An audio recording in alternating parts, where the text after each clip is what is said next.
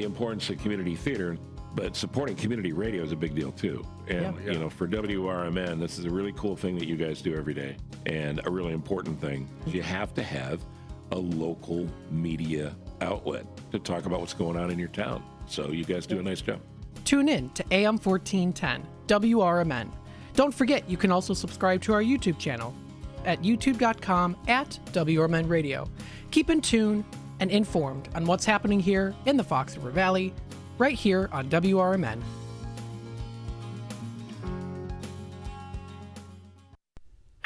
Your hometown radio station since 1949. We are WRMN AM 1410, Elgin time, 6 o'clock.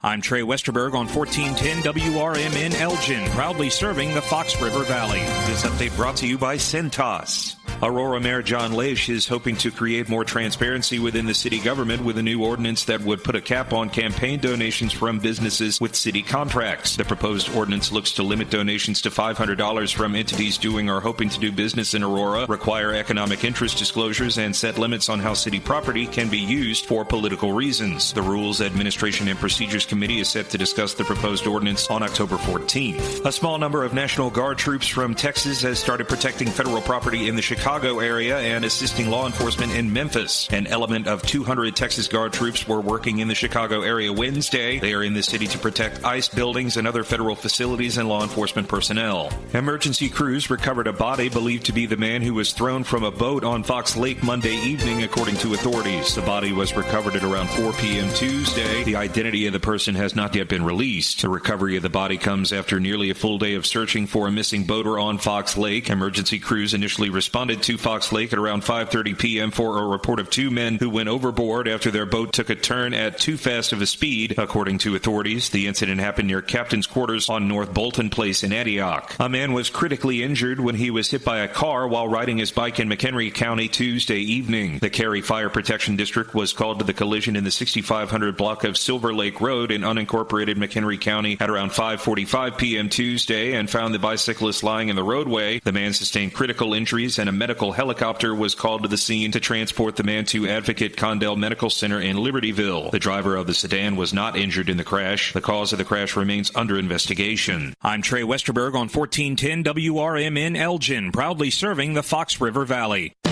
Confidence is knowing you're ready to handle whatever comes your way. That's what it feels like to take on your workday with Cintas. They make sure your AEDs are up to date, your fire extinguishers are tested and inspected, your floor mats are cleaned and delivered, and your workwear looks good, feels good, and is freshly laundered with the Cintas Apparel Plus program. So are you ready to take on today? Visit Cintas.com. Oh, I'm ready! And get ready for the workday. When you switch to Progressive, you could save bundling your home and auto. Then you could put that money towards some of the surprisingly more expensive things in life. May I help you? I just wanted to request a late checkout, please. Of course. That's $30 per hour for up to 4 hours. Huh. Okay, but if you can offer a late checkout, then that probably means no one is staying in that room. So if it's empty, maybe I can just stay a few extra hours. Oh, aren't you adorable? Life costs a lot, so bundle and you could save with Progressive. Progressive Casualty Insurance Company, affiliates, and other insurers. Not available in all states. Progressive presents the Sports Flash on News Talk Radio 1410 WRMN. A huge Big Ten matchup this Saturday. Number 1 Ohio State battles number 17 Illinois. The Illini 5-1. The defending national champion Buckeyes come in at 5-0. The Blackhawks visit the Bruins tonight in Boston. Chicago coming off a season-opening 3-2 loss at Florida on Tuesday. The Cubs stayed alive with a 4-3 win over the Brewers on Wednesday. The teams will play Game 4 today at Wrigley. They put up all their runs in the first inning of last night's game. And the eventual game-deciding run came on a wild pitch. Ian Happ came across the plate. The Brewers pressed. Jake Bauers hit an RBI single in the 4th and then a solo homer in the 7th. As far as tonight's game, both teams keeping their starting pitchers close to the vest. Cubs veteran Matthew Boyd, the likely starter. Save big when you bundle auto and home, renters, or condo with Progressive. I'm Chuck Sanders on News Talk Radio 1410 WRMN.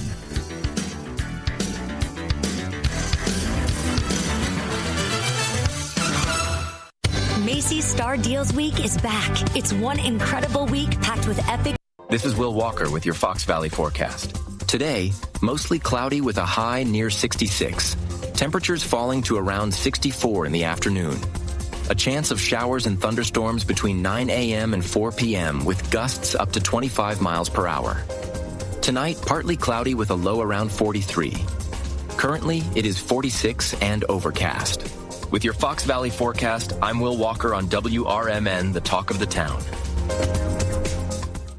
Get in the zone, AutoZone. Annie's first oil change wasn't as hard as she thought because she went to AutoZone, where a friendly AutoZoner helped her find the right oil and save on an oil filter. He explained the job and showed her free how-tos on AutoZone.com. When she was done, AutoZone recycled her old oil for free. No hassles, just help. Everything you need, nothing you don't. Get in the zone, AutoZone. Restrictions apply. In the middle of the night, everything will be all right if you listen to Coast right here on WRMN, 7 days a week from midnight to 5 a.m. Each night on Coast to Coast, listeners are captivated by George Noory with discussions on news and current events, conspiracy theories, UFOs, life after death, and all things curious and unexplained. Coast to Coast, every night, midnight to 5 a.m. right here on WRMN AM 1410 and 96.7 FM. Theriault Booth, a leading local law firm, is located on the beautiful Fox River in downtown St. Charles. Here's Ryan Theriault. For better or worse, there are just times people need a lawyer. Whether you are involved in a work injury, in an automobile crash, selling a home, or even planning for your estate after your passing, we're here. We're local. We're part of the community. For more information, visit them on the web at tbfirm.com or give them a call at 630-526-4242.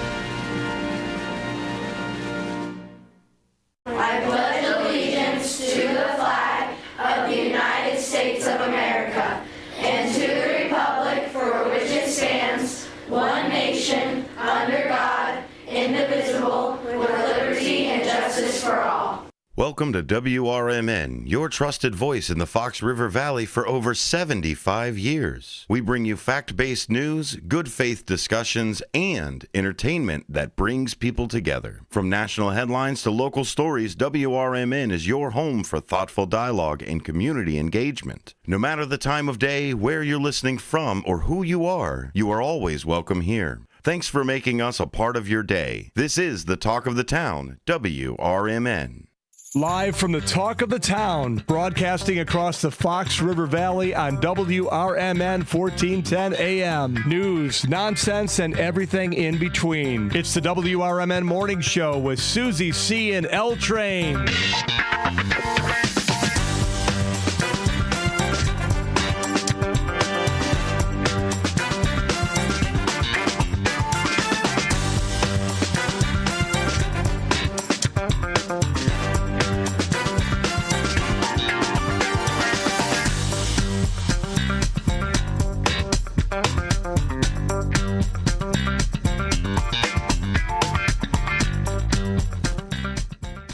Morning and happy Friday. It is October 10th. It is 6:08 a.m. and you are back with us at the WRMN Morning Show.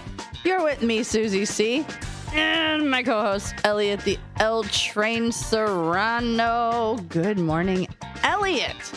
Good morning, Susie, and good morning to everyone listening across the Fox River Valley. Thank you so much for deciding to start your day with us here at WRMN 1410 AM.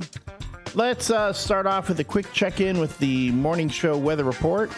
We're currently at 46 degrees with a real feel of 44. Today, we are looking at a high of 63. It's going to be mostly cloudy and breezy with a couple of showers beginning midday. So it's going to be a cool day today. And then tonight, with clouds breaking, shower cannot be ruled out. We're looking at a low of 43. Brisk. Can we say it's a little brisk outside? Brisk. I know my heat is on. My windows are closed. It's set really low, but my heat is on. Yeah. My furnace kicked on. I did it. I did it last night, but the night before I heard it kick on twice. I was like, whoo, and I have it set on like 60. I have mine is 67. I have a big house. The air quality is rated as fair. I was so wheezy this morning, so if you got them allergies. But remember, too, I'm also out on the other side of the corn curtain, and all the corn's coming down. The beans are coming down. They haven't taken down the corn by me yet, but because of the beans and it's a lot. So just be careful. And looking into the weekend, tomorrow, Saturday, we're looking at a high of 66 and a low of 47. There's going to be plenty of sunshine. Sunday, high of 69 and a low of 49. Also partly sunny, but mostly cloudy. And going into the following week, Monday, we got a high of 71 predicted with a low of 50 and an afternoon shower. Next week is going to be rather cool, fall-like temperatures. Sweater weather. Sweater weather. I know, I'm wearing a sweater today. I wore one this week earlier, too. As far as our WRMN weather goes, oh, look at that. The Chicago Cubs have forced a Game 5 by they did. Beating the Milwaukee Brewers yesterday 6-0 at Wrigley Field. I mean, mind you, I went to bed. It was a long day for me yesterday. The game was going. I think when I went to bed, I checked my phone. They were up like 3-0, and I was like, that was in the first inning. Then there was a ball that was hit that we were like, is it a foul ball, a home run? They called it a home run, which brought us up to 7. And then upon further review, they were like, no, that was a foul ball. Oh, so they went take backs. Like, oops. Or not. Yeah. No. So they brought it back, and then it was 5-0. And then ding, we got number 6. And so the game against the deciding 5th game against Milwaukee will be played on Saturday. Does it say what time? Something 08. Yeah, something like that. Probably, it's either a 4:08 or 8:08. Okay. One of those, whatever. I'll look it up. I'll get it for the next half hour. The Chicago Bears will be playing this coming Monday night against the Washington Commanders. Yes. And you'll be able to hear that here on WRMN Radio, 1410 AM. WRMN is the official home of the Chicago Bears here in the Fox River Valley. So that's if you want to listen to Monday night, all the pregame, in-game, and post-game action, we'll be carrying it here. And you can head on out to Newman's Corner Pub from 2 to 5. Ding, ding, ding. You will meet a whole bunch of guys from our sports teams. Our sports department. Yeah, it's going to be a Chicago Bears tailgate over at Newman's Corner Pub this Monday from 2 to 5 p.m. I know, I guess our guy, Derek Geyer of Big Top Sports will be there. I know he's staying for the game. He's staying for the game. Mm-hmm. David Tees will be there. I know he said he'd be there.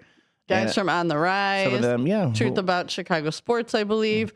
Who are the guys? Oh my gosh, I got to look at the thing I made because I can never remember the name of their show. Beyond the Bell, Bring the Bell, At the Bell. Beyond the Corn Curtain. Nope, where is it? Somebody must have a show called Beyond the Corn Curtain. It has to be. There has to be one out there. Somebody out there. Maybe it's on the Farm here Report. It is. Hold on. It is. We will have Big Top Sports. Blow the whistle. Blow the whistle. Oh, my gosh. And fantasy football blitz. They'll be there. Yeah. So it's going to be a good time. Last time they were there from 2 to 5. I got there. So I don't start till 5, and I didn't go in really early. But I went in like about a half hour early. And Sonar was there. They were all back at the table by the window, and they were just having a heck of a time. Yeah, you can watch the live stream on youtube.com/@WRMN radio. I'm sorry, don't forget that radio part, at WRMN radio. The radio. And that is our WRMN morning show weather and sports report. As always, the WRMN morning show is brought to you by Vaselli Law. Vaselli Law, specializing in municipal real estate and corporate law. Or if you've just been a little bit naughty, you can visit their website, jmvchicagolaw.com, to learn more about the things they can help you with, especially if you've been naughty. You did a bad thing. That was a bad thing you did. I sent that clip to Jimmy Vaselli, and I don't know if he's listened to it. So today when he comes in with his mom, maybe he's bringing his mom. His mom is such a sweetheart. Then I shouldn't play the clip when his mom's here. Maybe. Yes, you should. I'll find it. His mom would love it. Sure nobody knows her name. We all call her Jimmy's mom. Jimmy's mom. Mom Even Vaselli. at the dinner that Jimmy had, his corporate dinner, she had a name tag on that just said mom. Mom. Everybody's like, does anybody know her name? Does anybody know? Nope, just mom. It's not on the website. Nope, it's just mom. Maybe you can call them at 630-931-8225 and ask, hey, what's Jimmy Vaselli's mom's name? That's 630-931-8225 to reach the good folks of Vaselli Law. They are advising governments, defending communities, helping you if you've been naughty, and sponsoring the WRMN morning show. So bad. They helped me when I was bad. Well, yeah. Well, it's because you're out there giving bad legal advice. Well, somebody has to do it. How do we think we keep drumming up business for? Yeah, I know. We got to, just folks just know that if Susie C says to do something, it's kind of like if David Tease gives you fantasy football advice, just do the opposite. Yeah, but David Tease has been doing good. So you know what? Even a blind squirrel finds a nut. Wow. Broken clock is right twice a day. Uh-huh. Right now, he's in that broken clock. Even a blind squirrel can find a nut. Even a blind squirrel finds a nut. If that doesn't describe my dating life, I don't know what does. A blind squirrel finds. The blind squirrels. Your problem is that you're going nutless. I'm going nutless. Well, and your dog, speaking of squirrels, she could care less about all of the squirrels. Could care less. But man, skunks are another thing. Again, this morning, no, she didn't get skunked. Oh, thank goodness. Because my thing is, even when she wakes me, again, she woke me up at 2 a.m. Did you take her out the front door? No, we went out the back. I grabbed my my lantern light and I scanned the perimeter of the of the yard to make sure there was with like a flashlight. Yeah, just to make sure. A million lume. Yeah, because she's looking, because half the time I know something's out there because she just dashes off into the night and runs like behind the shed in the backyard. And then early this morning I did it, and it looked like she was going to start running, but then when the light hit the spot she was running towards and she didn't see anything, she went, whatever, and then she just stopped. Too early to run. Yeah, so then she's that's been my thing. The problem is that it also kind of wakes me up when I do all that. And then I got to go back to bed and try to fall back asleep. And I got to bed late last night because I was working on my writing partner and I were working on the book proposal for the book we're shopping around. So cool. It was that. It was, Which now you've got to work the next, last night was not the night for you to stay up late. It was not the night because I worked. Now you're working my schedule for the next week. Yeah. Next few days through Monday. Yeah. I'll be working here, and then this weekend you can see me at Tryst in Marengo. I'm going to be there all weekend. I guess it is Founders Day weekend in Marengo, Illinois, all weekend. The theme is Mardi Gras. Oh, you might get some beads. I think we're giving out beads. Yeah. But yeah, that's true. My place is like giving out beads. Yeah. Tryst is giving out beads. So we have something scheduled to be there. And apparently it's going to be crazy there. But I'm the guy I'll be opening and there through to the early evening. So if you want to come by and say, hey, I know probably tonight, yesterday was kind of everything was getting set up. Tonight, things kick off, but it kicks off late in the evening. And then Saturday and Sunday is when things are going to get really nutty. Downtown Marengo, the street gets closed off after a certain point. I'm not going to be able to park in front of Tryst like I normally do. I'm going to have to park like a half block away somewhere. and walk. Yeah, because they shut all those streets They shut down everything right there. down. And we'll see how that goes. It's going to be my second event in an area that I'm not familiar with. I mean, my first one being America's First Responders Fest in Hampshire.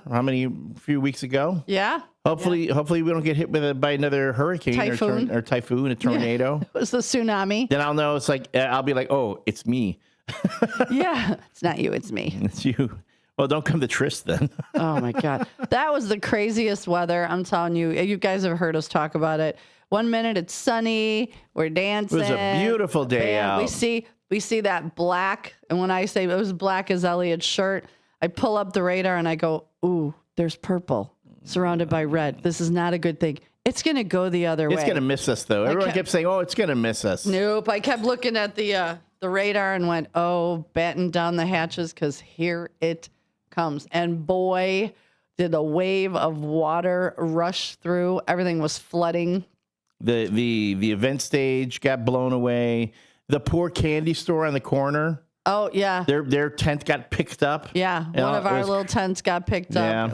It was wackadoo. Mother Nature was not very nice that day. No, but that I did. You get to put my basset to use afterwards, though. After everything got soaked. Yeah, you did. I just went over to the beer tent and just started serving people beers. Yeah. Well, and I took a picture of a bunch of you guys. It's raining. It's literally, and they're sitting on bar stools. And they were already soaked. They're already soaked. Whatever. It was like when you went to the water park. You know, people pay good money to go to a water park and get all wet. Yeah, it was kind of like a water park, only colder. Yeah. It was okay. And Sonar's walking around just like nothing's happening. He's soaked to the bone. I'm like, he was a Navy man. I'm sure at some point that happened to him. Oh, I'm sure. Yeah. And then he came in the next day and his belt was still wet. And his shoes were still wet. I was like, oh, you could hear him squish, squish, squish when he walked down the hallway. All right. So today on the WRMN Morning Show, it's a free-form Friday. This is when things we go a little bit easy with it. But I do believe we are going to have our show sponsor, Jimmy Vaselli, is going to be coming in studio at some point today. And he's bringing his mom. And again, we'll get to ask his mom what her name is. Yeah, because nobody knows. Mama Vaselli, what's her name? Yeah. Maybe it's Mama. Maybe it is Mom. Yeah. She's a sweetheart. I met her, and everybody talks very highly about her. So, and then at the bottom of the 7 o'clock hour, as per usual, we will have the no nickname John Bad joke of the day. Has it come in on the YouTube yet? Oh yeah, I haven't read it yet, but I did see it. All right. And then later today, Derek Geyer will be out at Hampshire. It's the Whippers. The Whippers tailgate party. So that's always fun. 3 to 6. 3 to 6. There's food at Newman's. At Newman's Corner Pub. And by the way, it's free food. Yeah. Free food. The beers Cheap and stuff drinks. you pay.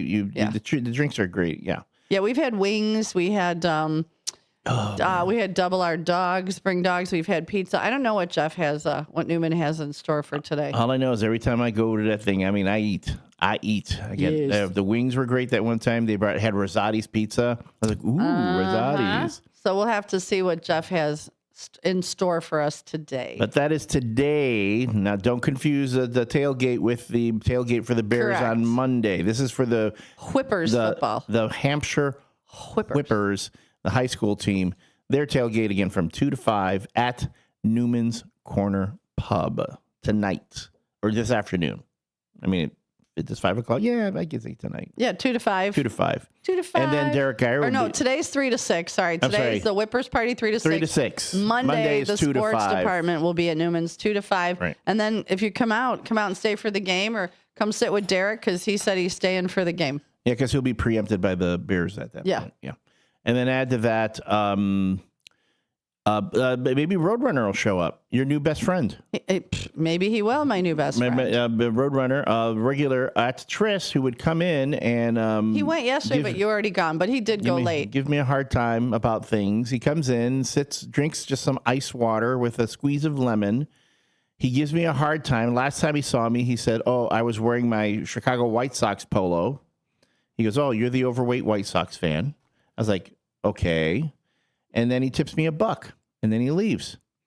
And then he goes he goes to Newman's, has a pizza with the Susie, and next thing you know, he's like tipping you $100 or something. It was not. I'm like, I was not $100. He comes in, he goes, yeah, I tipped her big. I go, really? You tipped me $5? You tipped me $1? He goes, yeah, well, I ordered a pizza with her. All right. I mean, we have pizzas at Tris, but our pizza oven is broken, so we can't do pizza. So all you have to do is call. Oh no, they don't have them anymore. So you used to be able to call the pizza place. Are they Champion? Or yeah, they're Champion. Okay, so you used to we be have able a freezer full of those Champion pizzas. I'm like, I want to take one of these home. They're so and try good. one. So tell Anthony to just go to Costco and get one. He's been debating that. We've been talking about it. Yeah, you need to, and then do a good pizza special in the afternoon. I cooked so many pizzas yesterday. You would have thought my middle name was Rosati's. Last night. Did anyone call you looking? Were any kids ordering pizzas? No, it's funny that you say that because I started talking yesterday and I said, God, I haven't heard from my pizza girl in a bit. It's probably been like 2 weeks. Pizza girl's probably doing her homework. I hope so, because that's what I told her last time she called. I was like, girl, don't wait till Sunday night to get your homework done. I'm waiting for her mom to call and be like, who are you and why are you talking to my kid?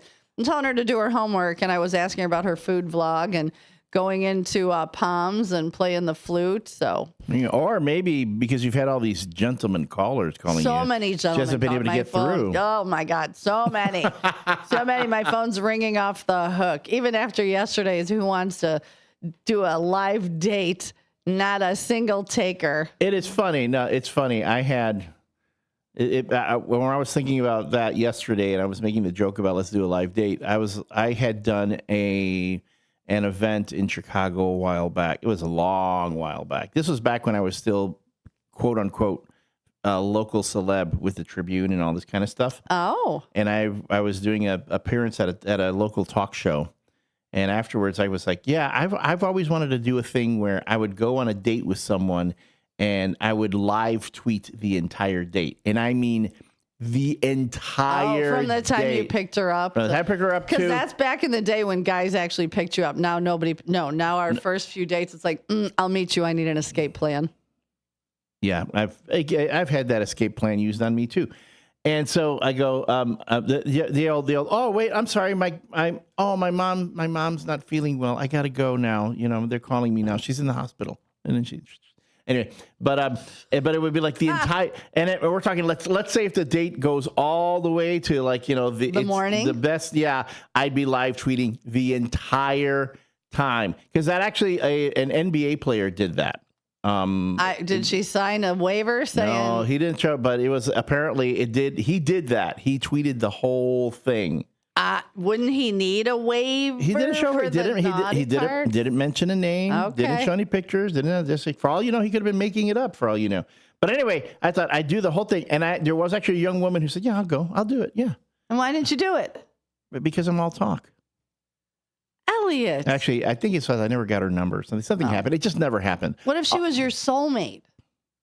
And she's floundering out there. You have to have a soul to have a soulmate. That's where I was waiting for you to go. Yeah, you have to have a soul to have a soulmate. So anyway, I'm a soul man. The tweeting is no longer a thing anymore. But yeah, a live date that covers everything that happens. I don't know.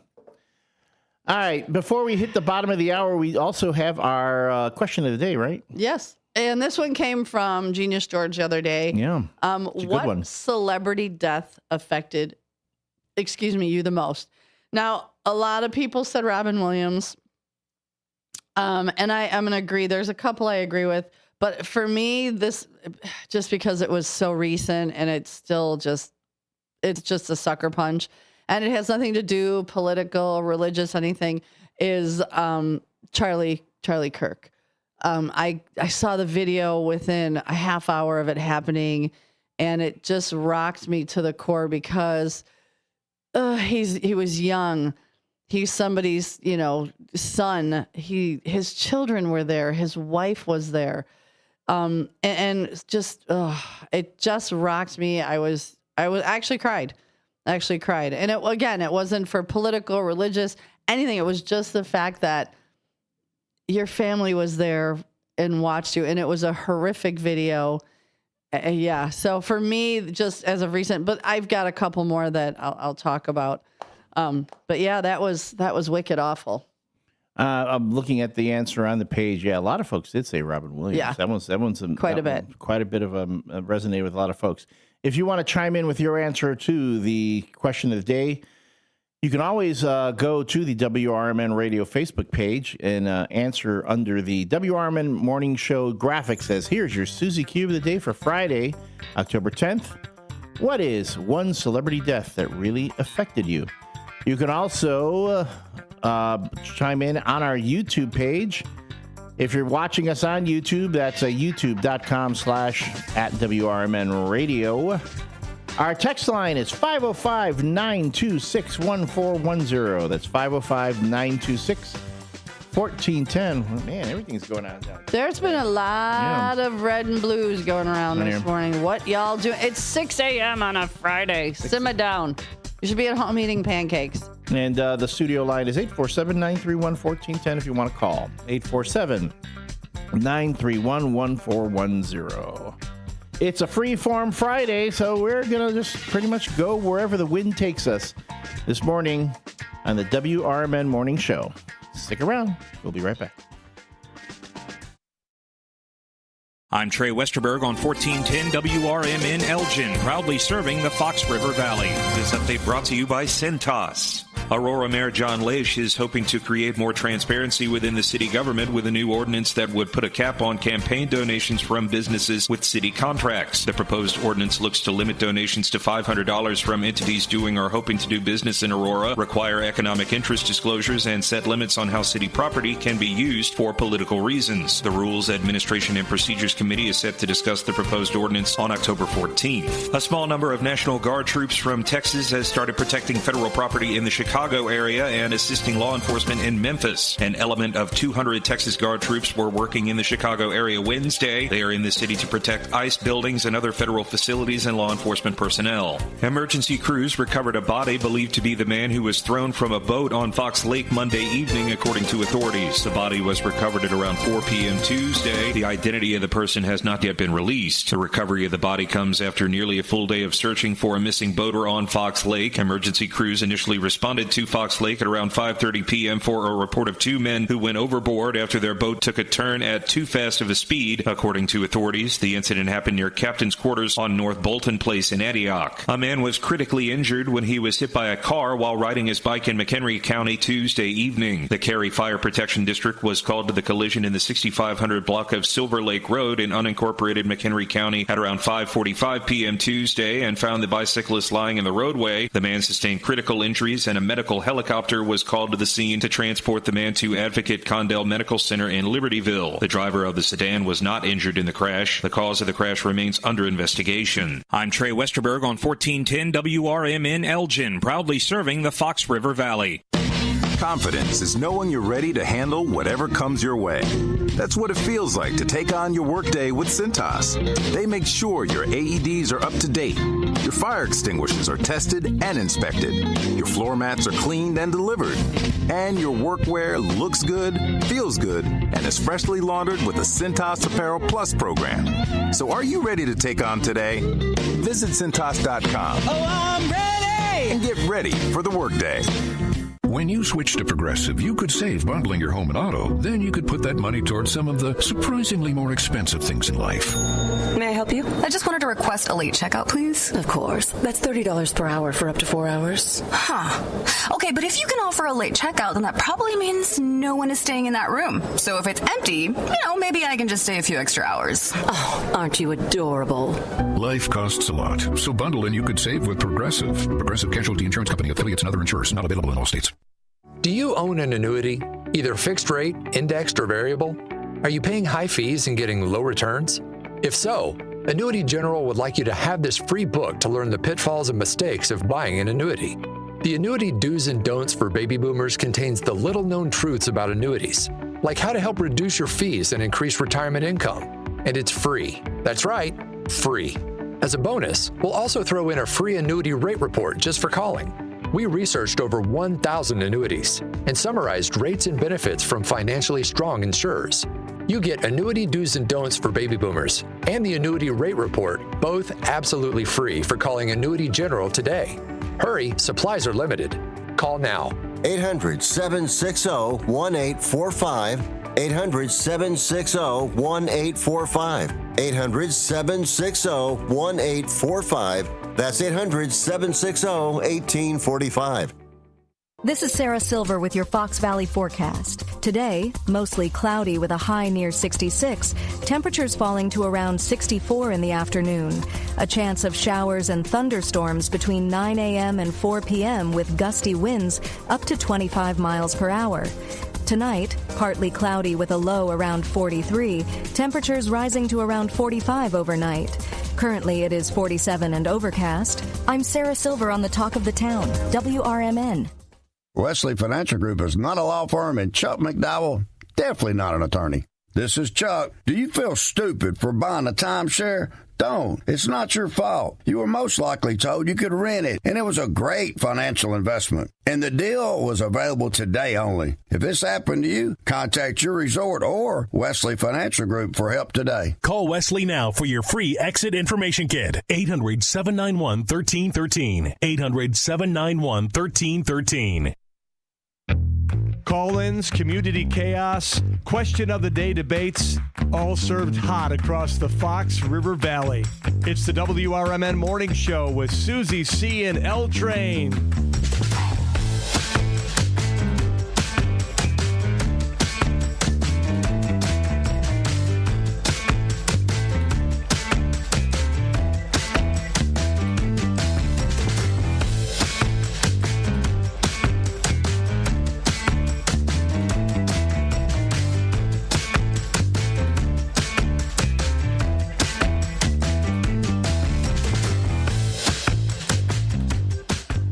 And we're back. Good morning, everyone, and welcome back to the WRMN Morning Show. We are your hosts, Susie C. Good morning. And me, I'm the L Train, Elliot Serrano. We are coming to you live from Studio 14 in downtown Elgin. That's at 14 Douglas Avenue. If you ever want to stop by our studios, you can look right in our window as you walk by. We do have a regular cavalcade of, our regular cavalcade of pedestrians, of walkers that go by. We have the cute blonde that goes by. Who, doesn't even look in the window anymore. No, we have... joggers. Yeah, joggers. Dog walkers. The lady, the Duchess of Douglas, she comes by. Right. The guy who parks over there then walks down to the north. I don't know what he does. He must work right down here. Those are incredibly specific descriptions. The guy who parks over there and walks to the north. The guy who parks across the street just to the south of the alley and then walks north. And then we've got our guys that are working across the street. We got I see big, lights tall on guy. over there. Yeah, big tall guy that likes to rub his belly, and then bald guy who waves. Guy who waves, yeah. That's like the contacts in my phone. Like bald guy who waves, hey. Belly man. Belly man. Belly man, Yeah. bald guy. Don't you have people in your phone like that? Like I probably have 8 Johns. So it's like John Newman's, John here. So, I'm sorry, John. There was a John that I... And now I got to go and see if any of the Johns are... flickered in the studio just then. See if any of the Johns in my phone are deceased. Oh, wait, now that sounded weird. Any of the Johns on my phone because, I'm a working gal. Hey. No. Hi, if there's someone I offended and you're here. Or Big Mike's messing with, because I got a lot of mics. A lot of mics, too. A lot of But mics they all come have, and gone. Mike High School, Mike here, Mike, Don't you put people in your phone like that? Why, yes. In fact, you're in as Susie. You know what? I need to make that an alarm sound. Get an alarm of you. So then you just get out of bed and go, oh God, make it stop, Lordy, make it stop. Lordy, help me. Yeah. Well, that's why we talked about yesterday. If I was ever kidnapped, they'd bring me back and I'd be like, I gotta pee. I need a snack before you kill me. Your driving is really bad. Do you want me to drive? I'll drive. You just, here, you sit in the passenger seat. I got this because you're driving really suspicious. I don't want you to get pulled over. So just let me take... They'd be like, just take her back. And they'd even peel off their mask and go, here, take a picture. So when the police come, they'll know who to arrest so I don't ever do this again. No, you need to work it. You need to work it to that. They have to pay you for them to be able to bring you back. Oh, there we go. That could probably, come on, man. They'd be like, do you ever shut up? No, I'm hungry and I need to pee. She's hangry. She's hangry and she has to pee. Look out. It's generally what I'm dealing with every morning here on the morning show. Now, yeah. Today It's a Freeform Friday. We do have a guest. We're expecting a guest this morning. Show sponsor Jimmy Vaselli of Vaselli Law is going to be dropping by the studio at some point this morning and bringing his mama. His mama will be coming in. Mom. So we're going to talk to him a bit. We'll probably ask him some questions about what's been going on around in the world of law. In the world of law. Again, Vaselli Law works a lot with different local governments here in the Fox River Valley. So if you have questions for him, you'll be able to call in and ask. And the way to interact with the WRMN Morning Show is first by text 505-926-1410.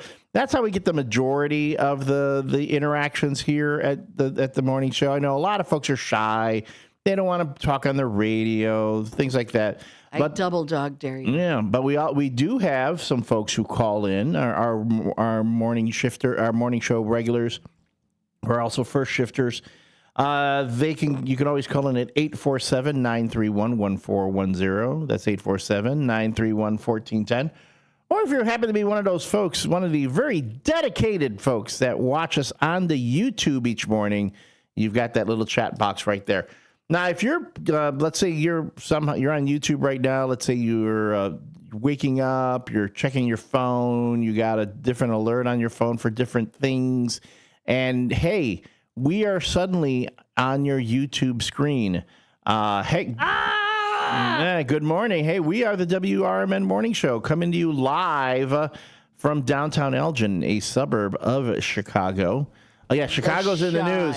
Chicago's been in the news. We've been in the news for the past few weeks. But hey, if you see us and you discovered us for the first time, give us a like, a thumbs up, hit that subscribe button. By subscribing to this channel, you really help us get our content out to more and more people, because we believe this is the WRMN radio station is a dying breed.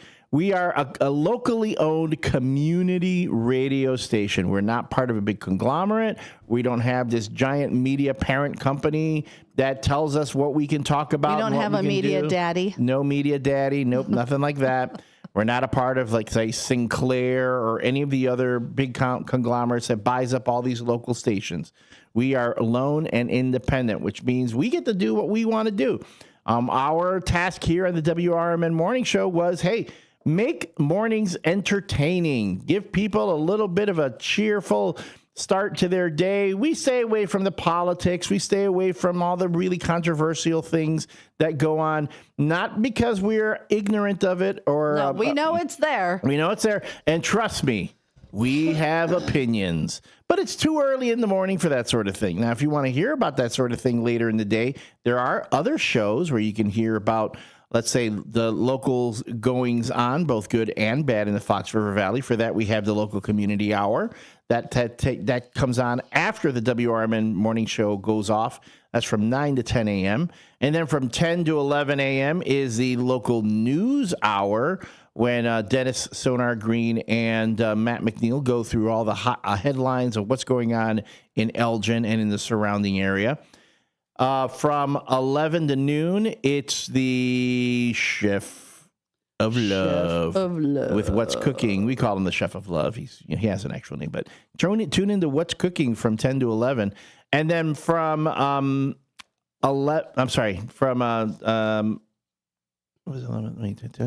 local. So, okay, after local news, then it's Out to Lunch with Matt McNeil. No, that's right. Out to Lunch with Matt McNeil is next. And then the Chef of Love is from 1 to 2. Talk Time with Tammy. Then 2 to 4 is Talk Time with Tammy. Unless it's Friday, then it's Dino's Night Out. Yes. And then from 4 to 6 is which leads us to the apolitical talk show, where that's okay. You want to talk politics? That's where the politics. And even if you're not into politics, Sonar makes it interesting. He pulled me in just this week, luring me in with, "Hey, we're going to talk about the politics in Star Wars."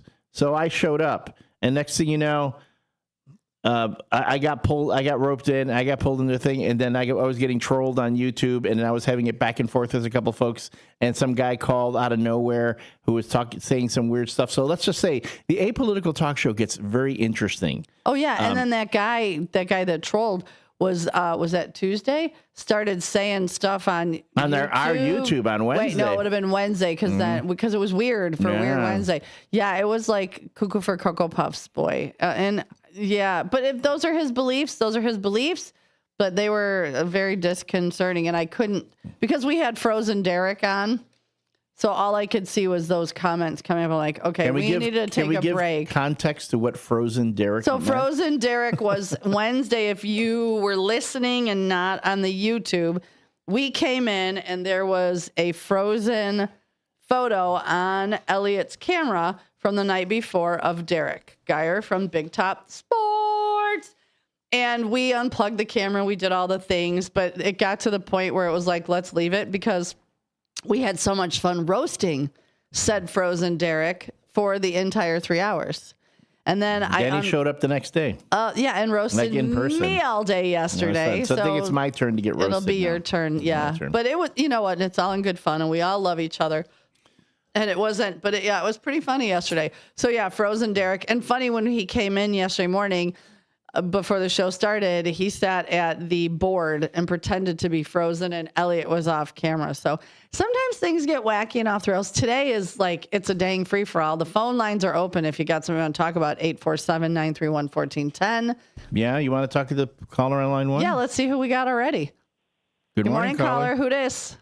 Good morning, Elgin. Good morning. How you doing? We're doing great. How about you? I'm wonderful. It's a beautiful weather out there today. A little brisk. Little brisk, but I'll take the cold and the crisp. Yeah. And I'm off today. Oh. Generally, every other Friday I'm off. So you don't have to cross the living room, correct? Yep, it's fast, Eddie. You got it. I got it. You knew who it was. No, well, sometimes it's hard. The voices are a little different in the headphones. So I was like listening, and I'm like, yep, that's who it is. So you're off for 3 days? What are you going to do with a 3-day weekend? Well, there's plenty of stuff to do on the house. Man, houses are a lot of work. Yes, that's why I live in my RV. Your what do you call it? The mobile Marriott. The mobile Marriott out in the Four Seasons. Mm-hmm. That's quite commendable. Well, thanks. You're quite a nature girl. I do like the outdoors. I do feel like I'm on vacation all the time. I had a girlfriend come out. She was coming back from somewhere, and she goes, "Hey, I'm in Marengo.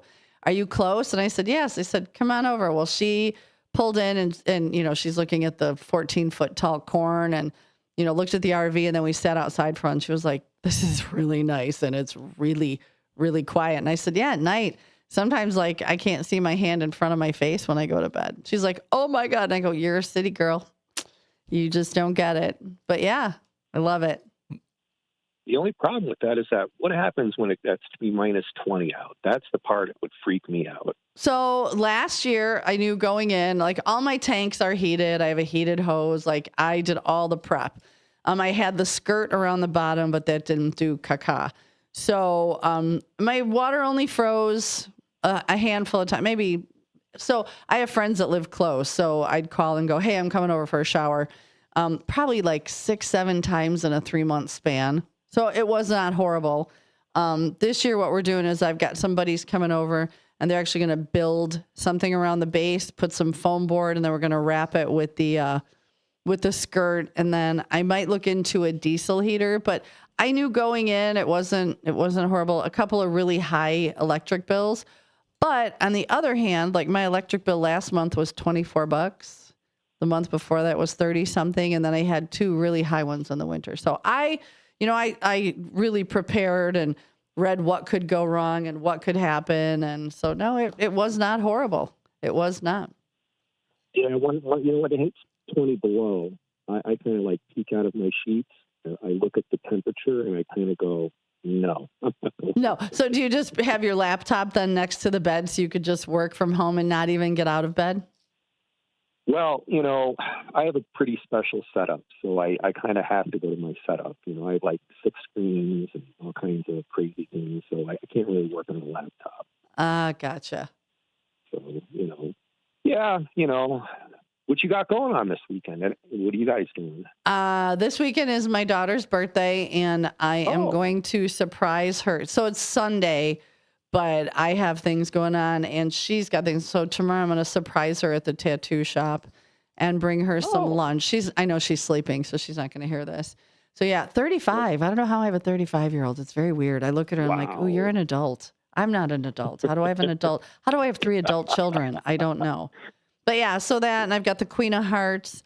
I have a friend coming over Saturday, Sunday, recording a podcast, I believe. Going to try to see my mom.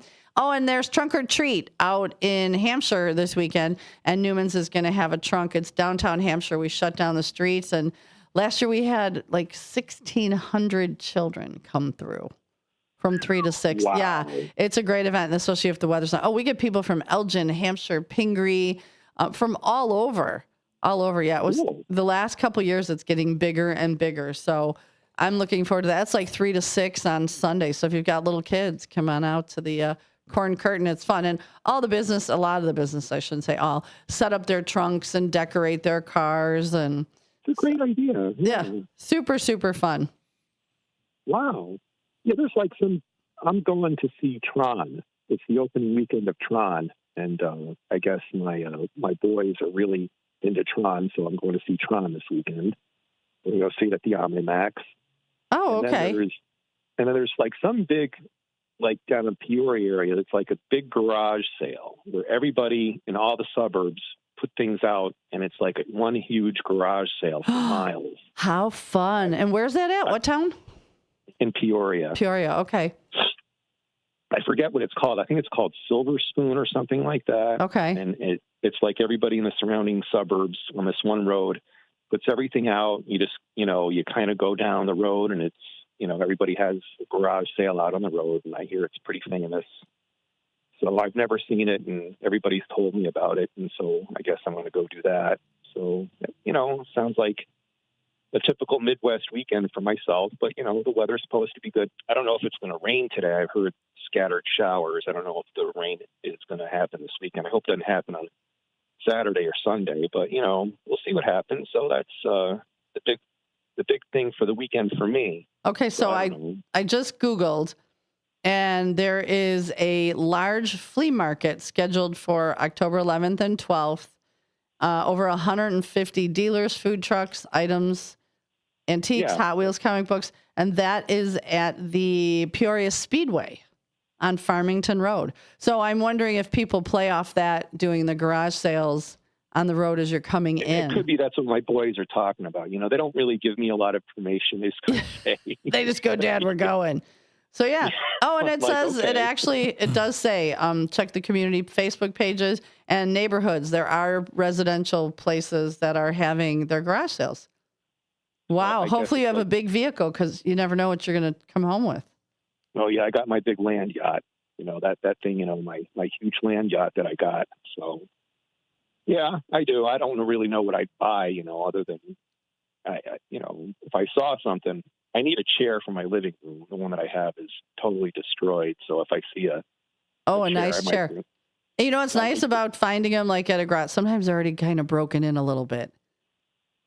So they're comfortable. Yeah. And I guess Burlington is also having a trunk or treat on the 17th of October from 5 to 7. The local businesses are going to do the same thing. So that just lots to do. And you could go look at the foliage. I don't know why I like the word foliage. It's kind of a weird. Because the word is foliage? Foliage. No, it's foliage. Foliage. What's the difference between foliage and, what did I say? Foliage? Foliage. It's aluminum. You go see the yeah. What? I'm from Chicago. We say foliage. I don't know, sausage. No, we don't. I'm from Chicago. We don't do that. We say sausage. Sausage, yeah. Yeah. We don't say foliage. Going this weekend. Elliot's working a lot. Yeah, I will be at the Tryst in Marengo, Tryst Lounge in Marengo for the Founders Day weekend. It's out there in Marengo. Marengo's celebrating Mardi Gras this weekend. So I'll be tending bar at Tryst from 10 to 5 Saturday and Sunday. And you know what? Elliot's going to be passing out beads, but I bet if you go by with beads, Elliot will flash. Nobody wants to see that. Nobody wants to see that. You don't know that. I put my belly up against that, but the guy from across the street's belly. No, he wins. His belly is, much bigger and whiter. Oh, no, I've got a farmer belly right now. I mean, so we've got the guys that are working across the street. There's a really big, tall guy, and he's, dad bods. I love a good dad bod.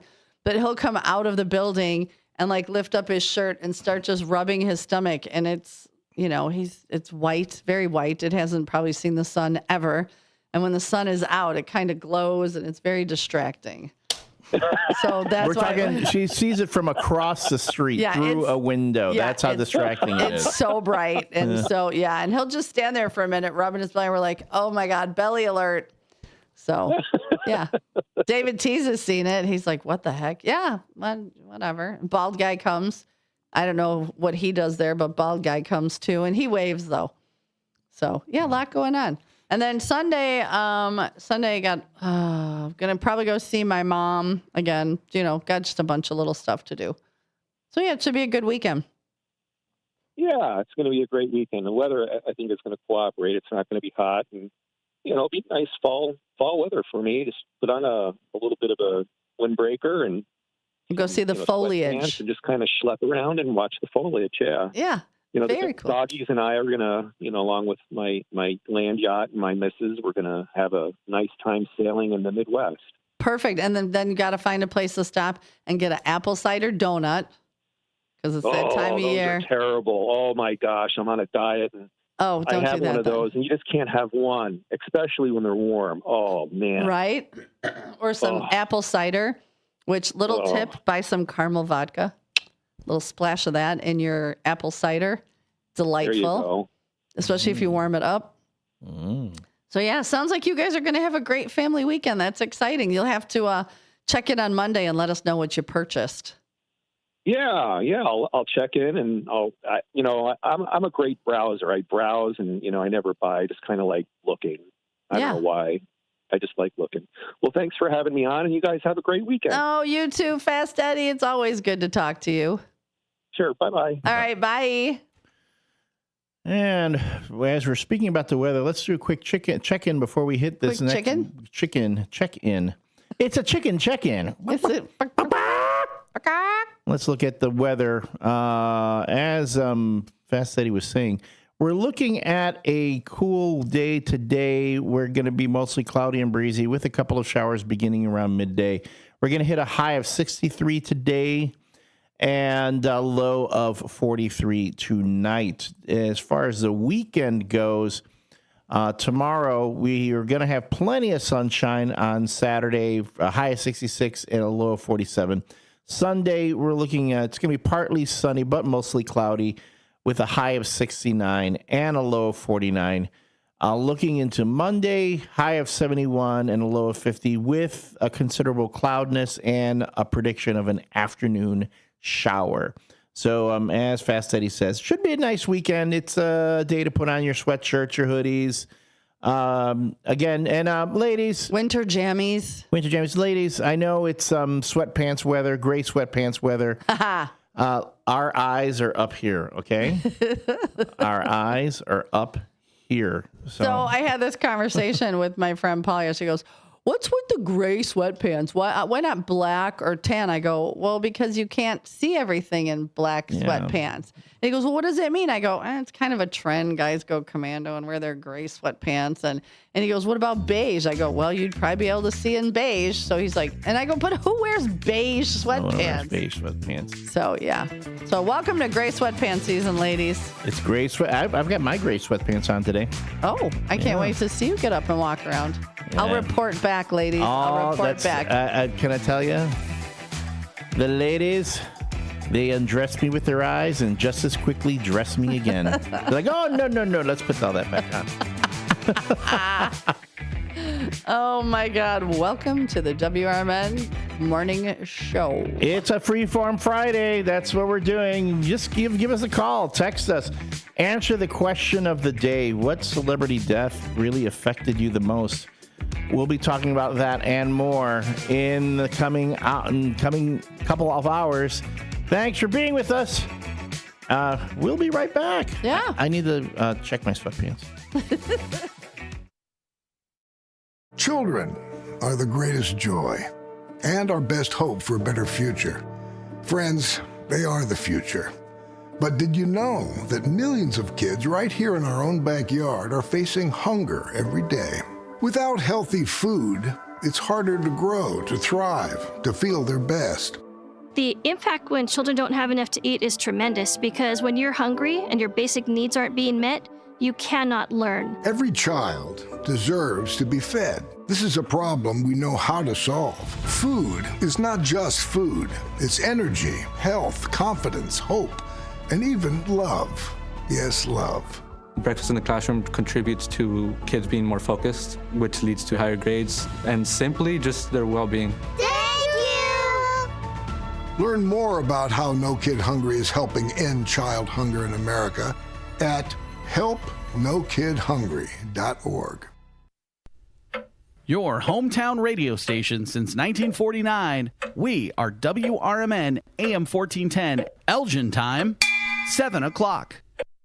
I'm Trey Westerberg on 1410 WRMN Elgin, proudly serving the Fox River Valley. This update brought to you by Sky Rizzi. A man was critically injured when he was hit by a car while riding his bike in McHenry County Tuesday evening. The Cary Fire Protection District was called to the collision in the 6500 block of Silver Lake Road in unincorporated McHenry County at around 5:45 p.m. Tuesday and found the bicyclist lying in the roadway. The man sustained critical injuries and a medical helicopter was called to the scene to transport the man to Advocate Condell Medical Center in Libertyville. The driver of the sedan was not injured in the crash. The cause of the crash remains under investigation. Aurora Mayor John Leish is hoping to create more transparency within the city government with a new ordinance that would put a cap on campaign donations from businesses with city contracts. The proposed ordinance looks to limit donations to $500 from entities doing or hoping to do business in Aurora, require economic interest disclosures, and set limits on how city property can be used for political reasons. The Rules, Administration, and Procedures Committee is set to discuss the proposed ordinance on October 14th. A small number of National Guard troops from Texas has started protecting federal property in the Chicago area and assisting law enforcement in Memphis. An element of 200 Texas Guard troops were working in the Chicago area Wednesday. They are in the city to protect ICE buildings and other federal facilities and law enforcement personnel. Emergency crews recovered a body believed to be the man who was thrown from a boat on Fox Lake Monday evening, according to authorities. The body was recovered at around 4 p.m. Tuesday. The identity of the person has not yet been released. The recovery of the body comes after nearly a full day of searching for a missing boater on Fox Lake. Emergency crews initially responded to Fox Lake at around 5:30 p.m. for a report of two men who went overboard after their boat took a turn at too fast of a speed. According to authorities, the incident happened near Captain's Quarters on North Bolton Place in Antioch. I'm Trey Westerberg on 1410 WRMN Elgin, proudly serving the Fox River Valley.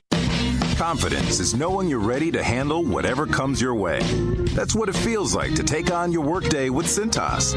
They make sure your AEDs are up to date, your fire extinguishers are tested and inspected, your floor mats are cleaned and delivered, and your workwear looks good, feels good, and is freshly laundered with the Cintas Apparel Plus program. So are you ready to take on today? Visit Cintas.com. Oh, I'm ready! And get ready for the workday.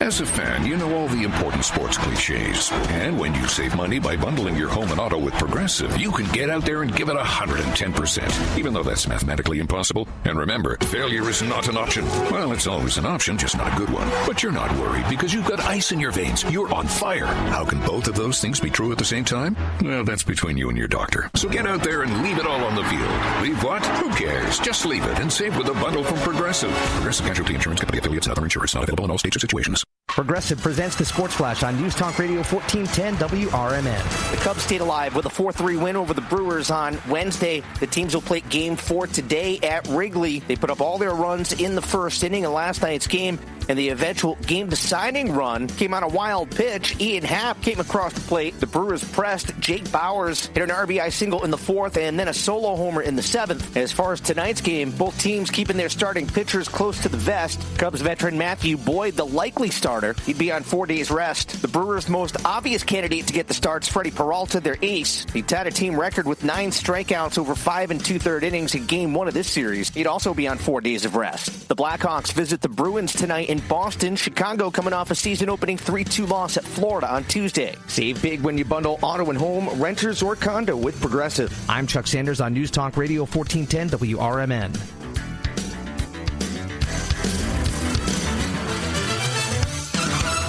Get in the zone, AutoZone. Annie's first oil change. This is Sarah Silver with your Fox Valley forecast. Today, mostly cloudy with a high near 66, temperatures falling to around 64 in the afternoon. A chance of showers and thunderstorms between 9 a.m. and 4 p.m. with gusty winds up to 25 miles per hour. Tonight, partly cloudy with a low around 43, temperatures rising to around 45 overnight. Currently, it is 47 and overcast. I'm Sarah Silver on the Talk of the Town, WRMN.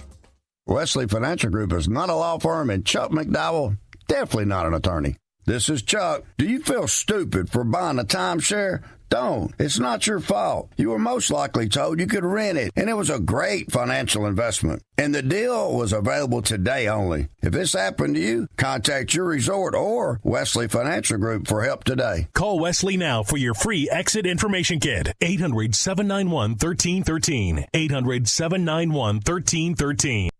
We asked parents who adopted teens to share their journey. If you build a relationship, then it becomes easier. If you build trust, it becomes easier. As a parent, you want what's best for your child. To give them the love that a child needs is probably the best thing you can do for a teenager. Learn about adopting a teen from foster care. Visit adoptuskids.org to learn more. A message brought to you by Adopt US Kids, the U.S. Department of Health and Human Services, and the Ad Council. Ever tried balancing a dozen eggs in one hand while hopping on one foot? Or maybe juggling cats while riding the unicycle? Sounds ridiculous, right? But guess what? That's exactly what texting while driving is like. Your human brain only has the capacity to focus on one thing at a time. So when you're behind the wheel, give driving your undivided attention. Don't drive distracted. A message brought to you by the National Highway Traffic Safety Administration, Project Yellow Light, and the Ad Council. You're back. We're back. It's the WRMN Morning Show on WRMN 1410 AM.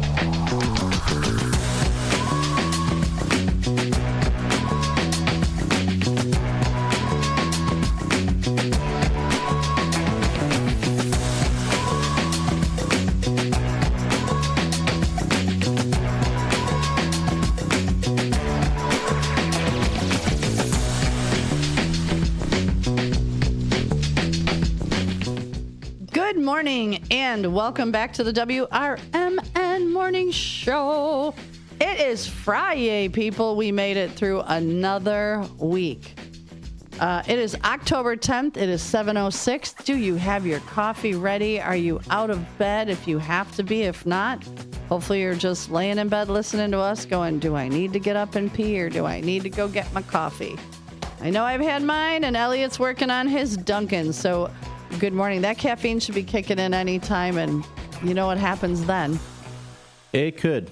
It's been a delayed effect today. This morning. I only got the medium.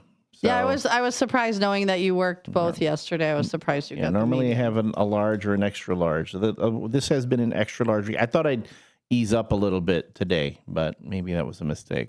I should have just kept going. Just kept pedal going. To the metal. Pedal to the metal. And thank you, everyone who is listening on the stick, or you could be listening on your smart device, on your phone. You could be listening on your smart speaker. All you got to do is tell your smart speaker, hey, play WRMN radio. And for those of you who are ever so dedicated and watching us on our YouTube, that's youtube.com/@WRMN radio. This is a time when we give out our morning shout-outs to the first shifters. If you want to get your own morning shout-out, all you have to do is chime in Either on the text line, that's 505-926-1410, 505-926-1410, or on the YouTube.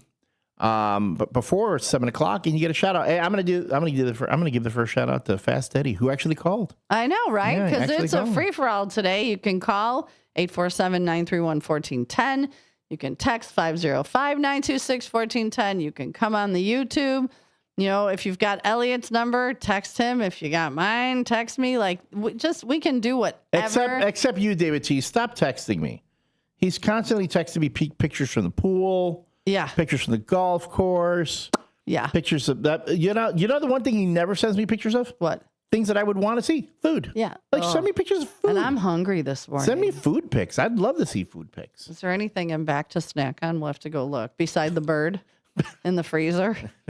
That bird's starting to put look... him in the air fryer back there in the pizza oven. That bird's starting to look pretty good right now. So I ain't going to plug it. So this is the time when we start out. And of course, our beautiful Miss Linda Carter comes in first off, and she says good morning to me and sends me lots of prayers. Next one in was 58 Mike. 58 Mike, good morning. He says, good morning, Susie Q and Elliot the L Train. Another week in the books. Fish fry tonight at the Legion. And Cubs win. And he sends lots of prayers. Nando comes in and he says, which I love this. He says, good morning and happy Friday. Have a great day and weekend with your loved ones who are still with us. Agreed. And the beautiful Katrina Sue checks in and she's listening on her speaker. Wants all of the WRMN listeners to have a great weekend. And she's drinking her coffee with creme brulee and honey, which is typical. And then Todd sends in a photo. He rode his bike to work today and motorcycle. And he sends a picture of his dashboard on the fairing. And you can see on the radio, on his little, on the radio, he's listening to us. So that always makes me happy. Met his wife last night. Very sweet. Very nice woman. They were out on the bike. I'm like, ooh, you guys are going to be cold getting home. But they obviously made it.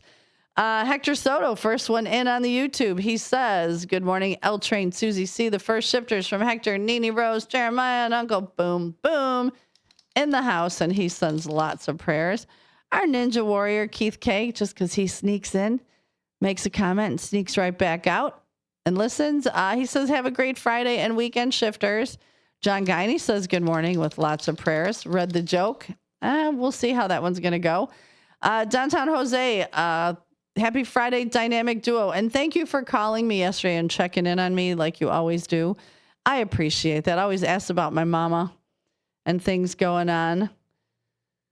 He also says, let's go Cubs, and an early morning good morning to Brendan. Becky says, our beautiful Becky Blue Eyes, happy Friday, first shifters. Have an awesome day with plenty of sunshine from Becky Blue Eyes. And she does have amazing blue eyes. Linda Carter comes in and says, good morning to all the shifters. Have a blessed day. Keep the faith, and sends prayers. And Elliot, you get your own. Keep the faith and welcome back. Have a great weekend. Eddie Marsh, Fast Eddie, good morning to you. Good morning to you. Good morning, dear people. Good morning to you. Oh, okay. We're singing that. I'm like, wait, am I reading that right? That was on me. I should have read that first. Downtown Jose said we're talking about the cue of the day, celebrity deaths that really kind of affected you the most. He said, as a comedian, it was Richard Pryor, who was like the funniest comedian ever, and Walter Payton. Mary Kay Wilson also said Walter Payton. Fast Eddie said the artist formerly known as Prince. That was a rough one. I agree with Prince being. And then today we got to talk about Sister Jean passed away at 106. She just retired. Like what, a month or so ago? Mm-hmm. Yeah, so she must have known she was feeling. Sister Jean of the Loyola, Loyola University. She was the, she was like kind of like the guardian angel of the Loyola Ramblers basketball team. When the Ramblers were doing well in the NCAA, she reached national prominence with that, making her basketball predictions. Yeah, she was awesome. And she'd do her little scouting reports again. An incredible woman. Yeah, 106. And you wouldn't have known it the last couple of years. Like, God bless her. Next week, we have Dolores, I don't remember her last name, coming in with David T. She just turned 100. And then Todd says, good morning. And he says, Elliot, you're looking a bit disheveled. I'm feeling a bit disheveled, yes. Yeah. Well, you're working a lot this next few days and yesterday, so I get it. So those are your morning shout-outs. Thank you all. We started out today with 15,470 prayers, and we're not only are we sprinkling those to everybody, we're chucking them right at Genius George. And the WRMN Morning Show is brought to you by Viselli Law. Viselli Law, specializing in municipal, real estate, and corporate law.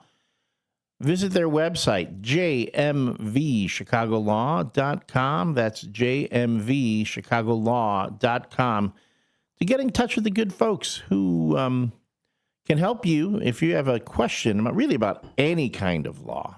James Viselli and his team are more than happy to help. You can also give them a call at 630-931-8225. 630-931-8225. Be sure that you do that. Make an appointment before you show up at one of their offices. They have two offices, one at 2021 Midwest Road, Suite 200 in Oak Brook, or right over here across the street at 11 Douglas. You almost said the wrong one. You almost said it because you're reading it. I was reading it. 11 Douglas Avenue, Suite 271. They are, again, the team of Viselli Law, who are advising governments, defending communities, and proud sponsors of the WRMN Morning Show. And I already said the weather. Our WRMN Morning Show sports report: Chicago Cubs avoided getting bounced from the playoffs with a 6-0 victory over the Milwaukee Brewers last night. Is forcing a decisive Game 5 that will be taking place tomorrow. When is that game taking place? Saturday, tomorrow, but I don't know what time. About the time, yes. I haven't seen, unless it's still TBD, but I have not seen a time. Let me see. I think it's afternoon. It might be afternoon. I'm not sure. Well, let's see. What does the old Google machine say? Excuse me. What time is it going to be at? Anyway. Game 5 will take place on Saturday. Yeah, if anybody knows what time, if you heard it yesterday or this morning, can you just let us know either on the YouTube, 505-926-1410, or that was the chat line on the YouTube, or call us 847-931-1410. Call us, tell us what you got going on this weekend. Anything good? We'd love to hear it. Absolutely. And also the Chicago Bears will be playing on Monday. They have a Monday night game against the Washington Commanders. You can hear that here on 8 o'clock. So tomorrow night? Tomorrow night at 8:08. 8:08. It's going to be an 8:08 game.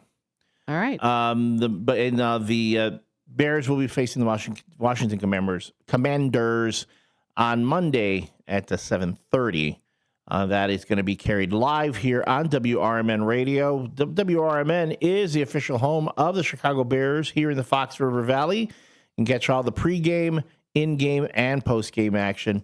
The WRMN sports crew will be at Newman's Corner Pub on Monday from 2 to 5 for a Bears tailgate. Come out and meet our sports department. And then stick around afterwards. I know our own Derek Geyer is going to be staying at Newman's to watch the game.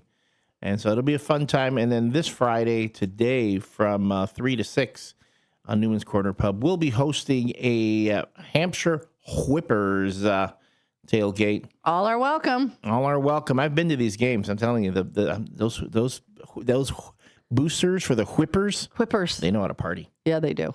They know how to party. Responsibly. Yeah. And that is your WRMN Morning Show sports report. Well, in the Fox River Valley. And we played that song. Now, every time you say Fox River Valley, that song just pops in my head, and I can't get rid of it. Well, I won't play it. Don't worry. I know you will. No, I'm not going to play it. Okay, good. Because does it get stuck in your head, too? Well, you just saying it. Don't. You're going to start singing it. It's already too Don't. late. When we got here at 6, you said, the Fox River Valley. Immediately my head goes to it. And I'm like, Fox River. No, she's muted. We're not listening to her right now. I swear to God, I say, don't do it, don't do it. What does she do? She does it. Guys, see, now this is explaining why this woman is single. Because she flagrantly does what the guy tells her not to do. Flagrantly. Like there's a flag on the play because it was a flagrant Again, foul. it's like it was so clear. Don't do it, don't do it. It's too late. But I want to sing it. I want to do the Fox River Valley song. You started it. Because you said Fox River Valley multiple times. Tell me if y'all don't hear the Fox River Valley song in your head when he says Fox River Valley. Okay, you're growling at me like a dog. What? I don't know why. Oh, there's the Elliott sigh we all know and love. You know what? You know what I could go for right now? 3 of your French fries if you had any. That's a problem. I don't have any food right now. Then maybe that's what the issue is. What'd you have for dinner? What'd you go home and have? God, I was in such a hurry. I rushed because I worked, so I needed to get some. I just hit the drive-thru at the Wendy's on the way home, so I could have just something to snack on real quick. Nice. Did you get nugs, or did you get a burger? No, I got the $5 biggie bag. Oh, which is like a little bacon cheeseburger, 4 nugs, a little bitty fry, and a little bitty soda. Oh, that's cute. Man, it's perfect. It's like in the olden days that would be a kid's meal. Now that's an adult. Todd thought that was your stomach. You know what? I had to look to make sure that it wasn't his stomach as well. Oh God, help So we got a caller. Rescue me, caller. Good morning, caller. Who this? South Elgin Santa. Hi, Santa. Good morning. Hi. Good morning. Hey, Elliot, I got one thing to say to you. If you Fox River Valley. Wow, I can't hear Santa anymore because Santa's been muted. You can't hear. How can I do this? How can I handle this? Everyone's coming at me from all angles with the Fox River Valley song. You can't have it. Oh, Jesus. Oh, I'm sorry. A car just almost took out 2 mourning doves. Gave me a dang heart attack, and the squirrel went running. You're taking the Lord's name in vain. Well, okay. Thank you, Jesus, for all I have. If I say, oh Jesus, then I'll thank him. Thank you. Thank you for not letting the mourning doves get hurt. I know other times. You know what? When I taught at church, I always said to the kids, whenever they'd say like, oh my God, I'd be like, okay, you called him, now say something to him. So they'd be like, oh my God. Right. Okay. Thank you that I had a good lunch today. Okay, at least you said something positive. Like they would panic. I'm like, yep. So all right. Okay, guess what? Everyone, you get to suffer with me. Todd, I know you love it. It's a Freeform Friday, or basically, let's torture Elliot Day. Bum, bum, bum, bum.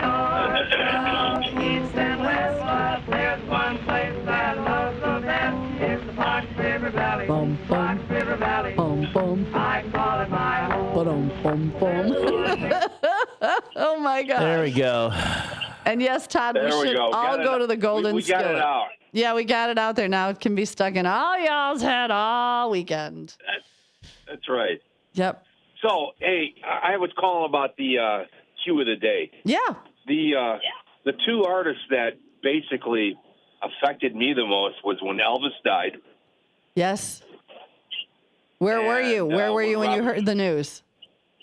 I was on a baseball field playing baseball with friends. Oh wow! At Larkin High School. Okay. And and I was playing with twins.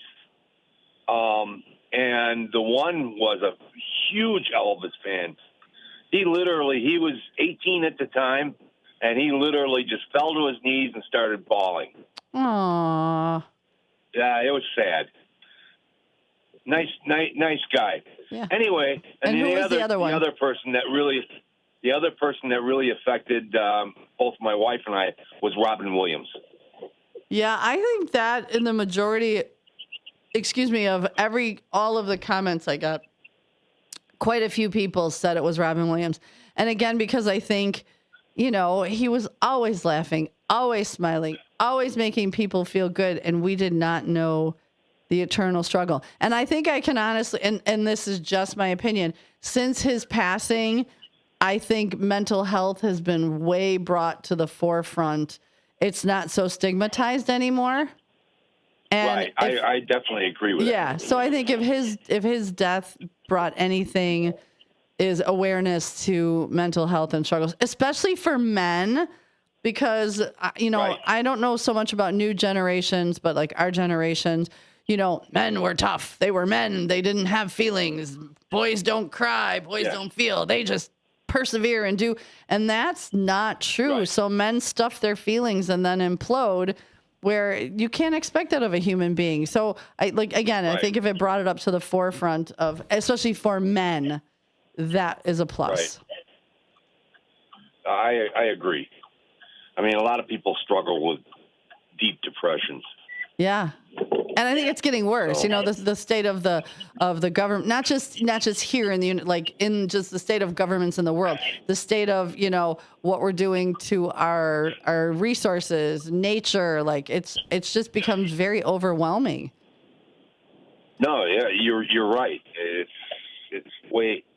It's gotten way out of hand. Yeah. And with how we treat each other. Oh, that is the worst. When did kindness become a horrible thing?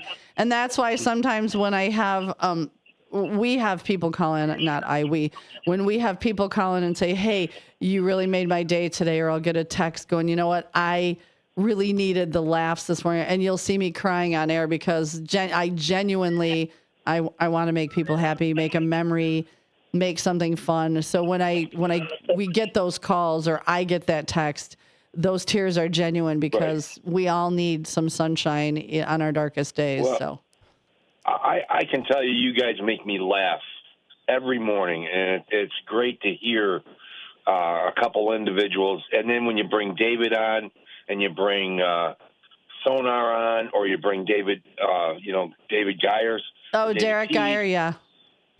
Derek Geyer, sorry. Mm-hmm, no. You bring those guys on, and they just feed right into your guys, the way you guys work together. You guys, this is a very good show you guys have. Well, thank you. Tell Dean he needs not to split it up ever. No, we're not going anywhere. It's, and again, especially West Side Fred used to go and sit and listen to us in dialysis. And so did Derica from Australia. She listened not to us. She passed before Elliot came on board with me, but she was in Australia going through dialysis listening. And, now Genius George going for treatment. And so if we can just bring a smile or a giggle, or even better, I like next week when you're doing something and all of a sudden, one of our voices comes in your head and you're like, oh my gosh, that, what we heard. I hope people share with their friends our show and, get more people to tune in. With Robin Williams, I experienced someone very close to me who took their own life, and that was awful. It's coming up on the 30th anniversary, so I'll be a mess that day. But in the interim, I learned so much about it that I have been able to stop, and this is crazy to me, in my eyes, 11 other people from doing it. So there was a reason he passed, and God put that in my life so that I could help others. So again, that's what we love to do. So we appreciate. Yeah, you guys, you guys keep putting smiles on people's faces, and you will help the world. Thanks, honey. And we love you and Mrs. Claus. Yeah, we love you guys. All right. Thank you. Well, you guys have a good day. Have a great weekend. I'll be listening for I will. I'll be listening for the no nickname joke of the day. All right. In a few minutes here. Hey, are you guys doing anything? Oh, the Cubs game's at 7:00 on tomorrow night. Oh, okay. 7:08. 7:08, not 8:08. 8:08 Eastern time. Okay, 8:08 Eastern time. 7:08 Yeah, 7:08 here. Are you guys doing anything at Newman's for that? For the Cubs game tomorrow night? Yeah. I'm sure we can come up with something. Absolutely. Okay. Since it was last night late, I just got to call my bartender and see what she wants to do. What are you doing at Trist this weekend, Elliot? It's a Mardi Gras weekend for Founders Day, so we're all set up for Mardi Gras. The whole downtown's going to be closed off. Elliot's giving out beads, but I can't wait to see how many beads he brings in on Monday. No one wants to see my boobs. Yeah. Your moobs. My Man moobs. moobs. That's right. You got Founders Day this weekend. Yeah, it's Founders What Day. do you guys got going on this weekend, Santa?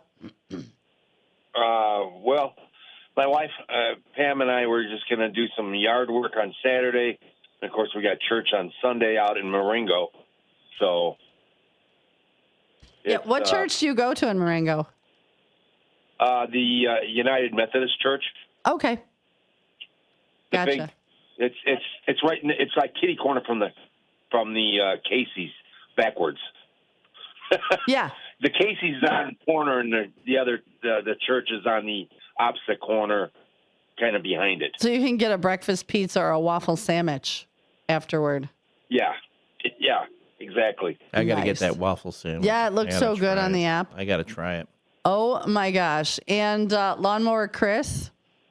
So he's having a Friday. He got dressed in the dark. And he went to get coffee at the gas station, and he's wearing a red shoe and a black shoe. And I always say, double check and make sure you got the same shoes on. Here's a perfect example of why. I will post this on the Facebook. You know what? He wants to be an individual. He's expressing himself. Yeah. There you go. Oh, Exactly. goodness. You guys have a good day. You too. Thanks, Sandra, for the call. We appreciate you. Yep. Bye-bye. Bye.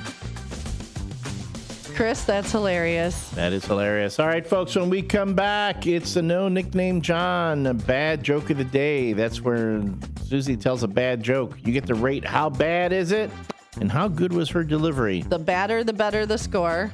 The better the delivery, the better the score. That one at least makes sense. Yes. All right, folks. We'll be back. We will be back. But I'm like... I got no leg room back. Didn't cue that up. From the pages of the Elgin newspapers of 100 years ago today, these are the headlines brought to you by the Elgin History Museum. I am Tricia Grosser, and this is Elgin 100 years ago, October 10th. Styling the proposed order of Kid, Health move your seat forward. It's as far as it goes. Under which only milk from tested herds would be admitted in Chicago. An ultimatum from upwards of 1,000 northern Illinois dairy farmers was prepared at their meeting in Elgin this afternoon to vote unanimously against the compulsory test of their herds. Farmers point out that they are being told to either have their herds tested or lose the Chicago market. They take the stand that submission to the order would also result in the loss of the market because they would literally be put out of business. If we submit to the test, it will mean financial ruin for a majority of the farmers, said Dan Gilly of Elgin, formerly one of the leaders in the Milk Producers Association. Let's play a waiting game, was the argument of Mr. W.H. Wilbur, Crystal Lake banker. Make the other fellow show his hand first. Don't adopt the resolution. State Senator Swift of Libertyville was given a big hand by the farmers when he asked the question, does this country exist only for the residents of towns and cities, or does it exist for everybody, including we farmers? It does me good, he said, to see a gathering of farmers like this one today. It reminds me of old times. It was just 10 years ago that we banded together. You'll remember those meetings. We got together and demanded a fair price for our milk. It is meetings like this one today that are going to help us. Elgin 100 years ago is a presentation of the Elgin History Museum. Be sure to visit the museum located at 360 Park Street in Elgin, open Wednesday through Saturdays 11 to 4. You can also listen to Elgin 100 years ago at www.elginhistory.org. When disaster strikes, flood or fire, every second counts. At Emergency Construction Group, they specialize in immediate response and same-day service for any residential, commercial, or industrial emergency across the Chicagoland area. With over 30 years of experience, they've got the expertise, manpower, and equipment to handle any size loss fast. They follow strict IICRC guidelines to restore your property the right way, the first time. Their team values transparency, constant communication, and strong ethical standards because your peace of mind matters. Licensed, bonded, and insured, They're here for you 24/7, 365 days a year. Call 855-4ECG now. That's 855-432-4669. Or visit their website at emergencyconstructiongroup.com and let Emergency Construction Group put your life back together one step at a time. That's Emergency Construction Group. Your satisfaction is their passion.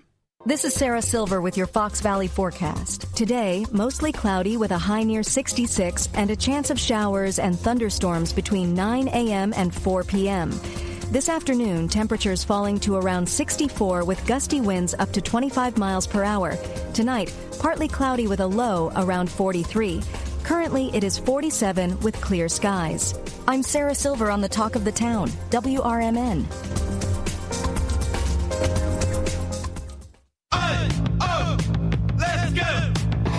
You're still glowing, flirting, grooving.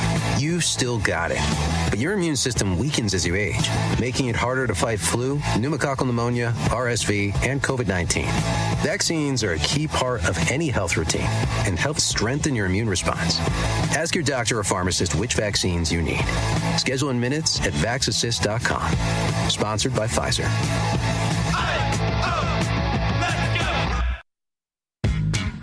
Back to the show that keeps your mornings moving. It's the WRMN Morning Show. More talk, more laughs, and probably more trouble. Filled with weird news, listener shout-outs, and just enough structure to stay on the air. It's the WRMN Morning Show. Let's go.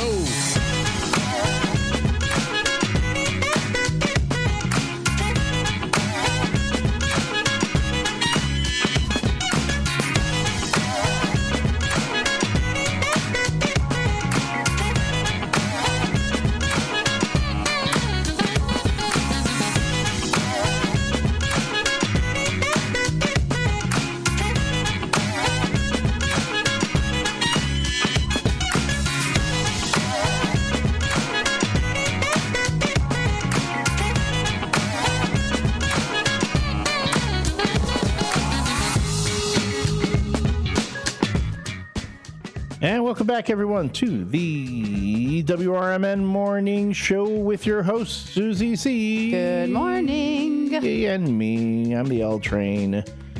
We are coming to you live from Studio 14 in downtown Elgin. It has already been a full Freeform Friday. We've been talking about everything today.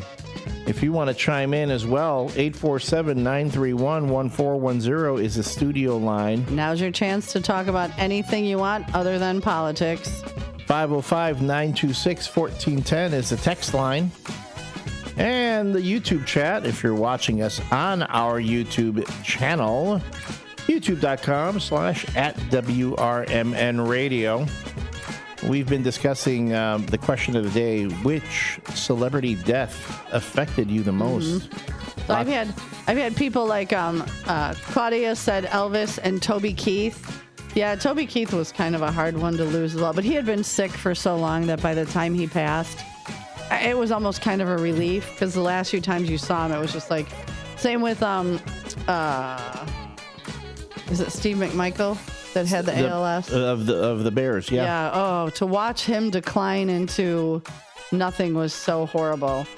Samantha says Robin Williams, because she lost her brother the same way. Mary Kay said Walter Payton.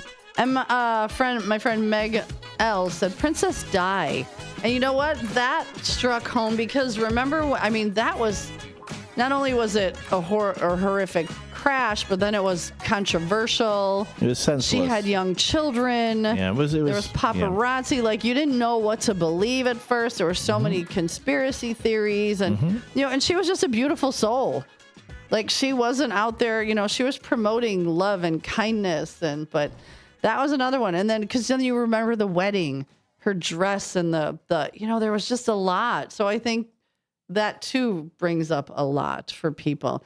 And Stan says SRV, so I'm assuming that's Stevie Ray Vaughan. All right. Which, yeah, I can see that as well. But we are going to lighten it up for a minute, and we are going to turn our attention to the John Guiney, no nickname John, bad joke of the day.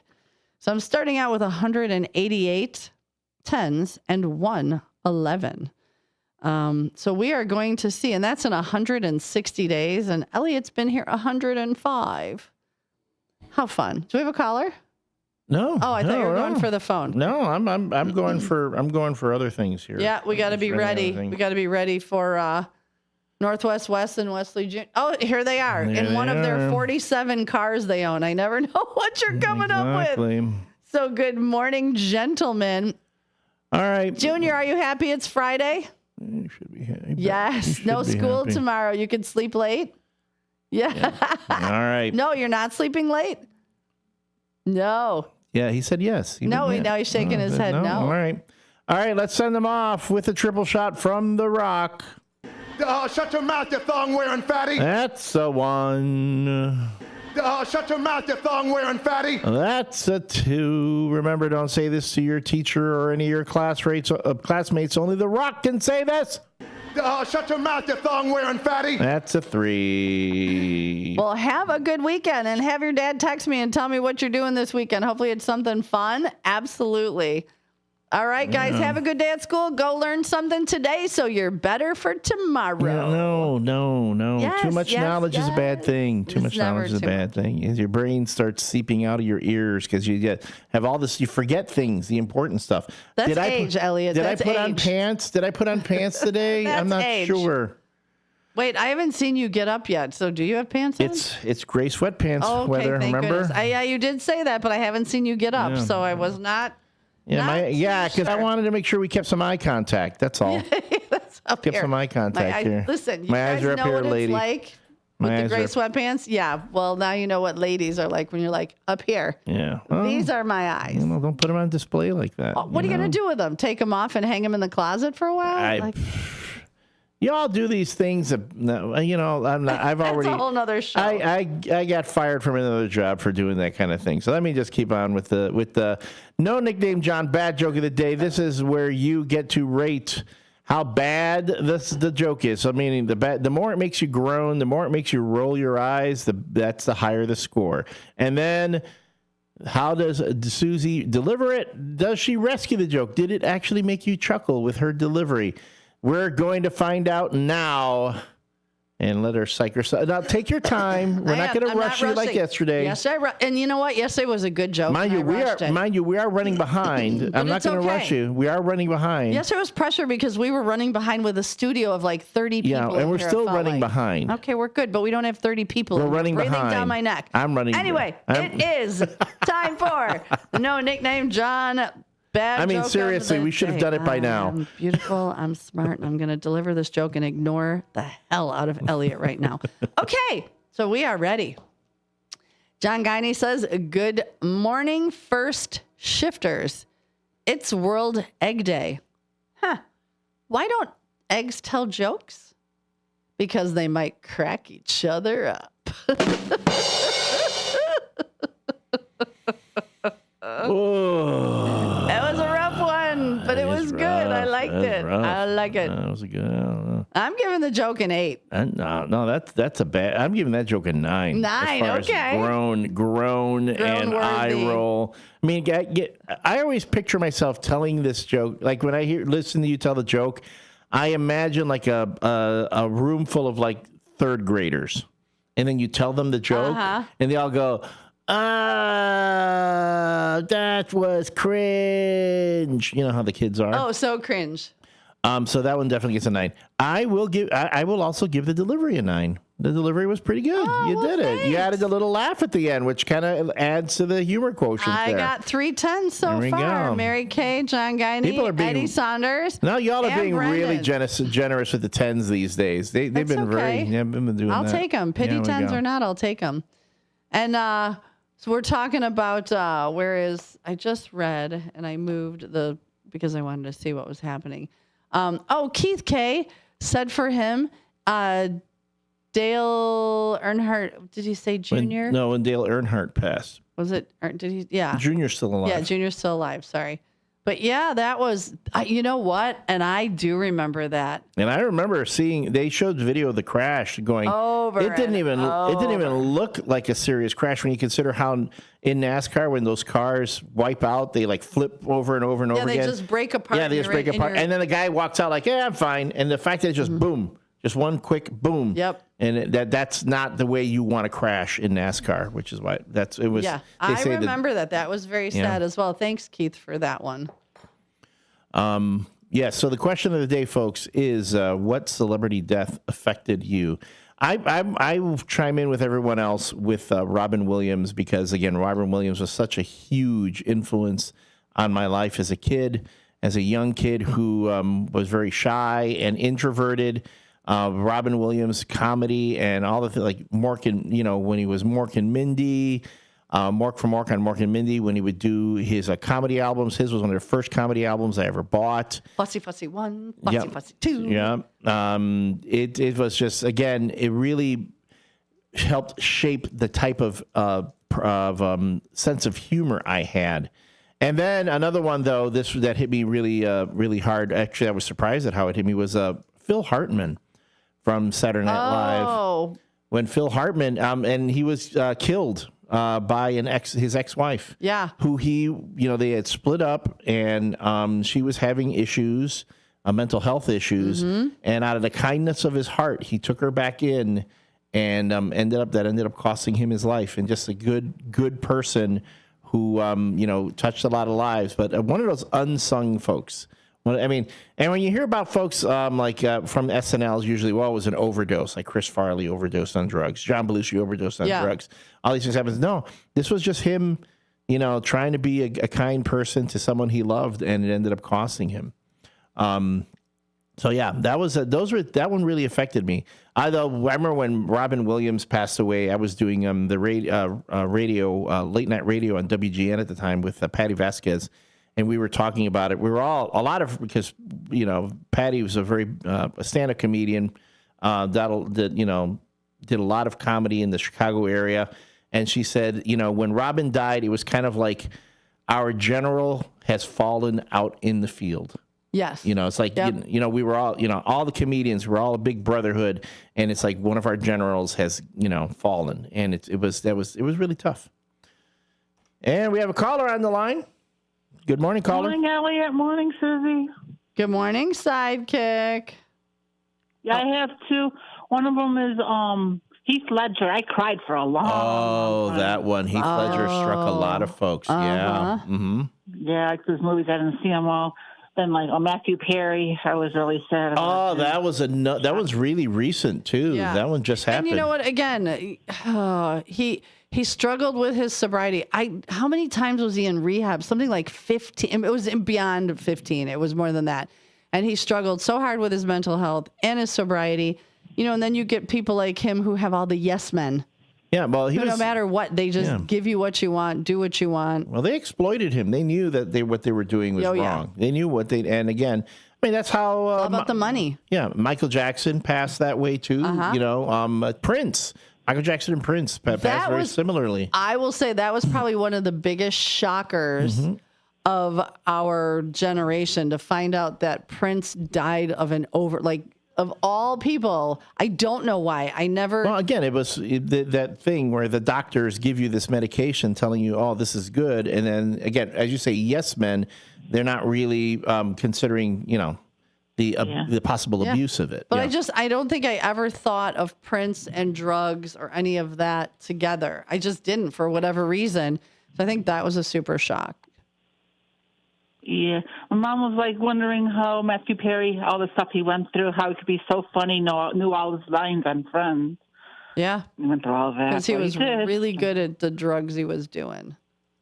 Unfortunately. Well, that was it the ketamine that he ended up? Ketamine is what ended up killing him. Because, again, the folks who were prescribing it for him literally prescribed him an overdose. Well, right. And the lady who got it, she was known as around Hollywood as the ketamine queen. Yeah. That was her nickname. So really sad. Really sad. How's our beloved? Is she up? Yes, she's right here. Oh, okay. Hello. Good morning, beloved. How'd your inspection go? We didn't get it for the second time, and she left before she did it. Oh, well, there you go. All right, so we're talking about celebrity deaths that affected you. I have two also. Okay. Sean Connery and Tony Bennett. Ooh, Sean Connery. Oh, yeah, and Tony Bennett, the voice.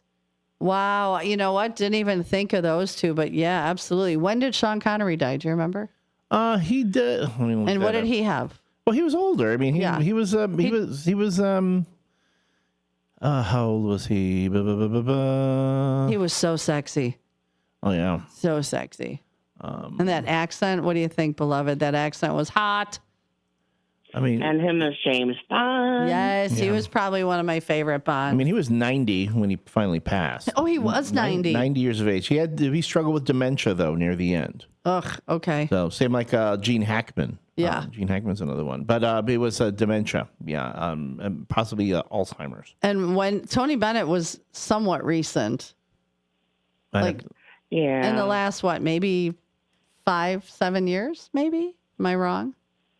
Even more recent than that. He died in 2023. He was 96, though. He was 96. He also diagnosed with Alzheimer's in 2016. All right. What is happening that this is running so rampant? I don't like it. Take your brain supplements. I lost 2 relatives to it. No. Take it back 3. Oh, wow.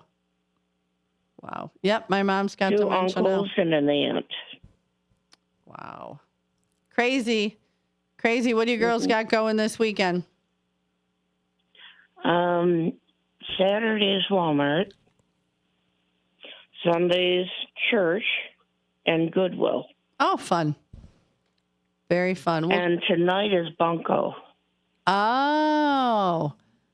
Bunko is fun. Yeah. Well, good. It sounds like you ladies have a busy weekend. So you enjoy. We'll talk next week. And we're Sidekick. Here she is. All righty. Bye, honey. Hello. I miss Brittany Murphy, too. A lot of them I miss. Oh, Brittany Murphy. Yeah, that was a rough one, too. Yeah. All right, girl. Go ahead. Downtown, Jose. Oh. Well, have a great weekend. You're always invited to Bunko. I know you can't go, but you're always invited. Yeah, thank you. Fridays are so rough after working so many hours on about 3 hours sleep. If there's ever another night that there's Bunko, let me know, and I'll see what I can do. But I do appreciate the invite always. Oh, you're welcome. All right, honey. You have a great weekend. We'll talk next week. Okay, great. Talk next week. Okay, bye. And whenever she says Bunko, I look it up and I go, I picture. It's a dice game. I know it's a dice game. I picture Sidekick Susie out there like rolling dice like at a casino. All right, there we go. Yeah. You know, or playing dice up against the building. And beloved Becky is at the roulette table, and downtown Jose is at blackjack. Hit me. They're down at the casino. You know, that's what I picture. Well, I just tried this stuff from yesterday. When we had what would Elliot put in his mouth? It's Viper Venom sour liquid candy, green apple. Mm-hmm.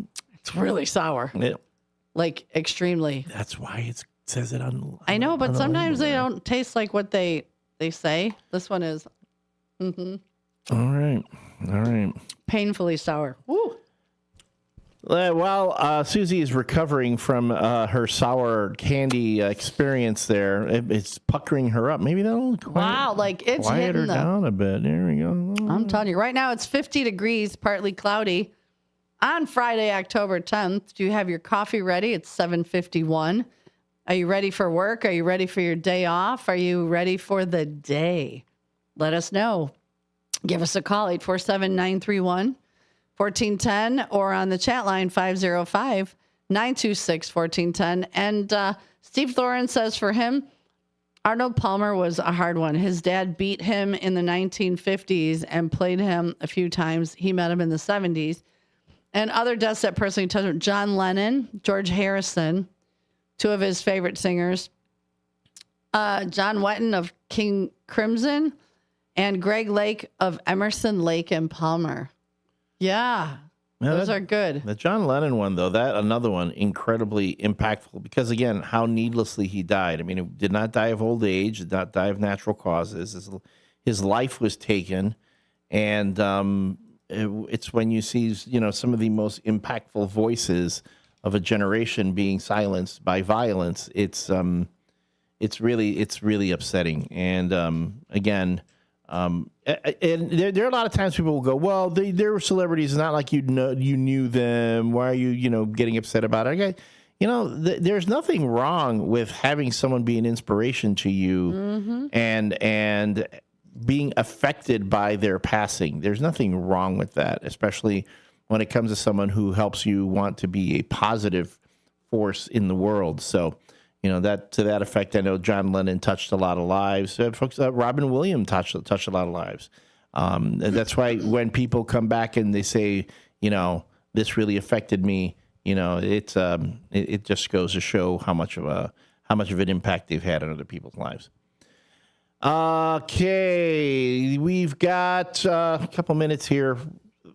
You've got Jimmy Vasselli's supposed to show up at some point. I know. I'm going to text him and see what time if he's going to be here, because I keep waiting for him to just show up with his mom and be like, "Hello, okay," because I got to get all the regular reads out of the way so we can do a very special one for him when him and his mom come in. Vasselli Law is a sponsor of the WRMN Morning Show. They specialize in municipal real estate and corporate law. You can learn more about them at their website, jmvchicagolaw.com. That's jmvchicagolaw.com.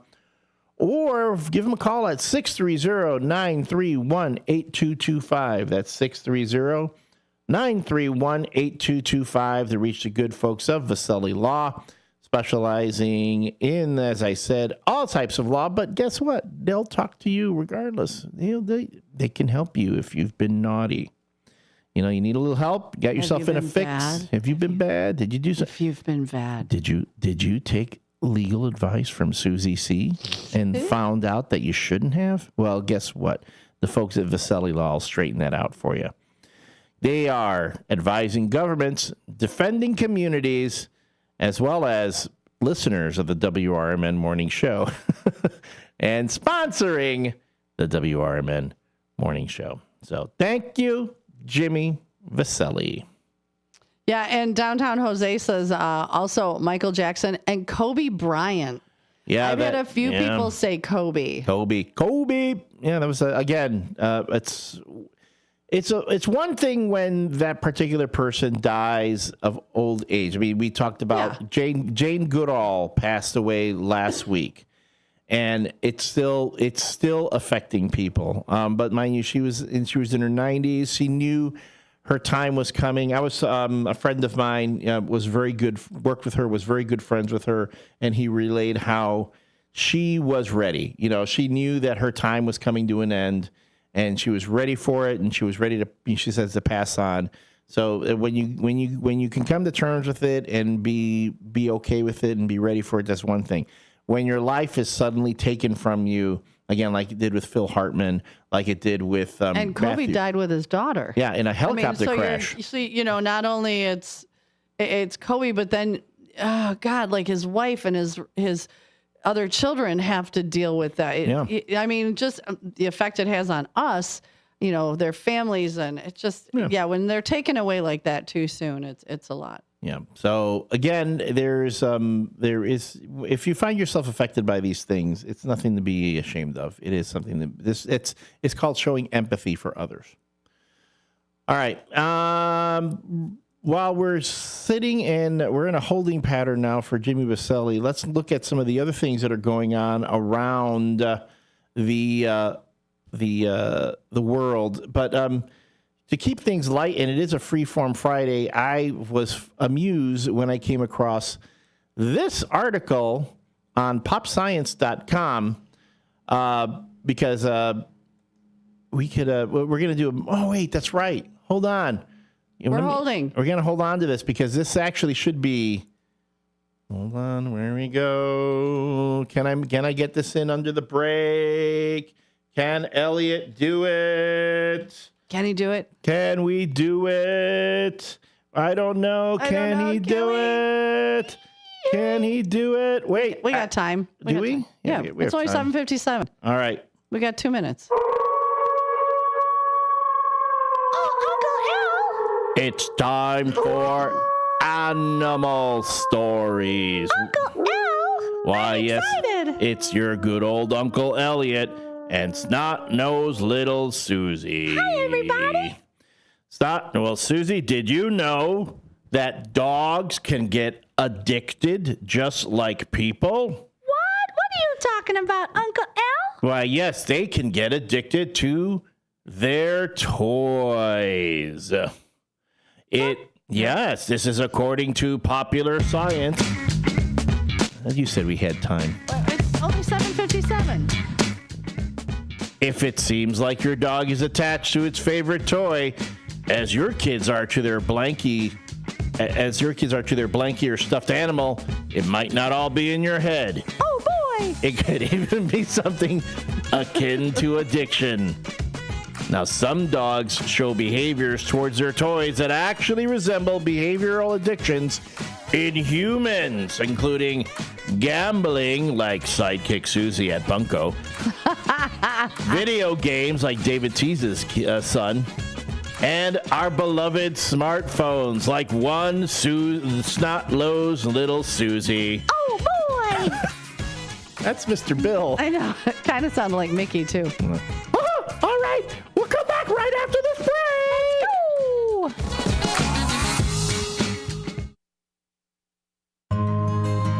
For nearly 50 years, the DuPage Senior Citizens Council and Kane Senior Council have been dedicated to serving seniors in DuPage and Kane counties. Established in 1975, the DuPage Senior Citizens Council is a volunteer-driven 501c3 non-for-profit organization committed to helping older adults live with dignity. From providing nutritious meals to offering support services, the Kane Senior Council is there every step of the way. With programs designed to enhance independence and quality of life, they're proud to make a difference in the lives of their senior neighbors. To learn more or to volunteer, visit them at 418B Airport Road in Elgin or head to their website at caneseniorcouncil.org. Give them a call at 630-338-0999. That's 630-338-0999. That's the Kane Senior Council, caring for seniors because they deserve to live with dignity and respect. Visit caneseniorcouncil.org or call 630-338-0999 today. Your hometown radio station since 1949. We are WRMN AM 1410, Elgin time.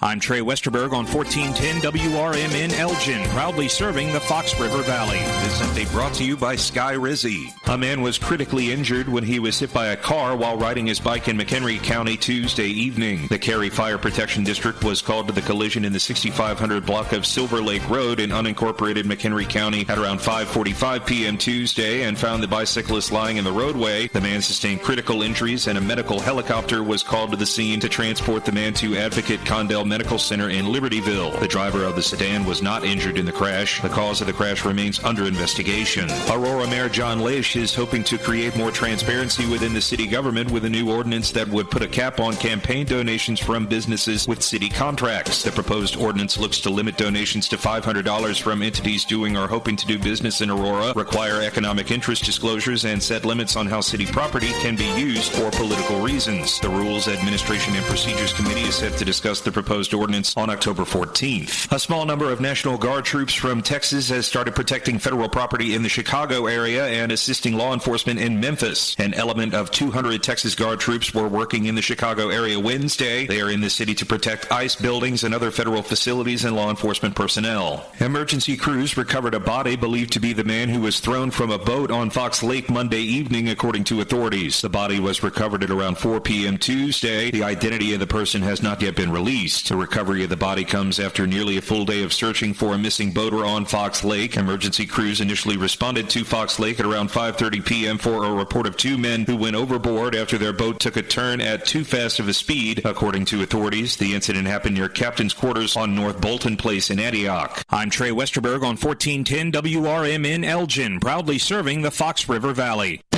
Confidence is knowing you're ready to handle whatever comes your way. That's what it feels like to take on your workday with Cintas. They make sure your AEDs are up to date, your fire extinguishers are tested and inspected, your floor mats are cleaned and delivered, and your workwear looks good, feels good, and is freshly laundered with the Cintas Apparel Plus program. So are you ready to take on today?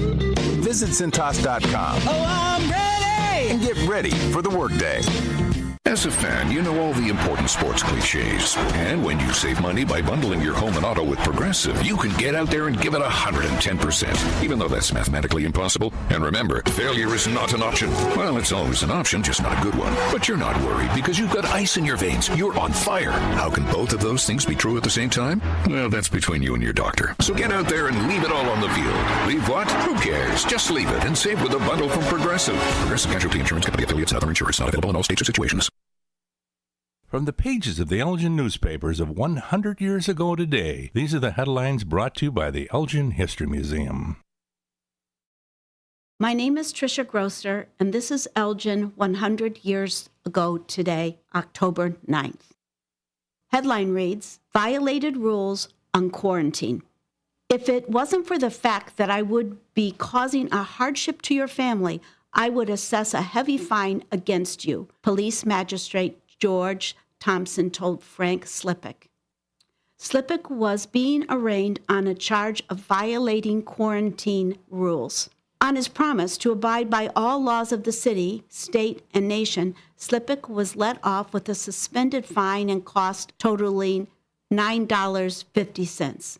If I overhear of you violating another law, the court told Slippick, it will be necessary for you to pay this fine. Slippick was charged by Dr. A.L. Mann, city health officer, with violating a scarlet fever quarantine at his home. This is Sarah Silver with your Fox Valley forecast. Today, mostly cloudy with a high near 66 and a chance of showers and thunderstorms between 9 a.m. and 4 p.m.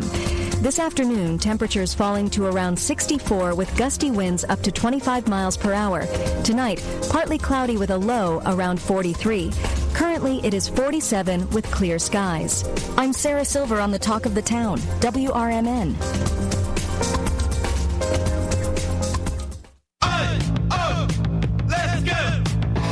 You're still glowing, flirting, grooving. You still got it. But your immune system weakens as you age, making it harder to fight flu, pneumococcal pneumonia, RSV, and COVID-19. Vaccines are a key part of any health routine and help strengthen your immune response. Ask your doctor or pharmacist which vaccines you need. Schedule in minutes at vaxassist.com. Sponsored by Pfizer.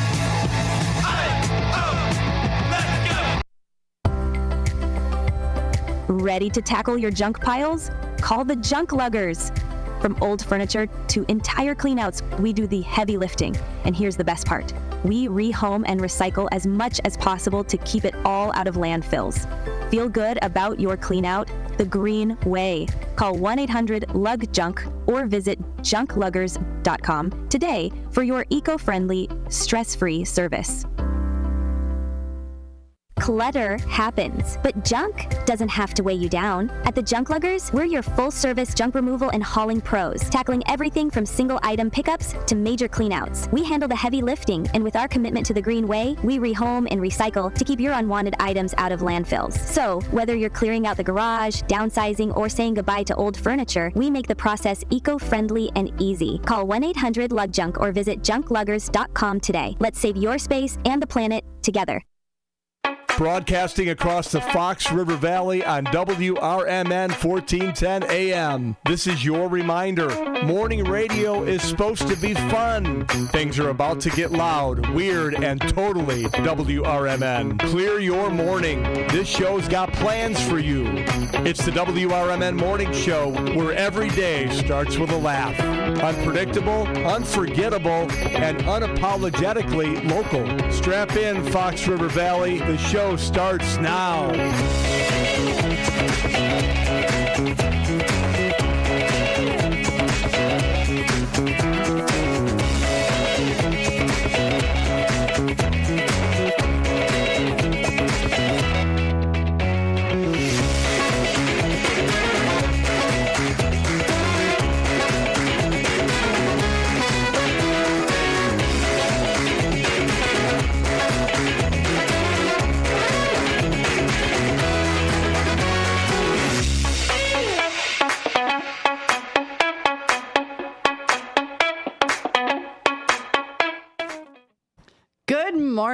happy Friday, and welcome back to the WRMN Morning Show with your host, me, Susie C., and my co-host extraordinaire, Elliot the L-Train Serrano. Today is a free-for-all, free-form Friday where we will take your calls, we will take your texts, we'll talk about anything you want other than politics.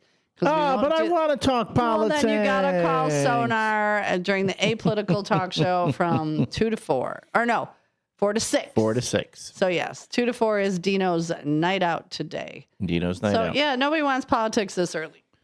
Oh. So, it is Friday. We are talking about the Q of the day, which is what is a celebrity death that affected you? I've got a couple. Genius George said...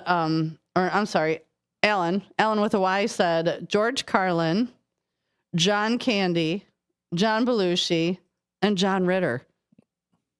Oh, no, the John Ritter one was also a surprise. Yeah, too, that was he had a heart attack. Yeah. Had a heart attack. And he was young. He was still relatively young, yeah. Yeah, and he was a very funny. So all of these comedians, that's the thing, too. You think all these comedians are well and healthy. I don't know. You just, because they're always happy, you don't think of the bad things. Even like health issues, you don't think about it. Yeah, I mean, the thing, like we talk about, again, John Ritter, yes, was a heart issue. Same thing, John Candy was a health issue. I thought there were drugs involved. We've been talking about Robin Williams. Mind you, Robin Williams did suffer from severe depression, but he also had a degenerative condition. Yeah, that and was he died from suffering asphyxia. Hold on. If I'm not mistaken, I thought it was asphyxia. Well, he did commit suicide, but he was also he suffered from dementia, so that was one of the big things that was going on with him. And add to that, there was a sidekick Susie brought up Heath Ledger. And Heath Ledger was another one. How did he pass? I don't remember. I'm having a brain fart. I want to say that was also, he also was, his was an overdose of prescription drugs. Talking about things like painkillers, OxyContin, hydrocodone, anti-anxiety drugs, and sleeping aids. So he that's how he passed away. And then there were folks who would say, well, because he was an actor and he was, still, when he was an actor and he played the Joker, he went to a very dark place. And that I'm like, no, it was just the dude, he, like many of us, he struggled with different issues. And sometimes when it talks to things, again, and it was an accidental overdose. Sometimes people think if it's a prescription drug that it's, quote, it's like safe, but you can you can overdose even on your prescriptions. You can overdose on over-the-counter stuff. Yeah. So that's what happened in his case. But I think that's Jimmy Vaselli's mom sitting out there. I should go knock on the window. You think? Have her come in. Yeah, I'm pretty sure that's her. We're going out there. Should I? Sure. We'll have her on even before Jimmy gets here. She's got a really nice ride. Yeah. That's a nice car, whoever that is. I'm pretty sure that's his mom. For folks who are not watching on the YouTube, even if you were on the YouTube, you can't see. There's a car right out in front of our studio right now. And I'm pretty sure it's Jimmy Vaselli's mom. All right. But if she was listening to our station, she would be looking, going, yes, it is. So maybe. But I don't think her car is off. I don't even think she's listening to the radio at this point. She's looking at her phone. Oh. We're giving a very invasive look at somebody. And somebody sitting outside. They're just sitting in their car, just minding their own beeswax. Yeah. In any case, the question was name of celebrity death that really affected you, and this one really took off. A lot of folks were commenting both on the YouTube as well as on the Facebook. If you want to get a preview of what the question of the day is going to be each weekday, you can see that on our Facebook page. Go to facebook.com/WRMN radio. And usually like the day before, like in the afternoon, Susie will post the question for the following day.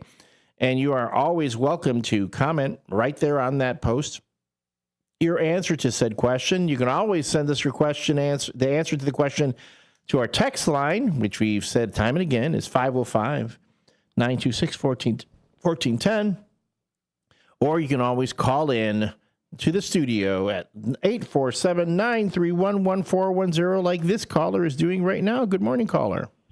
Hey, good morning, Elliot. Happy Friday. And good morning, Sue. Happy Friday. This is Nando. Hi, good morning, Nando. How are you? Good morning, guys. Group hugs around the table there. Absolutely. My celebrity that passed away that brought a little down to me was Muhammad Ali, because when I knew that his daughter was going to enter boxing, I was trying to convince my kid's mom at the time when we were married young to name his daughter like Layla Ali. But she didn't agree with that. But I still gave her the middle name. So the first name she got is when we watched the movie Pretty Woman, Vivian, the character. You know, love that name. And, yeah, but it had like a Spanish flair to it, so that's why I put Ana behind it, so it's Viviana Ali. Pretty. That's my daughter's name. And I agree with Downtown Jose, the Kobe Bryant, because I'm a huge Lakers fan. I've been watching since Magic Johnson and Kareem back in my day. And I remember sitting at the restaurant at Lalo's over there on Schaumburg. I haven't seen my cousin in years. And we were walking in, and that's all they were showing there on the TV. It was like I couldn't believe it. And people were texting me, and I had to text a few people back. So, yeah, that brought sadness to me because, like you said earlier, he passed away with his daughter in the helicopter with other teammates of hers in the helicopter. And to Mr. Santa, I do agree with him 100% about you, too. You know, you guys are awesome on the airwaves. And to Dino, like, don't split you guys up. And in my opinion, this is the best thing that there is in the Fox River Valley. Aww. And you know, I'm not saying that to get brownie points or nothing. It's just no. Listen, we're only as good as our listeners. If we had none of you guys, we would be nothing. So, you know, a lot of kudos go to you. Is it? He says he's another person saying, Dino, don't split him up. Is there a rumor? Is there a talk about the I don't know, thing that I haven't heard? I was wondering the same thing. Yeah, like are they doing that? To be honest, the only people that really know me there is, you know, like Meaty Rose, Hector, you, Susie, when you guys come out, and I only wait for you from the window, Elliot, but I'll meet up with you one day. But I do know Northwest very well. You know, 15 years ago, we were both best men at a wedding. We have a mutual friend. I grew up with him, and I believe he went to school with him. I don't know what grade or not, but we were both. There was another guy named Jeff. It was three amigos. We were best men at a wedding on this day in 2010, and I also played softball at Northwest. You know, after my buddy convinced me because he knew I was going to go enter the railroad, you know, to work, and I was not going to play softball no more. And that was like I played 2 years with these guys, and that was nice, you know, but. That's a fun fact that today it was 15 years ago. It was the first time I ever met Northwest. You know, we were at both best men at a wedding. Wow. Small world, huh? Oh, yeah. But, yeah, there's going to be a day, Elliot, I'll come up to you. You know, we'll just talk and break bread, you know, have fun, enjoy life, you know.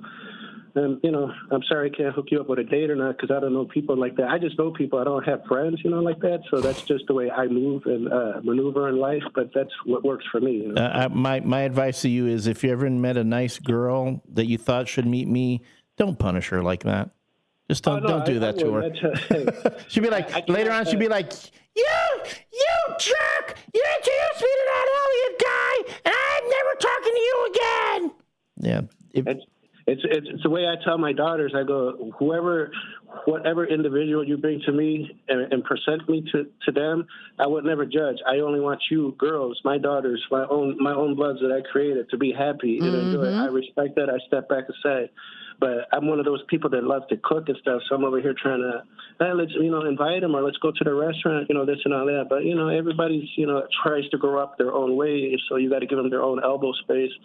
I agree, like you said earlier, like my father, it was hard never to hear him say, I love you to me, you know, because that generation was not like that, you know. And ever since my son was born from the get-go, that's how I always was to my kids, you know, all three of them. But, you know, like I said earlier, he passed away, you know, and that, you know, like I'm okay with, you know, me and my heart, you know, but I always tell my wife, I love you every day, my kids, my nieces, and my nephews, because, you know, that's a strong word that keeps everybody in the body. You know, and, you know, just it is what it is, you know.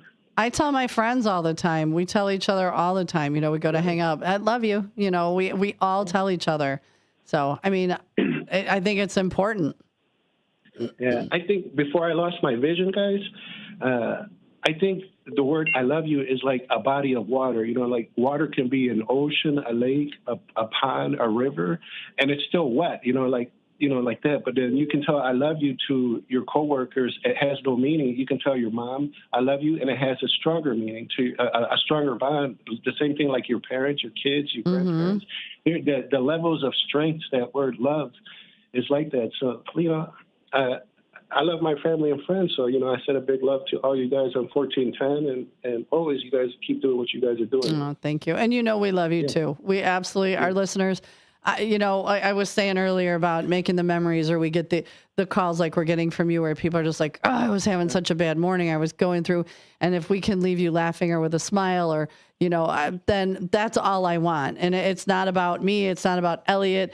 It's about all of us collectively taking care of each other, making sure everybody is good. Again, when I don't hear from somebody we give it 3 or 4 days when they're here all the time, I will reach out. I will text, hey, you good?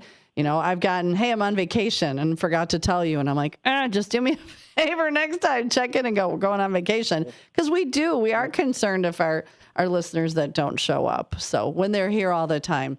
Hector Monday slept in. I texted him Monday afternoon. I'm like, dude, you good? You weren't here. And he goes, I slept in really late. I needed it. And I was like, good. Just checking in, just making sure you're all good. That's true. And like you were talking about Derica and Westside Freddy with the dialysis, that's how I came across this radio station, is when I was doing my own dialysis, and I did it for 3 years. And then, of course, I was blessed by an individual I've never ever met in my life, and how do I say, I took it, and to this day, I still listen to you guys because it became a routine, so it motivates me. Like I still have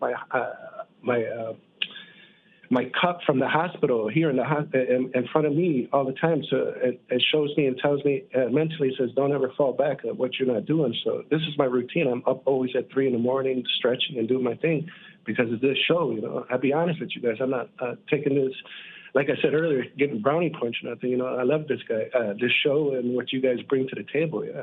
No, and we know you're not faking it. If you were, you wouldn't be here with us all the time. And that's why I always try to tell people, like, when you're seeing me crying, those are genuine tears. When you see Elliot getting worked up about something that he's passionate about, that's real.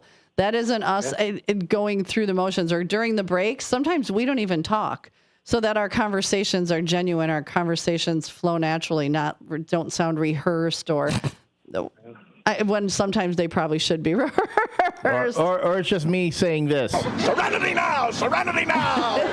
Serenity now! And I'll be honest, I don't pick sides, but I think, Susie, you go hard on Elliot. And, we big guys, we have a sensitive, spot in our hearts, because we care. But in reality, it's just like, I don't say things like, to, say other things, but, he's defending himself with words, and that's awesome. You guys make me laugh. Like my gosh. And you know what? As much as we tease each other, I would go to the mat for this man. Yeah, he is genuine. I adore him. We do tease the hell out of each other, but it's out of love. Serenity now! Serenity now! Well, I let you guys go, and you guys keep doing what you guys doing, and everybody else enjoy the weekend with your families and your loved ones, and be safe out there. You do the same, hon. Blessings, and we love you. Hey, Nando. Hey, Nando. Thanks for the kind words. Bye-bye. Here we go. And I love you, man. Aw. See, those are the things that make me so happy, that we make even a tiny difference in people's lives. It's not big. It's not a huge, but just bring a smile to your face. We got another caller. Good morning, caller. Who dis? Good morning. It's Katrina from Elgin. Good morning, Katrina. How are you, sunshine? Good morning. I'm doing well. How are you? I am good. Good, thanks. Yay. Yeah, I just wanted to call and just say good morning and happy Friday to everyone. Well, we appreciate it. We're talking today about celebrities that passed away that affected you. Yeah. Can you think of any that affected you? Honestly, Charlie Kirk. Yeah, I was the same. He stood up for God. Sorry, I'm trying not to cry. No, it's he stood okay. up for God.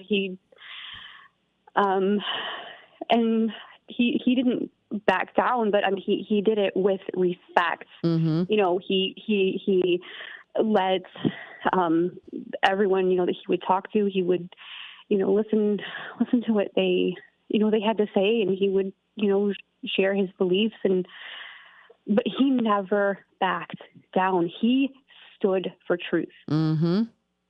He did. You know, and that's just really powerful. Well, and I think going, as I was saying, because he was one that really affected me as well, is you know, he brought a lot of kids to Christ. He brought a lot of kids to the idea of voting, of having your voice be heard, no matter what side you were on. And he always preached family, God, and love. And that doesn't come around very often. No, it doesn't. And I mean, like, you know, there's people, you know, like, I'm 36, you know, and like, just even if you were older, you know, like, we could still learn from him. Oh, absolutely. You know, just, we need to stand up for what we believe in. And yes, but do it, you know, we need to be respectful, you know, but what are we doing? You know, like, are we going to stand for what we believe, or are we going to just... Well, and I also think, too, you know, that so many people, and sometimes including myself, I'll be honest, that I'm, you know, depending on where I'm at, I'm afraid to say some things how I feel, because I'm worried about the ramifications, you know, the station, or, you know, at the bar, or so sometimes I do back down, and I, you know, that's what you're saying is a great lesson into not. Kind of like, I've done it too. I back down too, and I'm just like, okay, like, what am I doing? Right. Like, how, you know, how can I, okay, yes, you know, be respectful, you know, about it, but stand for what I believe. Yeah, and agree to disagree, because we all have opinions. Exactly. And I think that's what's going on now, is everybody wants their opinion heard, which I totally get, but you want to convert everybody to your opinion, and that's not going to happen, or we're just going to be robots that all believe the same thing. So absolutely, I agree with you, girlfriend. So what do you got going this weekend? Anything good? We have, my girl and I have church tomorrow evening, and then we have, they're having a worship night on Sunday, so we're going to be going there. That'll be fun. Oh, that sounds fun. And your dad just texted me and said, tell her to get to work and pay the phone bill. Not until she gets a Casey's breakfast pizza, David teased. Not till I get the breakfast pizza. And he should just pick you up and bring it here so we can all enjoy the breakfast pizza with you. Yes. Well, Katrina, you have a good weekend, girl, and we always appreciate you. Well. Thank you. Bye, sunshine. Bye. I love her. I do. I do. So it is 8:25 here in the Fox River Valley. Yeah, I'm sorry. I hit a bump there. Oh, what was that? It was a weird bump. I don't know, but it sounded fun. Yeah. And we did have a Jimmy Vaselli sighting. That was his mom sitting here. And then Jimmy... I'm not sure if that was his mom. It was somebody. But I mean... No, that was his mom. Okay, yeah. But yeah, he said... And then Jimmy dove headfirst into the car, waved to us, and then they drove away. Well, he put up like, we'll be back in 5. He put up like a minute. So probably be back after the break. And, all right. Because I was like, where's he going? He's not being kidnapped. His mom's not kidnapping him. This one's going out. That's Katrina, who I know loves this.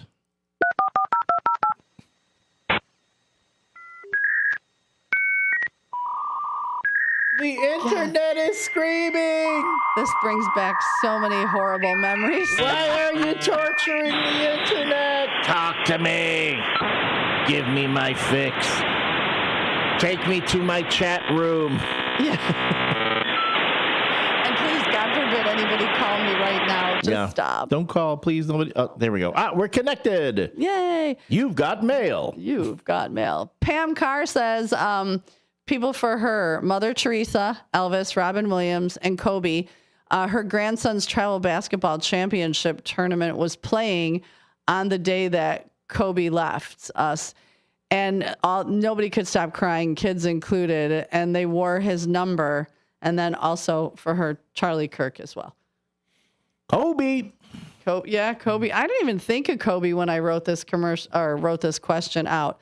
But Monday it'll be a happier question, and we're gonna hopefully Jimmy Vaselli comes back because we'll end this show on a very fun, happy note, not so like wah wah wah. No, and here's another one that affected me too. We'll take a look at the history book. On this day in 1845, the United States Naval Academy is opened. On this date in 1900, American actress Helen Hayes is born. The filmmaker Orson Welles passed away on this date in 1985, and yet another death that affected millions. On this date in 2004, Superman actor Christopher Reeve passed away. Gosh, that's right. He passed away. What did he have that made him? I mean, he was a paraplegic.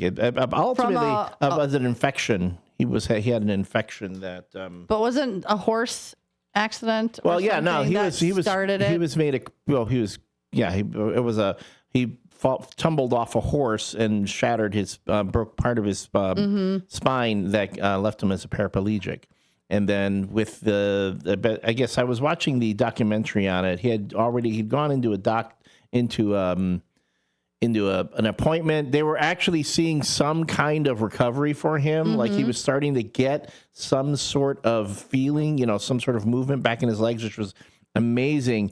But then he unexpectedly got an infection that his body couldn't fight off, and then ultimately passed from that. Well, I forgot about him too. And that was a big, his wife was a huge proponent. And that's the first time you saw, in the forefront, spinal cord injuries and the things that she was doing to bring all of that. Because, a lot of times we don't think of things. She died the following year. Yeah. She ended up passing away the following year too. So, but she loved him. It's like the whole fiercely. Mm-hmm. All right. That's it. We're heading into the last half hour of the WRMN Morning Show before we hand it over to the local community hour. 8:29. We're going to wait and see if our Jimmy Vaselli comes back. He was here for a moment, then he left. Yeah, and he dove head first into his mom's car and took off. So I don't know what's going on. I don't know. Maybe she's like, Jimmy, I did something. I need your help. Yes, I was naughty. Okay, Mom, let's get in there. Let's go. We're defending communities. All right. Affable. Available. Affordable. I don't know what they were. All A's. All A's. But now they're advising governments. Yeah. And sponsoring this show. Yeah. All right. We'll be back. Will Jimmy be here? We'll see.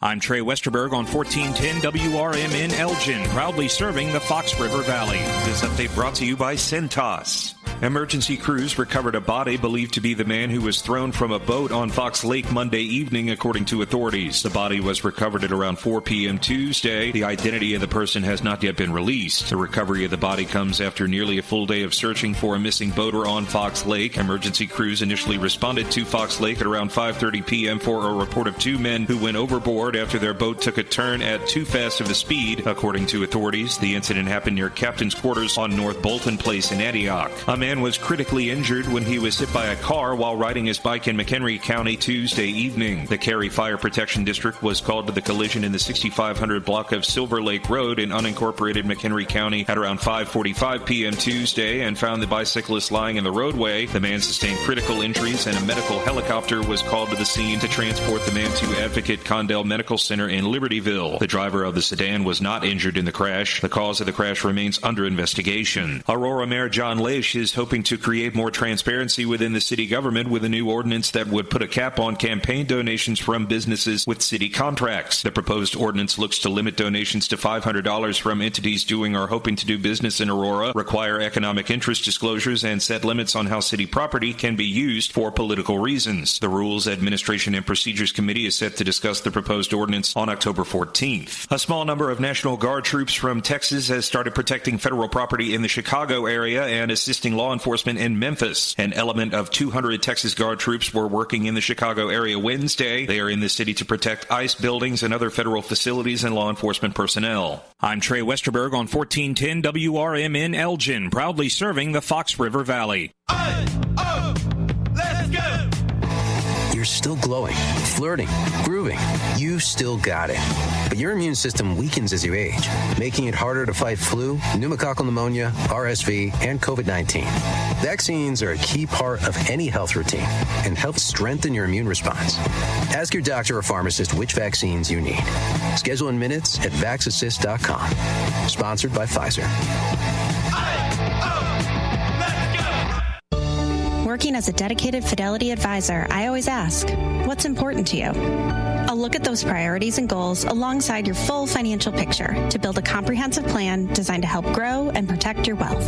With proactive portfolio insights and an eye on taxes, I'm here to help you make the most of your money. I'm Laura Maxwell, and I'm a dedicated Fidelity advisor. Learn more at fidelity.com/wealth. Investment minimums apply. Fidelity Brokerage Services, LLC, member NYSE, SIPC. This is Larry Jones, and I'd like to talk to you about my bank, American Eagle Bank in South Elgin. Has your bank changed names in the last 10 years? Is your bank another faceless branch with headquarters in another city? Are you tired of earning next to nothing on your savings account or certificates of deposit, or does your personal banker treat you like a stranger? If you answered yes to any of those questions, then you're ready for a new banking experience, and American Eagle is the place for you. American Eagle is a locally owned independent bank that's rooted in the community, and American Eagle customers are greeted by name and treated with the respect that they deserve. American Eagle has an innovative program, Eagle Savings, that teaches your children to save while earning prizes and rewards. American Eagle offers great rates on certificates of deposit. My bank is located in South Elgin on Randall Road between the Target and Caputo's and is open Monday through Saturday. Give them a call at 847-742-7400, and a real person will answer the phone. American Eagle Bank, a place where you matter. This is Sarah Silver with your Fox Valley forecast. Today, mostly cloudy with a chance of showers and thunderstorms between 9 a.m. and 4 p.m., high near 66. This afternoon, mostly cloudy with a high near 66. Tonight, partly cloudy with a low around 43. Overnight, mostly cloudy with a low around 46. Currently, it is 48 with clear skies. I'm Sarah Silver on the Talk of the Town, WRMN. Get in the zone, AutoZone. Annie's first oil change wasn't as hard as she thought because she went to AutoZone, where a friendly AutoZoner helped her find the right oil and save on an oil filter. He explained the job and showed her free how-tos on AutoZone.com. When she was done, AutoZone recycled her old oil for free. No hassles, just help. Everything you need, nothing you don't. Get in the zone, AutoZone. Restrictions apply. Live from the Talk of the Town, it's the WRMN Morning Show. Buckle up, Fox River Valley. It's gonna be a ride.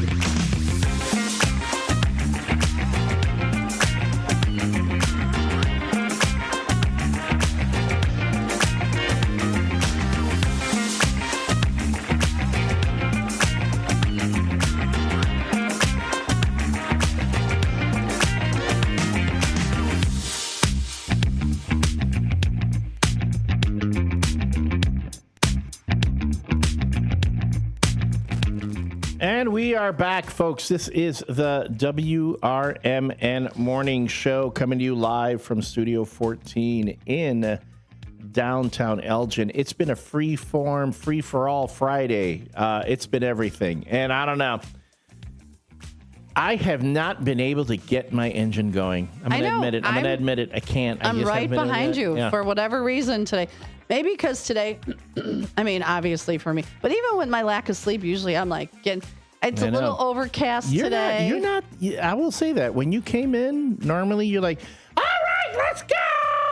And you weren't even that. You were like, oh, okay. And you know what? And I had a concert in my car this morning. It was a Donna Summer concert. I was singing crazy and get myself pumped up. But even your morning, hey, good morning, everybody. It's Friday. You were more like, it's Friday. I know. It wasn't. I don't know what's going on today. So you know what that means? Be ready for Monday. Buckle up. Because it's going to be a doozy all this It's going to be a manic Monday, folks. It is. It's going to be a maniac Monday. It'll be good. And you'll be exhausted. I will be exhausted because I will be in day 4 of my 5-day double job stretch. Do we need to give you a day off and maybe pull in Derek Geyer? Yeah. Well, he's a double duty kind of guy too. He does his show and then he does all his other side gigs. Yeah, that's true. That's true. Yeah, everybody around here has a side. We all hustle. have a lot of stuff. We have a lot of jobs. Folks, don't think that we just come to this show and do the show and then go home and have grapes fed to us and stuff. Yeah, it's like palms. Yeah, no, like waving. Yeah. After this, Susie goes to her 2 other jobs. When I leave here, I've got my other jobs. It's all a thing, that's today's economy. It's as a precisely orchestrated dance. I don't know if it's that orchestrated, but But anyway, thank you for those of you who have been with us today, whether you've been listening on the radio, on your smart speaker, or on the YouTube. We always appreciate you being a part of the conversation here at WRMN Radio. We're going to be at 9 o'clock. Chief Lally of the Elgin Police Department will be coming in for Fridays with the Finest. She does that for, half an hour? And then after that, sometimes it's Elgin time with Steve Thorne. Sometimes it's a senior community spotlight. Depends on who it is. I don't have a rundown for that. But we will be talking about more local issues at the 10 o'clock hour. With the local news hour, usually that's Dennis Sonar Green, and Matt McNeil. I know our own Dean DeLaley is on his way in right now to handle Fridays with the Finest. It's been a bit of a day. Because we started it and we never got a chance to finish it because I ran up against the break. Yeah. But the animal story that we started. Oh, no, Uncle Al, did we not finish the story? We didn't. We did, snot-nosed little Susie. Well, tell me all about it, Uncle Al. The fact is that our dogs can get addicted to their toys just like our kids get addicted to video games. What? Yes. According to Stephanie Reamer, a behavioral biologist at the Messerli Research Institute in Austria. That's really big words. Those are big words. What characterizes a dog with a high tendency for addictive-like behavior is that they seem to attribute extreme salience to their toys. They exhibit craving for them even at the expense of other rewards or interaction with their owner. Oh, boy. But, like when your dog would rather play with their toy than look at you? Yes. I knew my ex-wife was like that.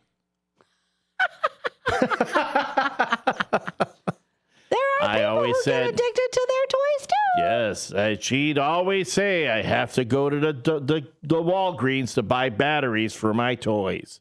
Oh, boy. Again, now you sound like Mr. I know, it's between Mr. Bill and... David Tease is already going to be texting me. Yeah. She sounds... Well, oh, my goodness. Mr. Bill or... Hold on, I'm looking at my phone right now. Pooh?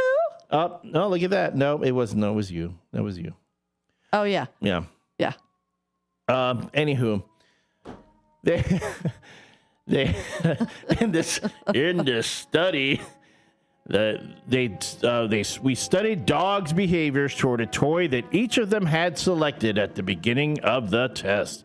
The team also surveyed owners about their dogs' everyday behaviors towards these toys. They found that 33 dogs exhibited addictive-like behaviors. In the dogs, this included being excessively fixated on their toy, showing a lack of interest in food, or playing with their owner, or making persistent efforts to access their toy when it was not there. So how do you fix that, Uncle Al? Well, the first thing I'd do is I'd ground them, lock them in their room, and tell them they're in a timeout with no phone. Wait, I mean, that's for the kids. That doesn't sound like a good idea for my dog. And your brother Steven says if someone was just tuning in, there would be concern. Well, my brother Steven is a Marine, and he has 6 kids that all listen to him at different rates of response. And I think the Marine in him comes out when the young ones don't listen to him. I've dated Marines, and they're all crazy, Uncle Al. Semper Fidelis, that's true. No. So December 5. I have December 5, brother. Total respect for my friends and my family in the military. Does your brother ever go to the Marine birthday balls? I think he's been. I've been to some, and they are crazy. Yeah, they have huge balls. Those Marines have huge balls. Huge. They're tremendous. But yeah, dogs can get addicted. See, now as I'm reading this, I'm like, okay, this seems like a little more than my dog really likes their toy. We're talking if they're not eating or such. It's really that seems like a behavioral issue. Yeah, that seems more like anxiety, separation things, or with a particular toy. Well, what's funny is my dog, as you've heard me say, was a rescue. She was an Amish puppy mill breeder. Did not grow up to be a dog. Is in the last year really is becoming a dog, like wanting to be petted. And begging because people are spoiling her. But I remember getting her and I'm like, all right, let's see how she does. And I took her to one of the pet stores and walked her through. And, she was very nervous and very timid. And I bought all these toys because, I'm like my dogs and I play toys. However, not thinking my dog didn't understand she didn't even understand how to pee outside. I had to sing her songs to praise her because I would give her a treat and she would drop it. So I buy these toys and we're sitting there and I would throw toys at her and they would bounce off her head like little stuffies. And she'd just be sitting there looking at me like, why are you throwing stuffies and bouncing them off of my head? And even today, she won't play with toys. She really doesn't know how to play with other dogs. Like if they all run and bark, she'll do the same thing, but she doesn't initiate. Lately with me, she'll get excited and she'll kind of run up to me and then run away and come back like, I don't know what I just did and I don't know why I did it, but it was fun. And I'm like, come on, let's do. But yeah, she's never been one to play, but she didn't grow up that way. And that is our attempt yet again to bring back the classic animal stories. For folks who are wondering, what are they doing? If you were a student of old Chicago radio like I have been, that was a segment that was very popular on AM radio with the legendary super jock Larry Lujack. It was a segment called Animal Stories that he would put on with his co-host at the time, Tommy Edwards. And if you can go to YouTube and Google, look up Animal Stories with Larry Lujack and Tommy Edwards, and you will hear those particular stories. Larry Lujack channeling his character of good old Uncle Lair, and Tommy Edwards as snot-nosed little Tommy. And can I tell you, the biggest surprise I had as a kid was going to Great America one weekend to see Tommy Edwards doing a live remote from the square there at Great America, and seeing that Tommy Edwards was not a little kid. He was not a snot-nosed little kid. No, he was a grown adult like me going, no, Uncle Al. He was a grown man, and he even had gray hair back then too. And then, I'm like going, wait a minute. That's snot-nosed little Tommy? Yeah. And mind you, I was really young. The theater of the mind aspect of radio wasn't something that I quite understood yet. It wouldn't be until much later that I went, oh, it's a character. The people that you hear on the radio don't necessarily look like the way you picture them. That sort of thing also has gone out the window with radio now offering live streaming from studio, so you can see us on camera as we're broadcasting. And, that whole theater of the mind thing, if you're listening on the radio, it can still kind of work. Although I do need to work on my good old Uncle L character voice, because I think it's got to be more gravelly. You think? Hello, little Susie. Hi, Uncle Al. I think mine could be higher, but dogs from other counties are going to hear me and come running because, I always say, just do the cut me some slack, Jack. Cut me some slack, Jack. There it is. That's my Uncle Al voice, or my little snot-nosed Susie voice. That's right there. It's okay, right I there. I can keep that voice going. There you go. That's baby. Yes, please. Baby. Oh, baby. Oh, boy. Oh, and when we go off the rails, we go off the rails hard. Welcome to the WRMN Morning Show at 8:46 a.m. I hope you are all up and Adam and ready for your day, because it is Friday. It's Friday. You haven't played the Friday song in a while. I have not played it in a while. That's true. But you know what song you have played? Fox River Valley. Fox River Valley, Fox River Valley. I call the place my home. Bum, bum, bum. Fox River Valley, Fox River Oh, man. I don't know what I can listen to get this out of my head on the ride home. This is going to be stuck forever. Oh, wait. I know what I can do. I call it my home. No. Because, you know what? Y'all gonna do this to me? I'm gonna have to retaliate. And it's gonna be with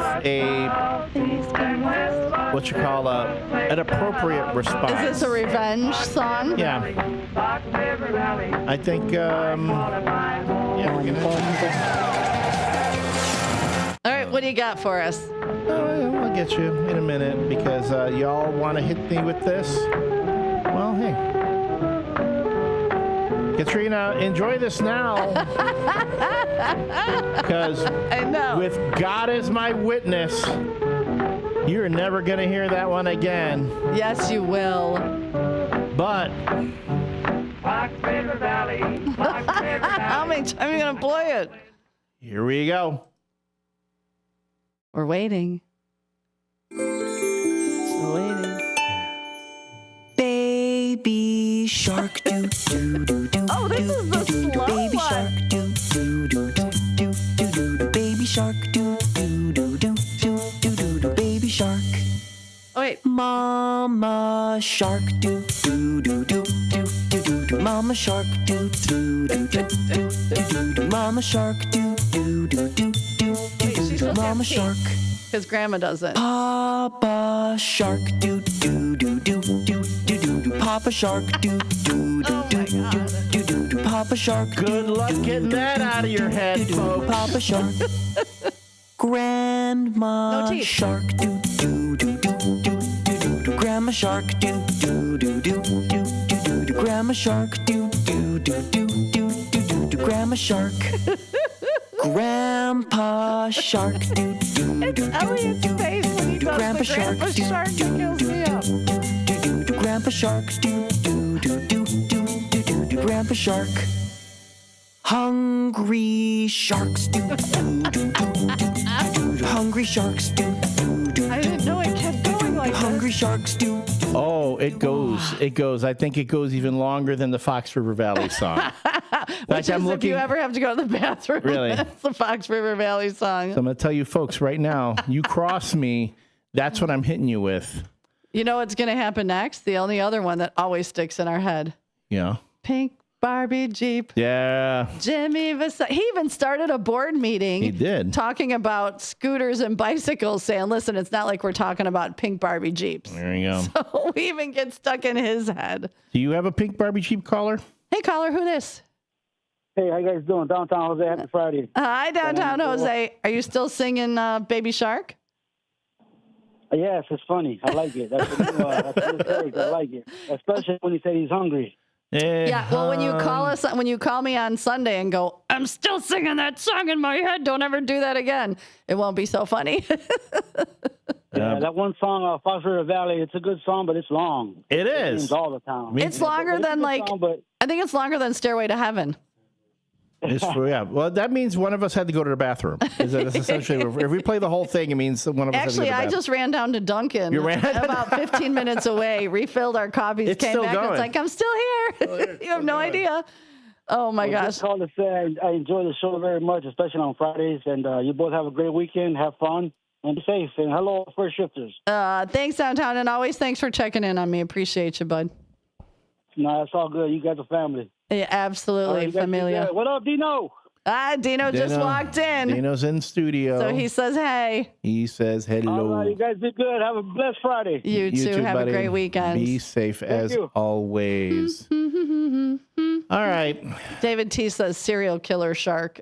That's coming up. And Mary Kay says priceless. Hold on, wait. We got no. I thought he was going to come on the mic, but he just took a call.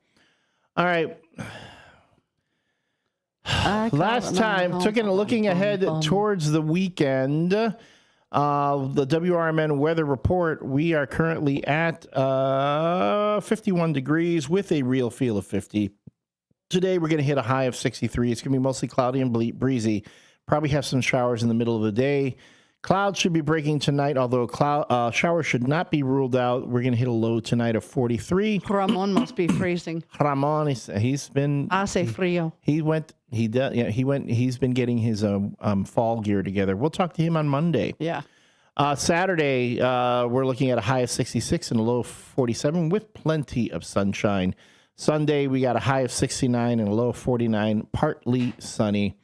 And going into Monday, high of 71 with a low of 50. And that's going to be our WRMN weather for the weekend.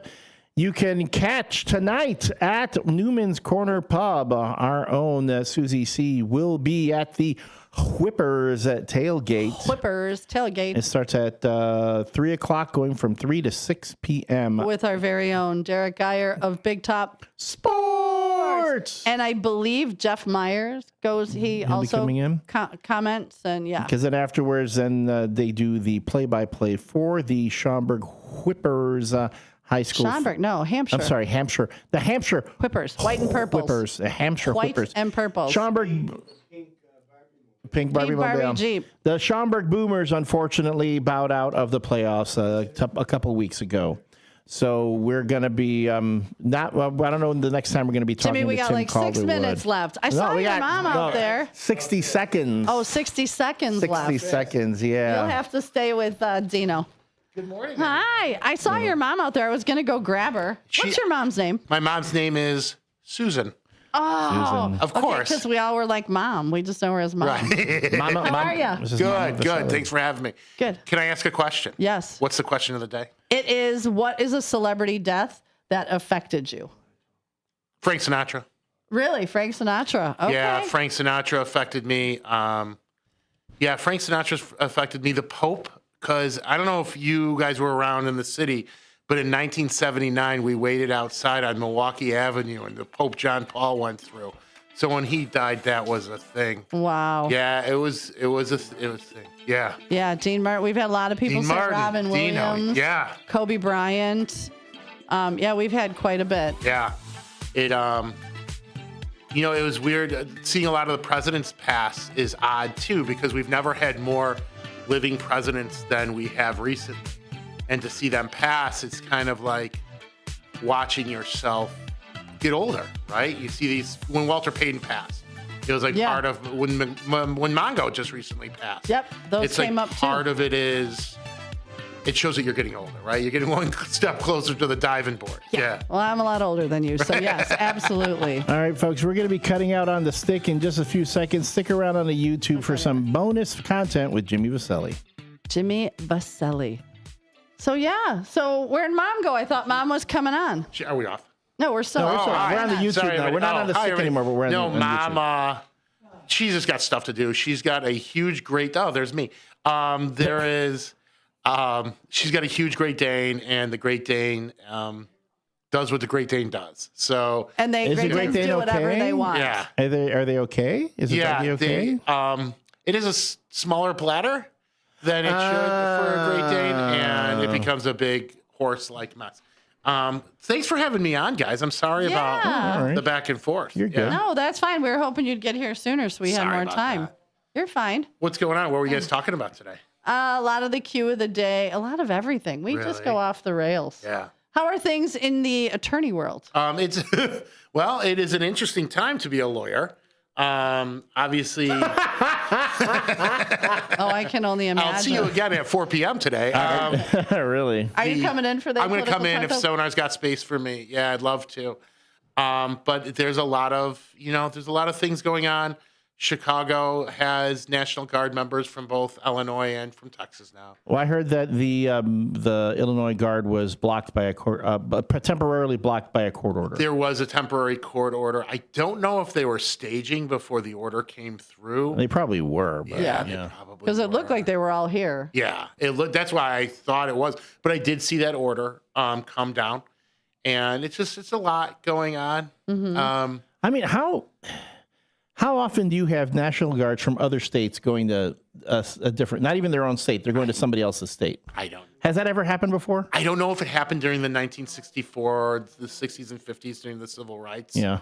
Let's say changes. But I think it's generally unprecedented. I think it's, if not specifically, it's generally unprecedented. Maybe during labor riot times. There was some stuff, but even a neighboring, I could understand like the Wisconsin National Guard coming here, like to help out with something or to deal with something, because they're right there. But all the way from Texas, I found it odd, and not to get all partisan, but I found it odd that Governor Abbott was like, "Yeah, you could send the Texas Guard," and I was just like, "But what if something happens in Texas?" I mean, right? Then Then they bring them from California to Texas. Then when they need them in California, they bring them from Oregon. And we're robbing Peter to pay Paul. Yeah, it's basically. It's kind of crazy, and I understand that there's crime problems in the city, and I understand that federal agents, that they are people too, and they deserve rights protected. But let's just say it's an unprecedented thing, and it's interesting. It'll be interesting. I'm not trivializing it to say it's interesting, but it'll be interesting to see how it shakes out. I mean, I say if you think crime's high in Chicago, stop cutting our funds for the police. Unequivocally. Let's give us more money for our police so we can hire more police, and then we can have people within our own community policing our community. Doing police work. Police work, not military stuff. Right. Yeah. And National Guard folks aren't there to, they're not even there to deal with crime. They're just there to protect the federal buildings. They're not trained in police work.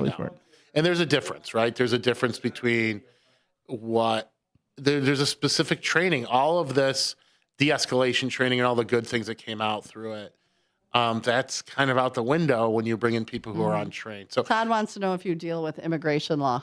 No, we have someone who does, though. Someone in your firm? Somebody who's adjacent to our firm. Oh, okay. We work. So they do have someone. Yeah, we do have somebody. It is.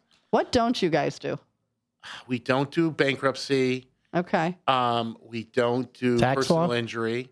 We don't do personal tax law. We do corporate tax law. We do municipal tax exempt work. But it is. What if I've been very naughty and I did? Did you? I sent you that. Here's clip. my first advice: don't say it on the radio. Wait, did you? I sent you that clip with Elliot doing the naughty Vasselli. Did you listen to it? Oh my God! Did you do something bad? Because Jimmy can help you if there's something you regret you did yesterday. Did you take legal advice from Susie C? Don't do that. Well, that's how I drum up your business. Setup. Right. Yeah. Right. I give bad legal advice and then I send them over to you. Go see Jimmy Vasselli, Eric Stack. Like, you had it all down. It was sexy. I was like, Elliot, that was hot. I need a lawyer, and I don't even know why. The law isn't sexy. There's nothing sexy about it. Well, the way Elliot did it, it was sexy. Because right away, I'm like, I need an attorney, and I don't know why. It was hot. I can make eating a cheeseburger sexy. Hey. All right, we're hitting the top of the hour, so thank you, Mr. Vasselli. We'll be hearing you again on a political talk show this afternoon. Yeah, I'd like to come in if you guys got time. I'll tell this. I'm sure Dennis would love to have you. It's his Free Speech Friday, so I'm sure he'll have you then. Yeah. Thanks, everybody. Very cool. And come back again when you get a little more time. I will bring Mom if that's okay. Yeah, we were looking, and I was going to go outside and grab her and have her on before you got here. Because I'm like, I'm pretty sure that's her mom. Yeah. But she was on the phone, and she looked like she was very involved in something. Before we go, I'd just like to say she is one of my favorite people. She's... Well, she is your mom. She's my mom, right? Yeah. She's at least top 10. I'm just kidding. No, yeah. I love my mom so very much. She's the most selfless person I know. How's your boy in his arm? He's getting better. Is he wearing that cast like a passage, a rite of passage? All the girls signed it. Everything. He wants everybody to sign it. So if I get time, I'm going to bring him in and have everybody sign it. Oh, we'll sign it for sure. Thanks, guys. All right, folks. Jimmy Vasselli. Love you, man. Go Cubs. Go Cubs. Your hometown radio station since 1949. We are WRMN AM 1410, Elgin time, 9 o'clock. The Elgin Police Department is dedicated to working in partnership with the community to promote safety and enhance the quality of life by serving with professionalism, encouraging open communication, and embracing diversity. Engaged. Partnering with our citizens and involved in our community. Progressive. Embracing innovative strategies while maintaining proven practices. Dedicated. Serving with integrity and professionalism. Elgin became an incorporated city in 1854 and installed its first police marshal, George W. Renwick. Over the years, the title of the head law enforcement officer changed from marshal to chief. And although the role has expanded, one duty has remained consistent: to ensure law and order for the citizens of Elgin. It's time now for Fridays with the Finest, featuring Elgin's current police chief, Anna Lally, on Elgin's hometown radio station since 1949, WRMN AM 1410 and 96.7 FM.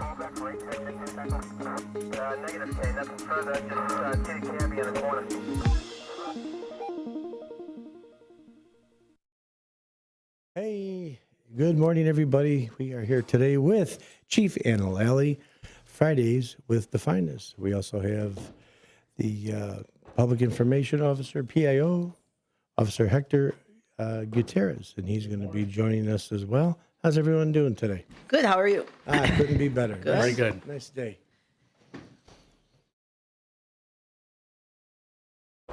Okay, we're on. You're on. I was thinking I was like, that was not an awkward pause. That was me drinking coffee, me seeing if we're on, and we're letting good to you go. get your sip. Yes, No problem. exactly.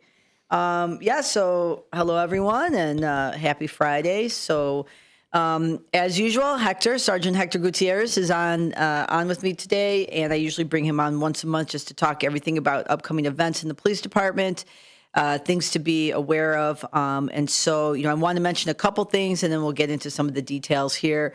Tomorrow, actually, we can start talking about it now. So tomorrow at 10 a.m. is our Domestic Violence Awareness Walk. I was on the show last Friday with Joanne and the social workers, the wonderful ladies of EPD who do an amazing job advocating for domestic violence victims. We talked to it's a lot. So we've been pushing out a lot of information this week for public information, just, what to do if you are a victim, what to do if you don't know what to do. And just making sure that our community knows that we are here for you and there are resources. And again, everybody kind of does their thing in their own time. And I want to make sure that, people know that we are here whenever, people are ready. Tomorrow, the walk, though, starts at 10 a.m. It is in Center City Plaza, which is between the Hemmons and City Hall. We start at 10 o'clock, just some brief words. I'll say a few things. Joanne will say a few things. Tons of community partners will be at the police station once the walk is done. The walk is generally about a mile. So, we'll go through downtown Elgin and end up back at the police station. So tomorrow, and I think the weather's supposed to be pretty decent. So it's a good day for a walk. 60s probably. So the best of the weekend. Yeah. So if you're interested, if you want to come out and join us, we would be more than happy to have you. And again, if you come out, wear purple. That's kind of the theme for Domestic Violence Awareness Month. So, so if you are in the downtown area tomorrow and you see a bunch of people walking in purple shirts, we're going to have our domestic violence police squad leading the walk. This is a domestic violence awareness walk, so I want to make sure that people know what this event is, and that is what it is. So, if you are going to come down, wear purple, join us. It says from 10 to 1, the walk. Usually, by the time we leave there, we're back at the station by 11 o'clock, and then there's some resources and some stuff in our lobby, community partners. So it's a really nice event. And last week you had some great people on the the one woman, I forget her first name, that heads it all up for you, and each of the officers Joanne, that were here. Just to reiterate, the idea is if you need to meet, they'll meet you any place. You don't have to be intimidated walking into a police station. Make the phone call is the most important thing. Make the phone call, get some assistance, and they'll meet you anywhere you want to meet. Yeah, and I think it's also important that, domestic violence affects everyone, men, women, everyone. So, I think there's also a stigma that surrounds, I think traditionally people think it's a woman who's a victim. A man can be a victim. I think it's important that we say that, it does not matter, right? The acts in itself and the things that are, considered domestic violence, it does not matter. It affects every gender, every sex, every race, everything. So making sure that people know that is very important as we promote Domestic Violence Awareness Month. The next thing, too, is we have a Halloween event coming up. Do you want to talk a little bit about that, Hector? Yes, Halloween event, Halloween Extravaganza is going to be on October 28th, and it's going to be outside the police department. This is a great event. A lot of community partners as well for this one. I mean, it gets super packed. We're expecting last year I would say probably close to 1,000 people. I think this year we're going to be over that for sure. We do a lot of community information resources. We also do a PD tour where we take community residents inside the police department and do a tour, like a haunted tour. We say kids have a lot of fun. There's bouncy houses. There's going to be painting. There's going to be a traditional haunted house, which is Will Douglas be shut down? Douglas, it will be shut down. Yes, okay. It will be. Everything stays in front of the police department. And the haunted house is going to be inside the parking deck, right in front of the police department. So, October 28th, 5 to 7. So be there. If you have any questions, always reach out, give us a call. But this is a fun event for the whole family, so bring everyone. That's right around the corner. Yeah, and that event too, when we talk about why we do the events, and I think it's important, as things are happening throughout the world, and especially things that are going on with immigration concerns, and it's important that our engagement efforts will continue. And I think this is a way for the police department and the things that we do will continue to go forward, and making sure that we're accessible and available to our community. Making sure that we respect everybody's constitutional rights. Making sure that we're also providing information, whatever information it is that people may need. So these events are not just about, having a bunch of kids in costumes and running around the police department eating candy and, getting hyped up. That's not what it is. It is that to an extent, but the other side of it is that we're there to make sure that our community knows that we are open, accessible, available, answering any questions. And I think that's important, in my opinion, in times of a lot of great stressors or a lot of great uncertainty, to remain constant and steady and available, I think is and can be a comfort to people. So there have been times where, whether it was during COVID, and you had that sentiment from the community, nobody really knew what was going on. First, what was it? What's going on? What's this? And I think we just remained steadfast in our dedication to the community, which is the most important to us, to be available, to make sure that, that also people know what we can and cannot do, and also to make sure that people, we're not going to stop the things that we do. And I think to remain constant and to remain, proactive and continue, what we do, and what we do is not dictated by the political climate or the climate of what sentiments are. We are continuing to be available to our community to do a very simple thing: serve and protect. Period. Done. I mean, and that, I think it's as simple and as basic as that is what it is. Yeah, and I think Elgin does an absolutely wonderful job of just doing what you're saying. Whatever the political climate, whatever's going on in around the city of Elgin, it's not like you don't care, but it should not affect what's going on with the residents of this community. You folks have worked very hard to make relationships with, again, every single resident that's here. You don't see a race. You see nothing. You see a person. And that's very, very important that these programs go on, even during some turmoil times that may be around us. Let's not let that affect our days.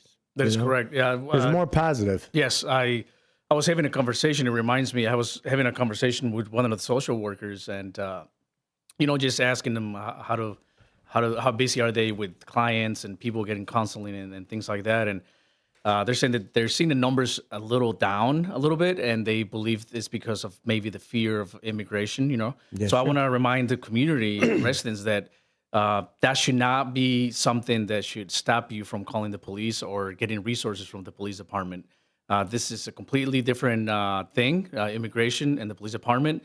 We are here to focus on safety and to provide the resources available to the community. So if you need help, if you need assistance, questions, please don't hesitate to call the police department, our social services group. We're here for you, and we're happy to help. And that, the community events too, like even during COVID, we found a way to do some community events, right? I remember us doing parades through neighborhoods where Truck or treat. I think yes, was we did started that way. too. Yeah. So I think it's The just birthday being parades. the birthday Yeah. parades, all this stuff. And I think that is just, in my opinion, you can tell your community that you're there for them. You could say that we're dedicated. You could say all these things, but I always come from the lens and the perspective of, if somebody were to ask me what do you actually do? These are the things that we do. So our events that we continue to have, we have worked, in my opinion, very, very hard. I have been at the department, it'll be 30 years in March. And so I have seen the department through many different phases and many different things. And I can tell you there's a feeling, there's a buzz, there's a lot of great things happening. And that's because of the work that has been done for a very long time. And in particular during very stressful, times where people are in conflict. And I think, those relationships that we've worked really hard to build during some very difficult times and very difficult topics, it's very important to me that remains. And part of that is our dedication and commitment to the community, regardless of, we police, and I say this all the time, we police a community of very different people on very different religious, political, socioeconomic, all these different spectrums. And it is our duty and our responsibility to ensure that everyone feels comfortable, safe, has an environment to express whatever it is that they feel like expressing, and that they know that they have true professionals that are dedicated to the community. That is first and foremost the most important thing to me. Period. Done. Serve and protect. And how that looks. And, when you say, it's, we care to, you have to care what's going on. Not just in your community, but I think this is, globally, nationally, locally, what are the things that are important and what are the things that matter? And so, you can't be in this little bubble of this is just Elgin. It's very nice sometimes to be in the bubble when things are, but that's not how, that's not how I operate. I'm very aware of the national conversation, the global conversation, the things that are going on. How does that impact us here in Elgin? What are the things that we need to do as an agency? It may affect us very little, but then there are some things where, you have to be very mindful about what, to Hector's point, if I'm a person that's hesitant to contact the police because of fear of, something, what can we do to ensure that fear is not there? We can never 100%, but I think making sure in a community event where we've done it for many years, and I think the dividends pay off now where you establish these relationships. Because if you're trying to do community events now, during all this stuff, if we were trying to do community events during police reform time, if we were trying to do all that, a lot of times too, it comes off disgenuine. After the police reform and everything that happened that time frame in 2020, 21, and even into 22, if we all of a sudden started to do all these community events, people would be, I would be skeptical, and I would say this appears to be very disgenuine. We had built that relationship for many, many years, and we had just continued to build on it and continued to make that a priority where when we did hold an event, and even when we hold an event today, people say, oh yeah, no, they've done this before, right? There's no trick here. There's no, this is truly what they're trying to do. So I would really definitely say that, it's important that we remained, committed to each other as humans, optimistic in what will happen and continue to build those bridges and those gaps. And said it many a time, morals aren't taught, they're caught.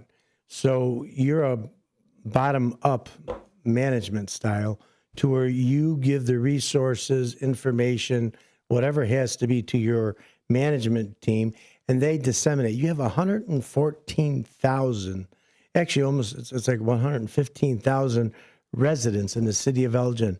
That's a lot of people. And to be able to reach the amount of folks that you do reach, I think it's commendable. Seriously, and I'm not just, I say this like, oh, what is this guy in the pocket of the police? No. I've never met Dean before the radio show. Yeah, Yes. And I don't live in this town. No. But when I view what they do, fire department too, we just had Chief Rob Sagan on here. Every one of the departments come on here. This is what it is. It's open book. Yes. There's no, it's really, everybody talks about transparency. If you don't see transparency in this department, you're never going to see it. And the size of this department. 6th largest city, state of And you Illinois. can't also, you can't, Hector, and I will tell you, I truly appreciate Hector in a whole host of ways, but, especially with our Latin community. And Hector, I don't speak Spanish. So, if I need to, if we need to affect in a message, or if we need to get something out, Hector is that bridge for me sometimes too. He works in the administrative office. I'll just routinely go to his office and be like, or people are calling him directly. I'm not offended by that. I absolutely love that, because it's like, if you have made these connections in the community, this is when it's more important. There's probably people calling officers, right, and asking questions. And that's why we empower the officers to have the right information, and that they know what the philosophy of the organization is, which there's, every single officer in there does know that, because I say it, right? I say it. I believe it. This is what we do. We show it. And so I think empowering people with the information, you don't have to agree, right? We can agree to disagree, but misinformation and disinformation, in my opinion, is one of the most dangerous things. Yeah. Not agreeing just because of, not agreeing, but knowing what you're not agreeing about, you have all the information. That's just what makes the world go around. But, having Hector as a resource, to our Latin community, to the Hispanic community, to be able to say, hey, this is, just today I showed him something. I don't read Spanish. Now I can kind of make my way through it, right? And yes, I could use some, Chat GPT, which is my favorite, and that's a joke. But, I'll just say, Hector, like, what's the sentiment here? What do we need to be doing here? What's the feedback? What's going on? And culturally, yes. Just because it's written in Spanish, that's ink, just like a text message. Yes. Right. Hector, you're able to relate it to what is really being said because of your background. Because of who he is. And I think that's exactly. important, where, those type of relationships, I'm not Hispanic, right? I'm half Armenian, half Ukrainian. So if there's someone that, that's different. That's my culture, right? But on Monday, you're all Italian. Yeah, there you go. So, but, I think that's important, that, Hector has established those relationships in the community, and many other officers have too. Yes. But, people have seen Hector for such a long time, and they trust him. And so that's where, to me, the work, and that's where all these things that we go through, this is when it matters. Because now, Hector may have to say, hey, look, we cannot do this. So I don't want, misinformation out there, but this is what we can do. So, he is absolutely, if anyone has any questions, he's awesome. Ask him, call me, call the station, whatever the case may be. But okay, so what else is going on, Hector? We have the 18th of October, the Breast Cancer Awareness Walk. So we partnered up with a few community members or organizations to bring the 6th annual Breast Cancer Awareness Walk. That's going to start at 11 a.m. It's a Saturday on the 18th, and it's going to start at Festival Park. So it goes from 11 a.m. to 12. Yeah, so that's a quick walk too. We've partnered with Marcus Banner, who is part of I think it's still one organization. Yes. Mm-hmm. He's been doing this for 6 years, and so we have our breast cancer awareness squad that shows up. A lot of people have signed it, and again, it's this very visual representation. Just like tomorrow morning when we're all out wearing purple, everyone will be wearing pink, right? And so, you go out there and it's this very visual support. I think that's the other thing too. When people are going through, think of everything that's happening in the world, right? Like everything. Did you say October 18th or 19th? October 18th. Yeah. So that says 19th. Yeah. If you is that from our web page? Yes. From our Facebook page? Yes. So we're going to change that, because I know that's that's the dinner. That's the dinner. Okay. The dinner. So there's a walk that starts at 11 a.m. on the 18th, a Saturday, and then the dinner, it's on the 19th. The dinner is going to go from 5 until 7 p.m. And that's by reservation only. Very good. Yeah, and I think that that walk too, and partnering with this organization. So it's on the bottom of that flyer. They're one organization. This is, again, as I was saying, people are going through a lot of different things in their life, right? And I think a lot of times, that stress that comes from, if you're not well and you're going through treatment, or your loved one is, that is absolutely taxing, draining, worrisome, all of these different things. And then on top of it, everything else that's going on. So sometimes people Triggers. It could be a trigger for some yes, people. and some people are just like in their like nobody's caring about anything else except my loved one is in treatment. I need to be there. They're not worrying about anything else, right? Everybody's lens that they view the world in is very different, and I think to be mindful of that and to say, you know, how can I be there for people and show up the right way? And to me, it's doing things like this. And so, you know, I think Marcus has done an amazing job, him and his partners, everyone. A lot of people show up. The officers are there. They sign the squad. You know, the squad, the names are on it. These are people who have breast cancer survivors. These are people who are you know, that they have family members, friends, loved ones, and they're just there to support. And so, you know, people, you know, sometimes you have to take a pause and say how fortunate that you are in your life sometimes, and then realize, you know, yeah, there's some things that could be a lot better, but sometimes things, you know, are not as awful as I think people, because think about if you were facing an illness that, you know, is life-threatening, and I couldn't even imagine, you know, so I think for us to be able to support, to be there, to do whatever that we can do to help, that is, you know, that's a privilege for us to be able to do that. And so thank you to that organization. What else we have, Hector? So what else? We just concluded the, I believe it's the 6th or maybe 5th. I wrote it down here. It's started by Detective Benavides, the Safe Together Academy, Police Academy. So the Safe Together Police Academy, it's for individuals with disabilities and also for their caregivers. It gives them an opportunity to learn about the police department. They have to be 16 years of age or older to register, and they have to live in the city of Elgin. So he just finished last week the one of the academies, and I believe there's 2 more still coming up. So if you are interested, and what's the name of that one? It's called Safe Together Police Academy. Safe Together. Got it. Yeah, and this was a program started by Officer Chad Benavides, who's a detective, Chad Benavides, who's one of our detectives in our CCSU unit, and really focusing on those in our community with special needs and providing almost a mini police academy. You know, Right. so again, it's like finding ways to connect with everyone within our community and giving the information and letting them get that information. So that's you know, thank you to him for doing that. It's you know, he does an amazing job. And then I also want to mention too, before I forget, we have a couple minutes here. So our podcast, Somebody Knows Something. I think we're out to episode 6. Yes. Episode 6. It should be posted later on today, and but it's available already on Spotify or whatever listening. It's still at the top, just so you know. Is it? Yeah. All You know, right, I've great. had a lot of people. So my, you know, person in my family, they were asking me, you know, hey, you know, the podcast, I haven't caught up to it. You know, I'm 6 episodes behind. I mean, like I get asked all the time, community members, family members, people just like this, you know, the detectives are working on 7 different cases that they focused on. So I want to let the community know, you know, the podcast, what you're hearing, you know, these are summaries of these cases, but in the background, they're doing a lot of work. And so I think, you know, I'm probably going to ask Andrew and Chris to come on the show probably in the next couple weeks, just to give an update and status on some of these cases, you know, because I think it's a lot. Also, you know, we revealed our kiosk in our lobby.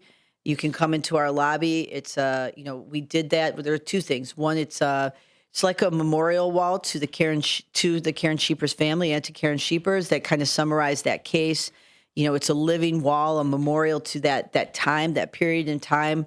You know, because 10 years from now, no one's going to remember these 2 weeks in March and April when the Elgin Police Department found solved a 42-year cold case. I mean, it will be a memory. But I think solidifying that memory in a very visual representation and display for not only the community, but more importantly, for the family to be able to show that to their, you know, future family members and their friends. And that kiosk, then it's an interactive kiosk. You can find out about our homicide victims, our cold cases, our missing people, find out about the detectives, you know, and there's right there, if you're watching on Facebook, you know, there's this wall that just kind of does this whole summary, very nicely packaged. I mean, that 6 or 7 paragraphs packaged a nice Tells the whole story. Months and months and months Yeah. and everything, and Hours of detective work. Yes. There was a couple articles already written about the kiosk. Yeah. Chicago Tribune, and I think Career News might have run an article about it. I believe the city is also working on putting something out as a press release. And we are trying to schedule it with the Yes. detectives where it's a convenient time. Yes. But you have packed by putting so many cold cases at one time. I don't know how they're finding time to even make the recordings. And we've been doing them here. Yeah, but you it's, guys have been great. you know, we appreciate your partnership, Well, and it's our privilege It's still to be a part of it. So we're still on the top podcast. Is that ratings? Yeah. And That's good to know. obviously the community. I was talking to or emailing Andrew Houghton, and he says that there's tons of or not tons, but like over 50 tips of residents that, Isn't that great? They call in and provide information. And when they come on live, it's a little bit nicer too, because we'll let the people know when the show's going to air when we have the detectives in studio, and that just who knows what's going to come out of there. Yeah, I think it's important too that those and again, this just goes. It comes full circle. The making sure that we're accessible and available to the community, and people being or feeling that it's a genuine care. People will come and they will give information, and Yes. and it's that one thing that may solve the case. And I think that one piece of information that's just sitting out there in the world right now, right? That's just sitting there doing nothing.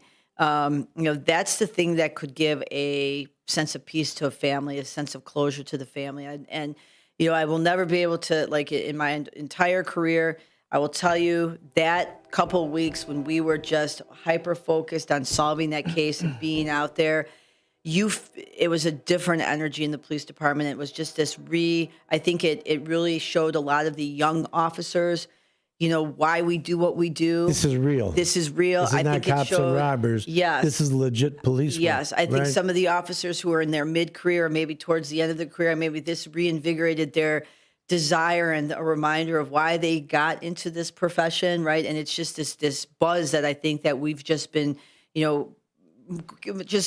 following, and it's going to propel the department into, I think, a very different, and you can see it. And so the future is absolutely bright at the Elgin Police Department. There's great men and women who are just, they think, they're smart, they're, Is the department still hiring? no. So we are. So I will tell you this, and I've said this for many years. We are probably on lockdown for a while here. So I mean, there was a couple years where we were hiring.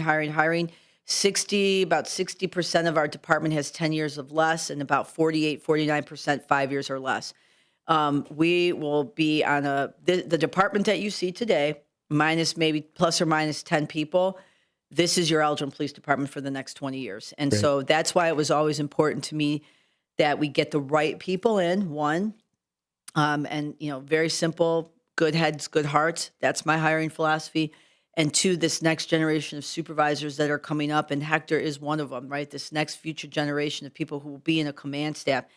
You have to get the right people, because this is not as easy as I think sometimes people think. And to make sure that the things that we have worked very hard as an organization Continues. And Yeah, you've gotta because get the right you're not people. replacing. No. Because there's no one that could be replaced. Nope, you can't. You can't replace the work that someone's done. But the idea is to disseminate and share the information of what a seasoned officer has. And Officer Gutierrez, how long are you here 13 now? years. 13 years. He's got another You look 40, at you look 42 like, years yeah, left. maybe you just got it. Yeah, well, as you get older, the officers Oh, keep I looking know. younger. Yes, I know. Yeah. So- I mean, I just good had genes, I had somebody ask me, they're like, I can't believe I've seen some of the officers and they look like they're kids. I'm like, well, they are 21, but yes, they do look young, but nonetheless, they have a lot of responsibility. So with that, I hope everyone has a safe weekend. Please come and join us tomorrow, if you can, for the Domestic Violence Awareness Walk. Wear purple. Let's support our community. And I hope everyone just is able to take a nice, deep, collective breath this weekend and just kind of, take it easy.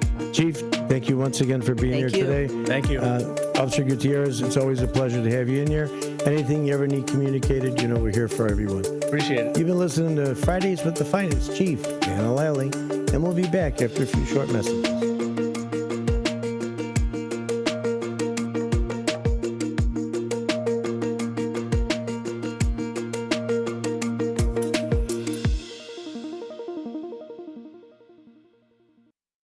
Now available on Amazon.com and BarnesandNoble.com is the book called DUI Jury Trial, which is the true story of a truck driver in Illinois who was charged with driving under the influence of alcohol. Not only was he facing a revocation of his driver's license, but also a lifetime disqualification of his CDL, which would prevent him from ever driving a semi-truck again. This book includes backstories of the truck driver, the lawyers that defended the case, and the DUI expert witness who analyzed the case and then testified at trial as to the proper protocol procedures of the field sobriety tests as well as the breathalyzer test. This nonfiction novel also includes the actual court transcript from the jury trial, a courtroom showdown in which the final verdict would determine the fate of the defendant's livelihood. The book DUI Jury Trial is now available on Amazon.com and BarnesandNoble.com. Looking for a seed buying experience that's more humanized? Ready to trade a company that's oversized for an independent brand that's right-sized? Searching for elite hybrids that have been optimized, tested in your geography, and localized? Did we run out of words that rhyme, so now we have to use metaphysicized? Maybe so. But if you answered yes to any of these questions, then it's probably time you get Wiffleized. Choose Wiffles hybrids this season, and let's get familiarized. Hi, this is Sue with Newman's Corner Pub in Hampshire, Illinois. Are you looking for the perfect hangout spot? Swing by Newman's Corner Pub right at the corner of 72 and State Street in Hampshire. Enjoy fantastic drinks, live music, and a fun crowd that makes every visit special. Test your luck with our hot slots and our Queen of Hearts drawing every Saturday at 3 p.m. Challenge your friends to darts or pool while you're here. Newman's Corner Pub, where every day feels like a weekend. Visit us at Route 72 and State Street in Hampshire. That's Newman's Corner Pub, your new favorite spot. We are AFGE, the American Federation of Government Employees. We represent 700,000 federal and D.C. government workers who are the vital threads of the fabric of American life. We support our nation's military. We take care of our nation's veterans. We protect our nation's borders. We respond to our nation's crises and natural disasters. We provide services to our nation's seniors. The American Federation of Government Employees. We work for America. We are AFGE, the American Federation of Government Employees. We represent 700,000 federal and D.C. government workers who are the vital threads of the fabric of American life. We support our nation's military. We take care of our nation's veterans. We protect our nation's borders. We respond to our nation's crises and natural disasters. We provide services to our nation's seniors. The American Federation of Government Employees. We work for America.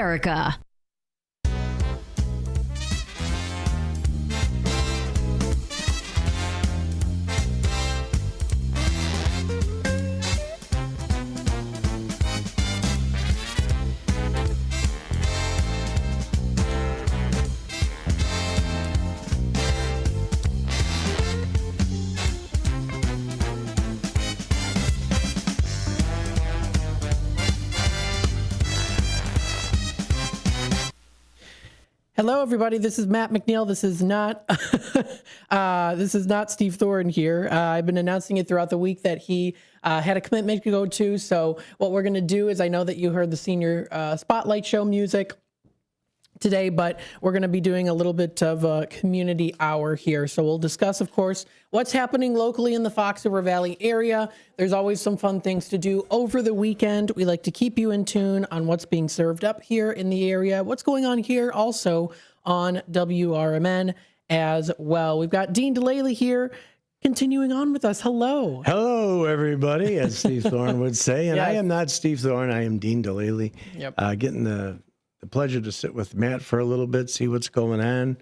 And maybe if anybody has any questions, call us at 847-931-1410. Glad to take any and all questions at any time. Absolutely. Feel free to reach out to us. We've got our text line also. And I've been telling people too, usually when I do the Tradio segment from Monday through Thursday at 12:30, I tell people, hey, if you have any flyers, if you have any pictures you want to send over, please feel free to do that. It's a great way so we can share it up on the screen here on YouTube. So when you're watching on YouTube, you can see it. You say, hey, you know what? That item might actually be something I like, because you never really know. So there's all of that good stuff out there too. What's going to be happening here for the remainder of the time? We'll talk about what's happening locally in the Fox River Valley area. I don't know about this weather today. They say spotty showers. Yes, they It's kind of did. clouded up right now, but on the way coming in, I walked Carly this morning, 6 o'clock, and the sun was beaming bright. And all of a Okay. sudden, we got this cloud cover. Yeah.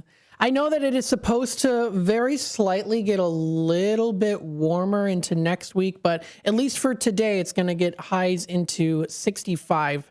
Chance of rain's at 90% we're seeing today. So I know a little bit more on the cloudier side as of right now, and then eventually it does kind of clear up for the weekend. So you can always do some great things over the weekend there too. Of course, always a great show with Fridays with the Finest as well. She does a wonderful job. You know, I commend the chief, and like I had said, you know, when I was broadcasting earlier, they do so much in this community to keep the residents involved, we'll call it, okay?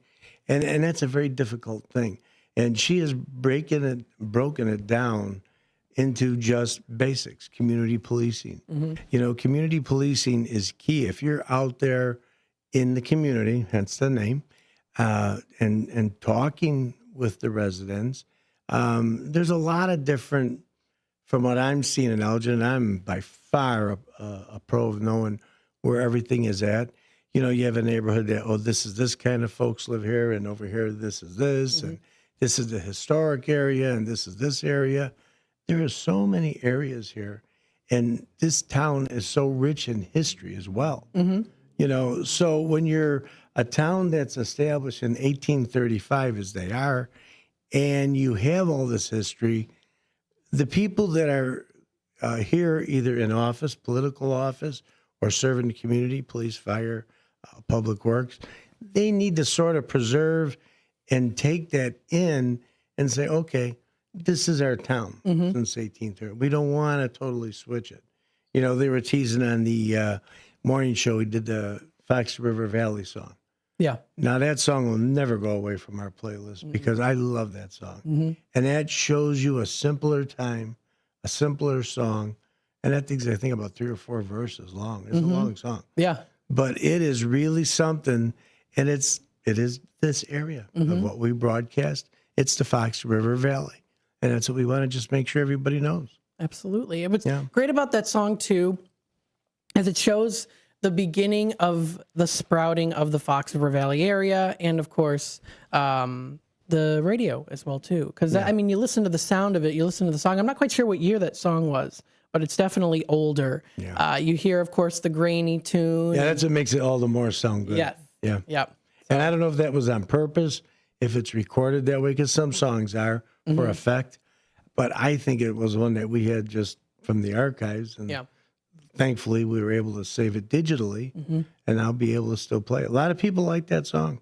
Oh, yeah. It's a good one. It's a staple in the community, as we like to say. So it's a good way to say it. So, folks, feel free to call in 847-931-1410 if you have any questions, if you have any comments. Of course, you can also go to our YouTube live channel, youtube.com/WRMN Radio. We appreciate everyone who is still watching us live here on YouTube, saying hello to Chief Lally as well, too. We got Brendan here in the comments. Brendan always, of course, always tunes in here. He says, I like the Fox River Valley song. That's good. I know many of us do. It looks like Brendan had nice coffee from Dunkin' Donuts. Very nice. All those little things like that, too, that really make the community. Well, that's what makes it, the interacting, and that's why I don't understand, you know, we get the negative comments, you know, that all day long. I get them on the info, get them on my thing. But we get so many more positive comments that it just makes you feel good. Makes you feel good that what we're doing here and what we're broadcasting, and our signal goes out quite a distance. You can hear it all the way into Roselle. Certain areas are better than others, of course. When I drive into the city, when I go into the city of Chicago, and you're on the Eisenhower, you could actually hear our station, I'll say, relatively clear, no static, no cutting in and out, all the way up to, what is that, maybe Damon? The old St. Luke's, what's the name of that place? Rush Hospital. Okay. Which is right off the expressway. Everybody sees it. But you have a clear connection. I mean, all the way to Schaumburg, you could hear us. And Schaumburg has some highs and lows geographically, and it's here. Our signal is loud. We're strong. We brought on the Chicago White Sox, and hey, how about them Cubs? Yeah. My mom was a big Cub fan, and I said it the one time. I said she was 5'11". She didn't make 5 feet. She was 4'11". Oh, really? Yeah, and she was a from tiny one. we were from the South Side, and she was a big time Cub fan, and it was you weren't arguing with Little Annie is what they used to call her too. Her name was Ann. And she was the only Cub fan in that whole neighborhood, if you can imagine. Oh, wow. But you got to commend the Cubs, and they did it. It's they just got one more game to win. Everybody's they got to win this many. That no. Each day they have to win one game. You win one game, you go to the next game. You have to treat it that way. You have to treat it that we have to win this game. And I think they're playing for a non-sports guy Saturday, 8:00 in Milwaukee. Yep. I'm pretty positive that's when the game is. So I think the Chicagoland area, including Fox River Valley, everyone's excited. We've been broadcasting Major League Baseball all summer long, all season long, I guess we'll call it. And now we've got the Chicago Bears. So that sparks up even more listeners, So because people love it. There are so many people out there. I'm not a huge sports person, but I have become more of a sports person. And how about it? Because you know what? And I'm going to be a big shout out. We have the Marcus Mack. He was doing Truth About Chicago Sports. We got the Mike Napolitano, Dalton Cooper, and Nick Johnson, right? Nick Johnston. And they do On the Rise. They now have a new hour. On the Rise is on from 10 to 12. And we've got so many great things. And if you go to Instagram, if you go to Facebook, if you go to YouTube, look at the posts. These guys are out there, because they get the proper credentials. They're having interviews before the game, after the game, with a lot of big teams. So don't miss out. We're more than just, our talk, our normal platform that we have. Our sports division has really taken off, and I think you would enjoy it. I've learned so much by listening to our sports. Yep. Because who do I care? Like I'm with Chaz Palminteri, where he says in Bronx Tale, Mickey Mantle never made me any money. I repeat that 100 times because it's so true. These sports players are making millions of dollars. Yep. And I mean, these videos too, you got our WRMN logo up there. Here's one I've got on the screen right now. That's Mike right there doing an interview. Yep. Who's he talking to? It looks like he's talking to Matt Grzelczyk. Oh my goodness, me pronouncing Thank God my you words. could read that. I think it's Polish. So it says he signs a PTO with the Chicago Blackhawks following 1 year with the Pittsburgh Penguins. See that nice transition that was on the screen there? If you're watching on YouTube, you can see it. Dalton does all of the editing here. Oh, and my he does God. And you, too. Don't sell yourself short. Oh, yes, I know I do. Dennis does a lot of all of, and guides us what we don't know. And thankful to you as well, Matt. Yep. But, yeah, there's so many things that if you go to our website, check it out. I mean, there's a lot of things to see. I've just been talking with the PIO, Hector Gutierrez, who was just here for Fridays with the Finest, and they're going to start sharing their flyers right onto our website page. Nice. Yeah, it'd save us the one step, and then if not, we'll post it. But there's a lot going on in the Fox River Valley. We don't want to be the Chicago station. We want to be the Fox River Valley station. Yep. And little by little, we've been building our news team. We're working hard on getting that. We're putting that together. And then we got David Tees and his partner. They do the fantasy sports. Football Blitz. There you go. Thank God I don't have all the names in my head. See? We all need assistance, everybody. Everybody needs somebody to help you through, and I need a lot of help. And I am so grateful that we have the help that we have. We have great lineups here. Our morning show. How about Tammy and Friends? Oh, that's always so much fun. Oh, my God. I always love sitting here in the seat. I man the board, but I've become more part of the show. Yeah. So it's not just talk time with Tammy and friend Becky or friend Nancy. It's also me on the show too. And lately on Mondays, I've been calling it Monday. What is it? I had a term for it. Usually Monday she has no sidekicks, but she does though. It's me, and I always have a fun time doing the show. And that was by accident. I mean, Yeah. it was a perfect fit. It just happened to go through. It Yep. flowed. You know, Dennis has done the same thing, but you've become quite a staple on their show. And I tell you what, it's a great perspective. I get nothing but great comments. You know, Tammy has a good background in communications. Oh, yes. And you can tell just by her, you know, just by her demeanor and the way she's on top. I mean, if you see her show plan, you know, I plan all of my shows as well, but not to the degree that, you know, Tammy does. She's to the second. She's got it. Yep, absolutely. Yeah, all of them. I mean, we have some great people here, and we can't forget, you know, our own, again, self-produced shows. We have the Chief Guard of the Republic, Mr. Tooman, and he has written and published so many different books. And what the heck's his name? With him on the show? No, you mean? before him at 1 o'clock. Before him? Pellegrinos. Oh my God. Oh, yes, that's today. Yes. And actually, do you mind if I do a little promo? That Please just do. reminded me Love to. what he had sent me to promote to everyone out there. Yeah. Let me see here. So it looks like he is going to be having Chicago Paranormal Investigators. Oh, great. Coming up, real life ghost hunters that had been featured on WGN TV and WLS Channel 7. And that's Bill Pellegrinos. Bill Pellegrinos is a former Cook County Sheriff's police officer. He's written, what was that, DUI? DUI jury trial. What a book. I mean, it's actual transcripts from the case. It's actual how things happened. And he testified as the professional for the DUI, which quite a bit. Yeah. Truck driver could have lost his livelihood, everything. And because of the testimony, it really made that case morph and change into something totally different. Yeah, absolutely.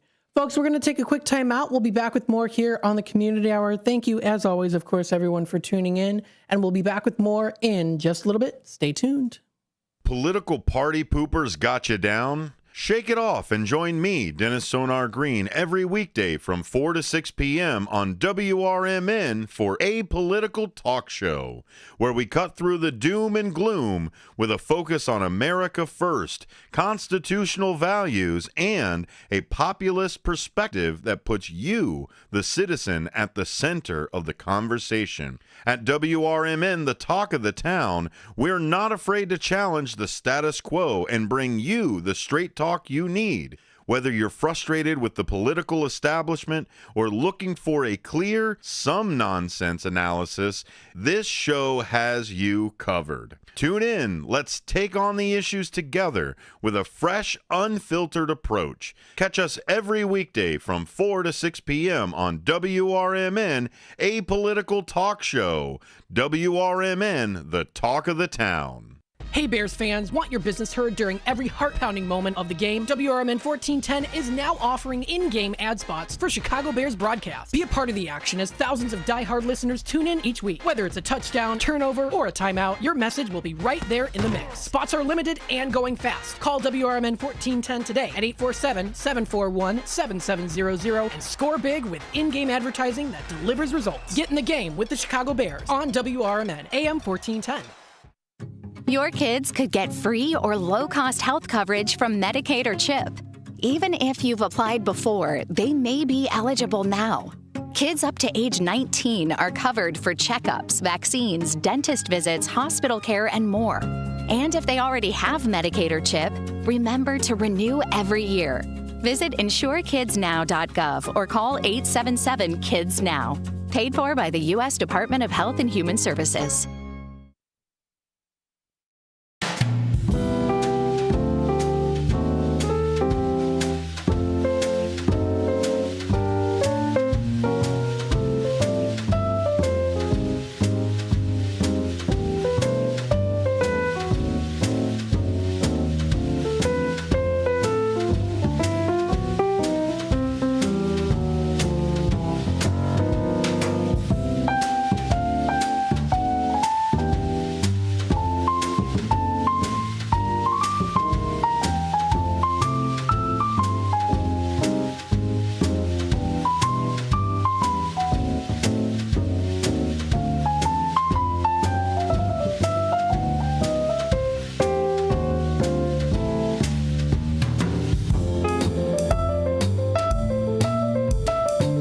welcome back, folks, to the Community Hour, the mini Community Hour here on WRMN. But it's not really mini or small. It's filled with, of course, fun things to do in the Fox River Valley area. And, of course, what do we have here on WRMN? We've been definitely praising a lot about the sports side of things, of course. Hey, and don't forget, we have, we ran out of time before I got to go down my complete list, but we have Derek Geyer. He transitioned from doing the Saturday morning different shows, and he's been popping in on the morning show here and there. He's been on your show several different times. A great talent, and he's got big time, I don't know how you guys do, big time sports. Big top sports. The Stu and Elliot really do it well. Yeah, they do.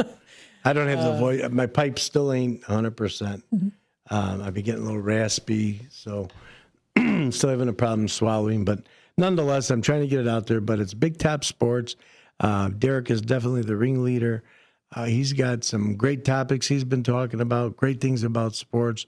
Once again, I've been tuning into our own station. I mean, why wouldn't I, right?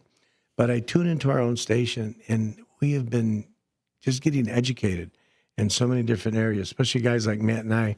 What do we care about sports? You know what I mean? You know, it was never my strong suit. Never me either. But I tell you what, I'm actually learning. You know, I was watching a game.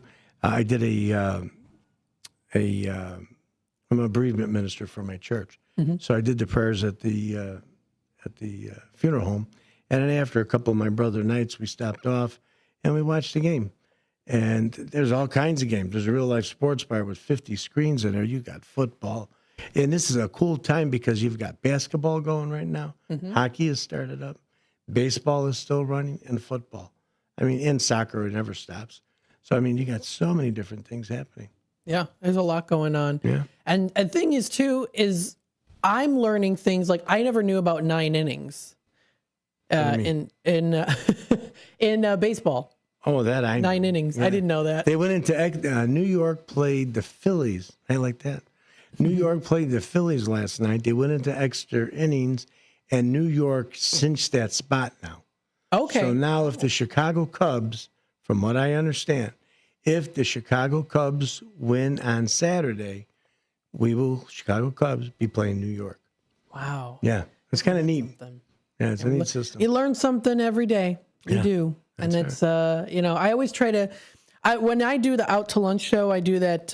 It's just a really short little segment I do, like maybe like a minute or two, where I talk about, you know, like I generate random facts and stuff like that. So, and it does look like Dennis is out here. He's making faces at us. Oh, okay. I thought he was trying to say it was raining or something. Yeah, he's saying that. I was just joking. But it is raining a little bit now, which again was in that forecast here earlier today. Yeah. So again, we are getting things moving. We are excited. Oh my goodness, we've got lots of fun things planned. I'm working with what's the guy's name? I meant to say this to you. Dino, I got in touch with a guy who is runs the website. It's the website is called Chicago Haunt Builders. Oh, okay. And they're all around the Chicagoland area. And he's willing to reach out to some of the haunt builders to possibly get some interviews. But you here. like that stuff. I love that. Go scare the heck out of me. You got the wrong guy. I mean, I didn't even want to know what the outcome was. if it's actually like they tailor it as actual paranormal, I'm a little bit more. You know, I'm a skeptic, but I am cautious. I'm very cautious. I don't want to mess with anything. I don't want to dabble into anything. Things like that. So I'm very cautious.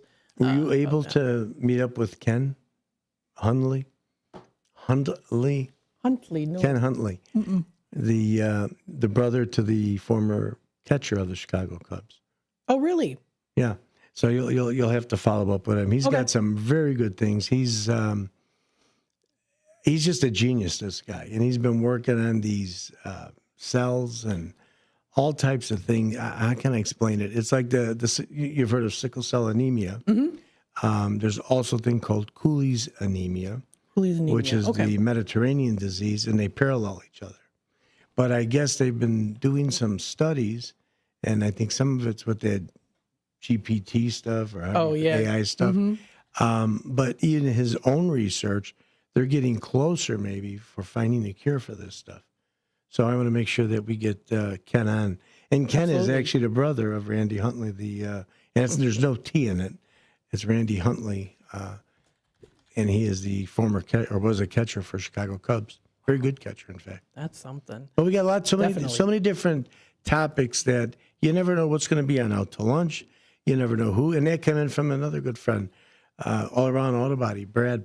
And he's one of our supporters and sponsors over here.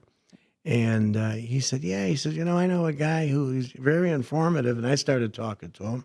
And I just loved the wealth of information he had. Mhm. So I figured this would be a perfect thing to put on one of your shows. Absolutely. Absolutely. And it could even be an ongoing show. Of course. Because with developments, anybody that's out there in the health industry, if that be what it's called, Mhm. and they're doing such good things as that, you got all the time you want to have on our station. Mhm. We welcome everybody. Absolutely. We've got the politics is ramping up now, Mhm. and the local politics. And I think people need to realize we don't do a lot of political talking. We save it for a political talk show. Mhm. But we've invited both sides, Republican and Democrats. And so we're going to be seeing some of them coming up in the very near future. Yes. I'm looking forward to that. I know that will be coming up very shortly, so we'll keep you in tune with all of that here on WRMN. Don't forget, of course, we are on that YouTube side of things. You can find us on Facebook. You can find us on Instagram. You can also find us on our website. If you want to look at the lineup, you can. If you want to check out other things we've done before, too. Of course, also, we've got our text line, 505-926-1410. So please feel free to reach out to You us. did that without the sheet in front of you. That's pretty good. Hey, listen, we also want to give a nice shout out, a longtime listener, longtime friend, longtime contributor, George Rollinson. Mm-hmm. I've known George for too long, 30 some odd years we know each other. Wow. And, George is going through some medical right now. Just everybody keep him in your prayers. We don't have to, he's not looking for a big splash, but keep him in your prayers. George is always the first one to run to anybody's aid. We had all these different paloozas for this one, that one, and the other one. George was usually the organizer behind all of that, Mhm. and we were glad to support it through the station. But, George right now could use a prayer too. His birthday is this Saturday, by the way. So happy Aw. birthday, George, a little early. And, just keep George and keep in your mind. A lot of things happen here at WRMN. Yes. So many things are birthed here at WRMN. I mean, my involvement was to WRMN was like with Jeff Myers and George Rollinson. Mhm. They were doing the Patriot shows. And then we had started doing different things with the Italian American organizations. And that was many years ago. So It's interesting how fast the time flies, too. it does with go things. quick. I mean, it's been a journey, and we're excited, though. I know I've got some rain here. I think hopefully your car windows are. Yeah, they're all up. Okay. Yeah, it's coming down pretty good now. It is. As opposed to going up earlier, right? Yeah, exactly. This does wrap it up here for the Community Hour. Coming up next, we have the WRMN 10 o'clock news with Dennis Sonar Green. And Dino, thanks for joining in, of course. Thanks for letting me sit in. It's always a pleasure. I appreciate this. This is nice. Absolutely. All right, everybody. All right. Take care, everyone. We'll be back with more in just a little bit.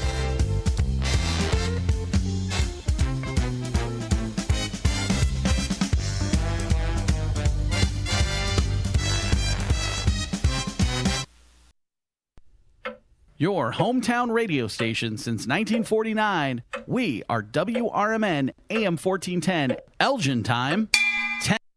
I'm Trey Westerberg on 1410 WRMN Elgin, proudly serving the Fox River Valley. This update brought to you by Centos. Aurora Mayor John Leish is hoping to create more transparency within the city government with a new ordinance that would put a cap on campaign donations from businesses with city contracts. The proposed ordinance looks to limit donations to $500 from entities doing or hoping to do business in Aurora, require economic interest disclosures, and set limits on how city property can be used for political reasons. The Rules, Administration, and Procedures committee is set to discuss the proposed ordinance on October 14th. A small number of National Guard troops from Texas has started protecting federal property in the Chicago area and assisting law enforcement in Memphis. An element of 200 Texas Guard troops were working in the Chicago area Wednesday. They are in the city to protect ICE buildings and other federal facilities and law enforcement personnel. Emergency crews recovered a body believed to be the man who was thrown from a boat on Fox Lake Monday evening, according to authorities. The body was recovered at around 4 p.m. Tuesday. The identity of the person has not yet been released. The recovery of the body comes after nearly a full day of searching for a missing boater on Fox Lake. Emergency crews initially responded to Fox Lake at around 5:30 p.m. for a report of two men who went overboard after their boat took a turn at too fast of a speed, according to authorities. The incident happened near Captain's Quarters on North Bolton Place in Antioch. A man was critically injured when he was hit by a car while riding his bike in McHenry County Tuesday evening. The Cary Fire Protection District was called to the collision in the 6500 block of Silver Lake Road in unincorporated McHenry County at around 5:45 p.m. Tuesday and found the bicyclist lying in the roadway. The man sustained critical injuries and a medical helicopter was called to the scene to transport the man to Advocate Condell Medical Center in Libertyville. The driver of the sedan was not injured in the crash. The cause of the crash remains under investigation. I'm Trey Westerberg on 1410 WRMN Elgin, proudly serving the Fox River Valley. Confidence is knowing you're ready to handle whatever comes your way. That's what it feels like to take on your workday with Cintas. They make sure your AEDs are up to date, your fire extinguishers are tested and inspected, your floor mats are cleaned and delivered, and your workwear looks good, feels good, and is freshly laundered with the Cintas Apparel Plus program. So are you ready to take on today? Visit Cintas.com. Oh, I'm ready! And get ready for the workday. When you switch to Progressive, you could save bundling your home and auto. Then you could put that money towards some of the surprisingly more expensive things in life. May I help you? I just wanted to request a late checkout, please. Of course. That's $30 per hour for up to 4 hours. Huh. Okay, but if you can offer a late checkout, then that probably means no one is staying in that room. So if it's empty, maybe I can just stay a few extra hours. Oh, aren't you adorable? Life costs a lot, so bundle and you could save with Progressive. Progressive Casualty Insurance Company, affiliates, and other insurers. Not available in all states. From the pages of the Elgin newspapers of 100 years ago today, these are the headlines brought to you by the Elgin History Museum. I am Tricia Grosser, and this is Elgin 100 years ago, October 10th.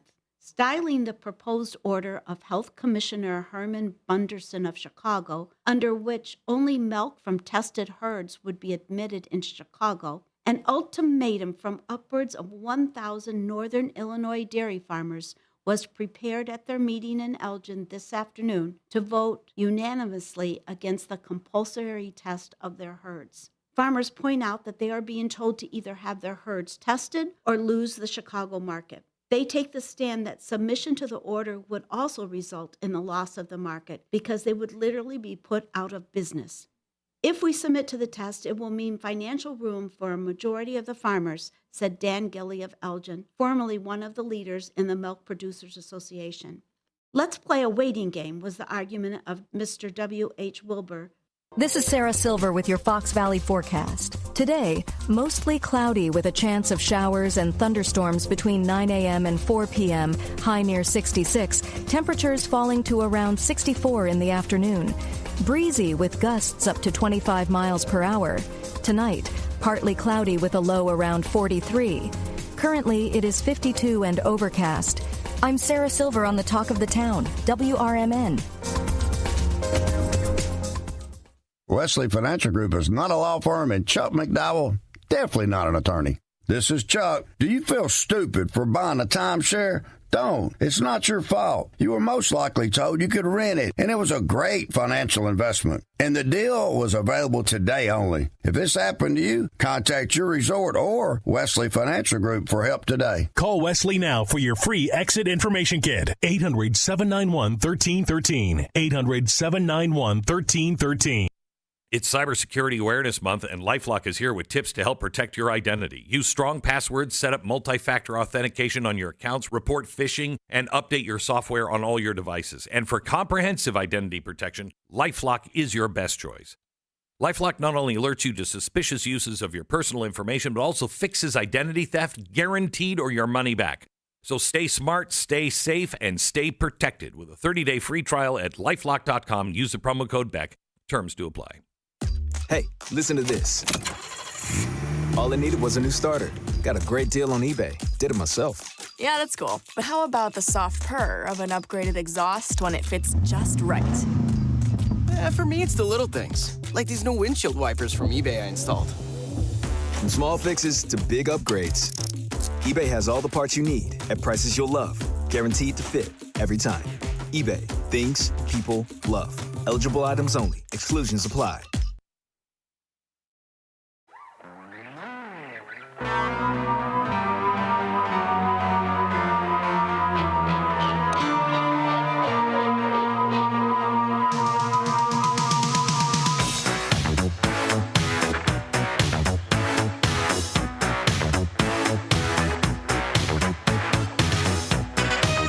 All right, cool cats and cool ghouls, buckle up. It's a spine-tingling hour of tunes. This is the Radio Retro Rewind here on WRMN. Music Memories also is usually at this time, but that's okay. We got some songs for you. I'm your Midnight Maestro, Sonar, spinning the creepiest, kookiest, most rockin' records of Halloween season. We're digging into the crypt of classics tonight, Monster Mash's spooky grooves, and a few that have you checking behind the shower curtain before bed. You'll hear from Bobby Boris Pickett, The Doors' Warren Zevon, and a few surprises crawling out of the grave. Let's get this haunted house party started right now with one that started it all. Turn up your cauldron speakers, folks. It's Monster Mash by Bobby Boris Pickett and the Crypt Keepers.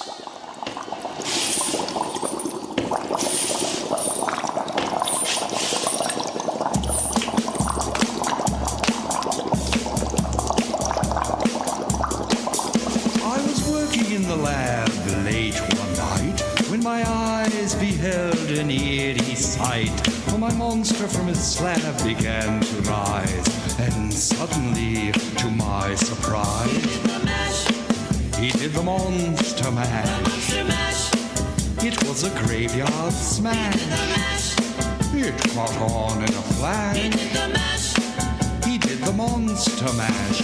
From my laboratory in the castle east to the master bedroom where the vampires feast. The ghouls all came from their humble abodes to get a jolt from my electrodes.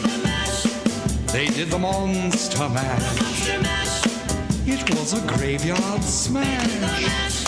It caught on in a flash. They did the monster mash. The zombies were having fun. The party had just begun. The guests included Wolfman, Dracula, and his son. The scene was rocking, all were digging the sounds. Igor on chains, backed by his baying hounds. The coffin bangers were about to arrive with their vocal group, the Crypt Kicker 5. They played the monster mash. It was a graveyard smash. It caught on in a flash. They played the monster mash. Out from his coffin, Drac's voice did ring. Seems he was troubled by just one thing. Opened the lid and shook his fist and said, "Whatever happened to my Transylvania twist?" It's now the monster mash. And it's a graveyard smash. It's caught on in a flash. It's now the monster mash. Now everything's cool. Drac's a part of the band, and my monster mash is the hit of the land. For you, the living, this mash was meant to. When you get to my door, tell them Boris sent you. Then you can monster mash and do my graveyard smash. You'll catch on in a flash. Then you can monster mash.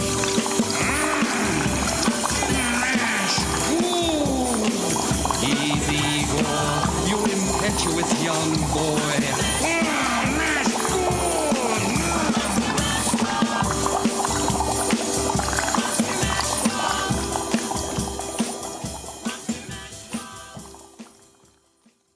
That was Monster Mash, the graveyard smash that's still rattling tombstones more than 60 years later. Bobby Boris Pickett was a struggling actor in Hollywood when he started doing a Boris Karloff impression during a nightclub set with his band. The crowd loved it, so he ran with the gag, wrote his tune in less than an hour, and by 1962, it had clawed its way to #1 on the Billboard Hot 100, right around Halloween, of course. The funny part, the song was actually banned in the UK for being too morbid to air on the BBC. Hard to believe. If this song is morbid, I'd hate to see what they thought of Frankenstein. Pickett never quite escaped the monster's shadow, but hey, if you're gonna be known for one thing, it might as well be the one song that keeps your royalties rising from the grave every October. Let's keep that haunted groove going with a pair of eerie earworms. First up, The Doors conjure some late-night dread with People Are Strange, and then it's Michael Jackson turning the dance floor into a fright fest with Thriller. When you're alone, women seem wicked. When you're unwanted, streets are uneven. When you're down, when you're strange, faces come out of the rain. When you're strange, no one remembers your name. When you're strange, when you're strange, when you're strange, people are strange. When you're a stranger, faces look ugly. When you're alone, women seem wicked. When you're unwanted, streets are uneven. When you're down,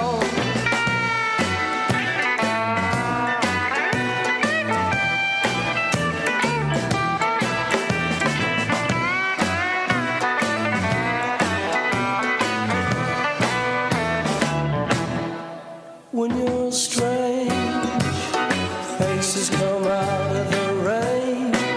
When you're strange, no one remembers your name. When you're strange, when you're strange, when you're strange. All right, yeah.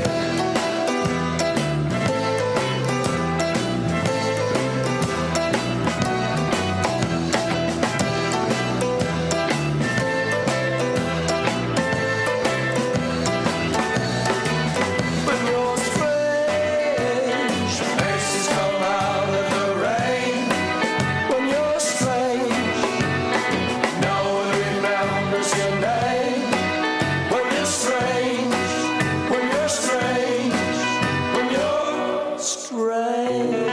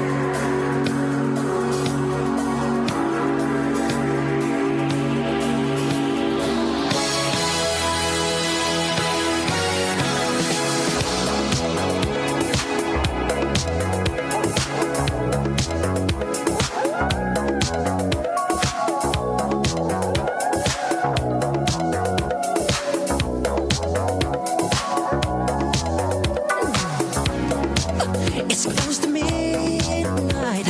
Something evil's lurking in the dark.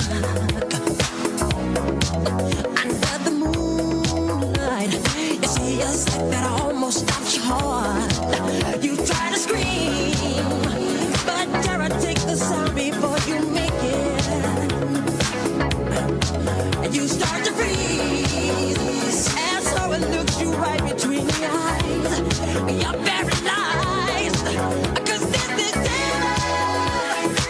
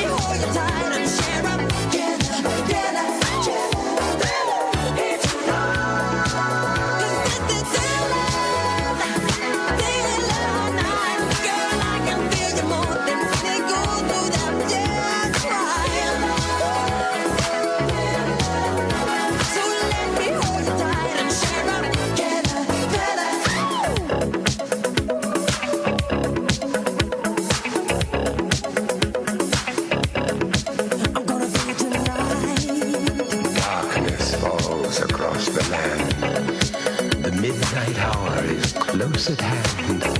Creatures crawl in search of blood to terrorize your neighborhood. And whosoever shall be found without the soul for getting down must stand and face the hounds of hell and rot inside a corpse's shell. I'm gonna bring it tonight.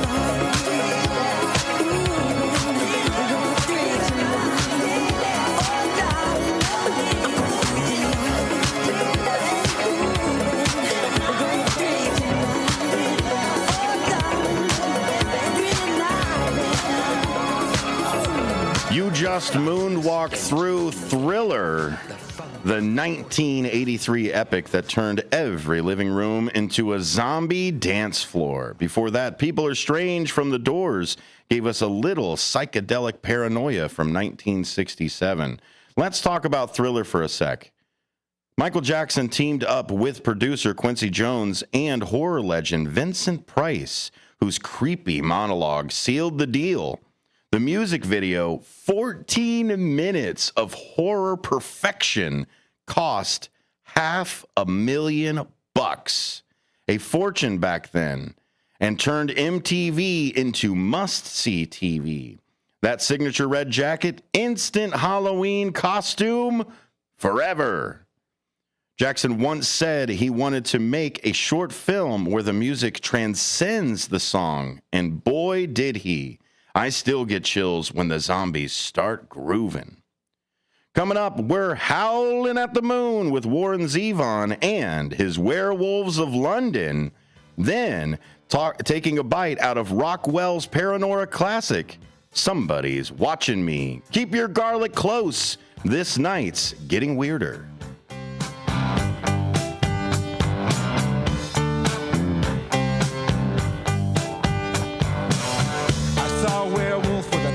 Menu in his hand, walking through the streets of Soho in the rain. He was looking for the place called Lee Ho Fooks. Gonna get a big dish of beef chow mein. Ahoo, werewolves of London. Ahoo, ahoo, werewolves of London.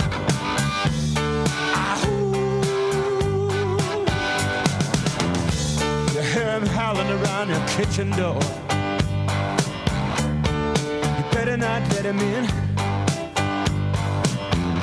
Little old lady got mutilated late last night. Werewolves of London again. Ahoo, werewolves of London.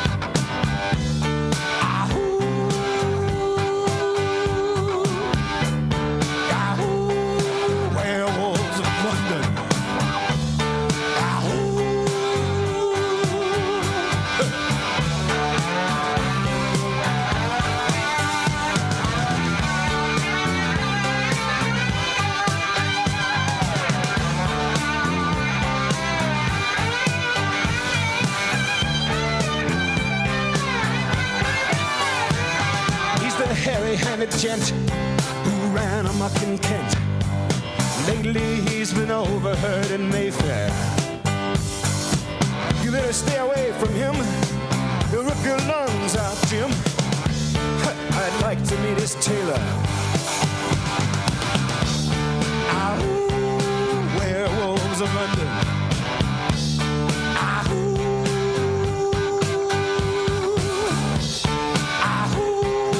Werewolves of London.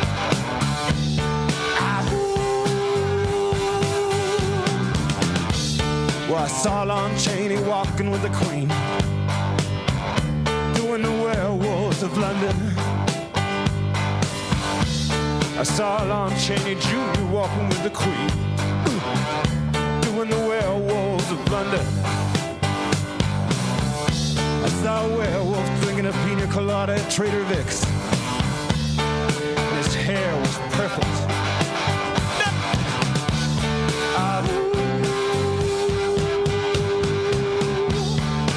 Werewolves of London. Draw blood.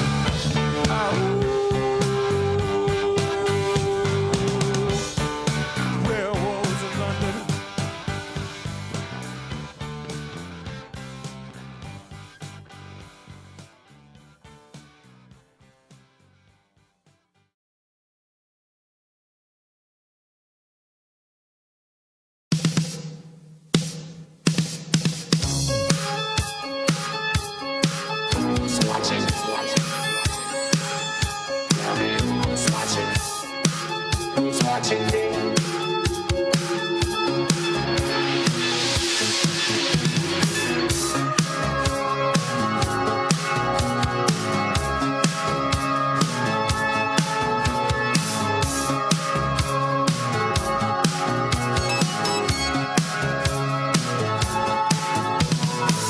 I'm just an average man with an average life. I work from 9 to 5. Hey, hell, I pay the price.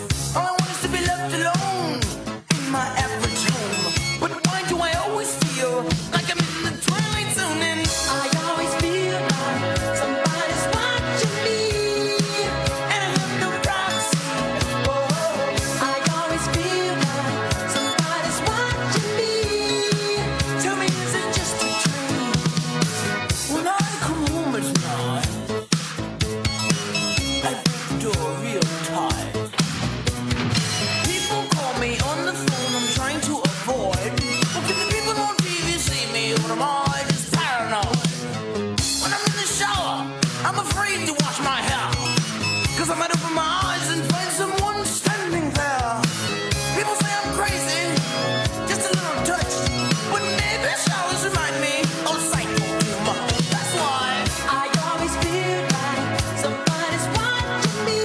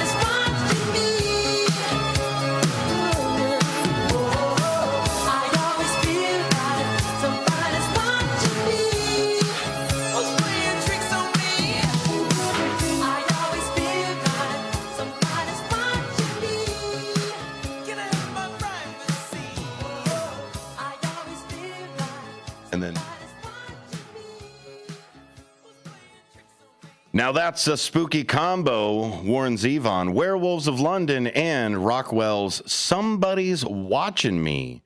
Zevon's track came out in 1978 with that unforgettable ah-woo hook and features some serious star power. Fleetwood Mac's Mick Fleetwood and John McVie laid down the rhythm section.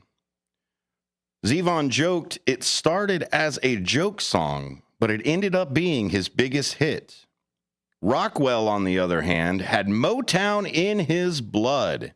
His real name's Kennedy Gordy, son of Motown founder Berry Gordy, and he scored his own eerie hit in 1984 with some help from Michael Jackson again.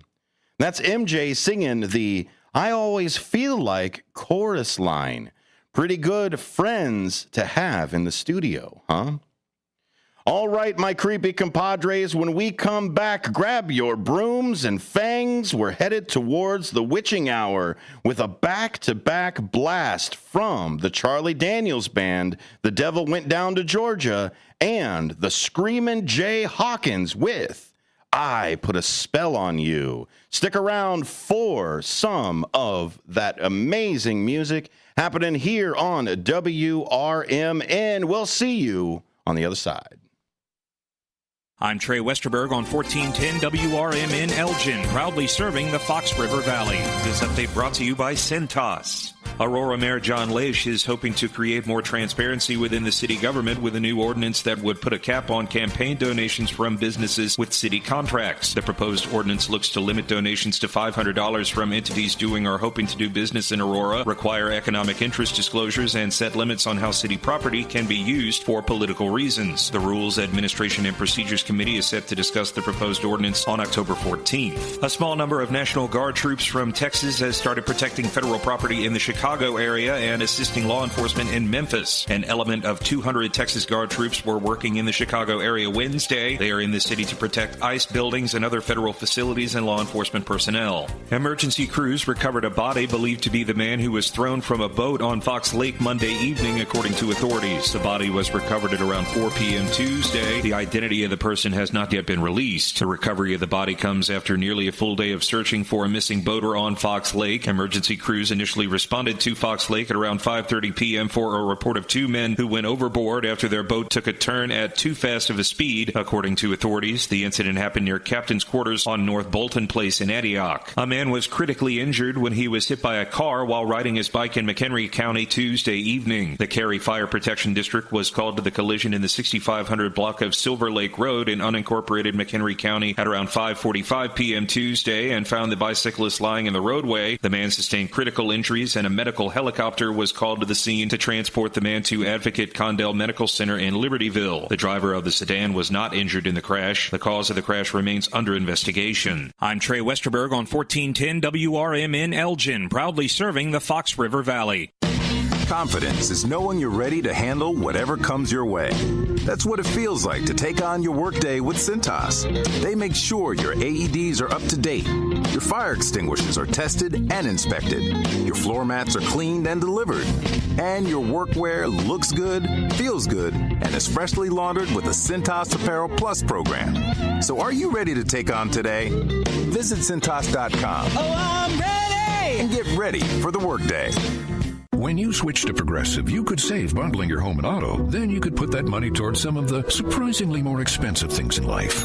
May I help you? I just wanted to request a late checkout, please. Of course. That's $30 per hour for up to 4 hours. Huh. Okay, but if you can offer a late checkout, then that probably means no one is staying in that room. So if it's empty, maybe I can just stay a few extra hours. Oh, aren't you adorable? Life costs a lot, so bundle and you could save with Progressive. Progressive Casualty Insurance Company, affiliates, and other insurers. Not available in all states. Are you dreaming of a getaway? Want to leave the stress of daily life behind? Whether it's a relaxing cruise or an adventurous land escape, planning the perfect vacation doesn't have to be a hassle. At Cruises International, they specialize in vacation destinations, land and sea, making your dreams come true. Located at 1721 Moon Lake Boulevard in Hoffman Estates. Cruises International isn't just about booking travel. They're your personal concierge, trusted travel advisor, and advocate. Your preferences are unique, and they'll take the time to understand exactly what you're looking for. From personalized service to their global network of specialists, they ensure that your vacation is tailor-made just for you. It's time to plan the vacation of a lifetime. Call 800-255-7447. That's 800-255-7447 today and speak to a cruise and vacation expert. Cruises International. It's time to set sail to your dream destination. This is Sarah Silver with your Fox Valley forecast. Today, a chance of rain showers before 4 p.m. Cloudy with a high near 65. Windy with gusts up to 25 miles per hour. Tonight, partly cloudy with a low around 43. Tomorrow, sunny with a high near 66. Currently, it is 56 with clear skies. I'm Sarah Silver on the Talk of the Town, WRMN.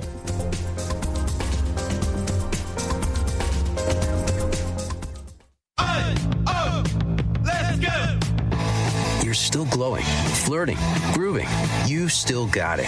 But your immune system weakens as you age, making it harder to fight flu, pneumococcal pneumonia, RSV, and COVID-19. Vaccines are a key part of any health routine and help strengthen your immune response. Ask your doctor or pharmacist which vaccines you need. Schedule in minutes at vaxassist.com. Sponsored by Pfizer.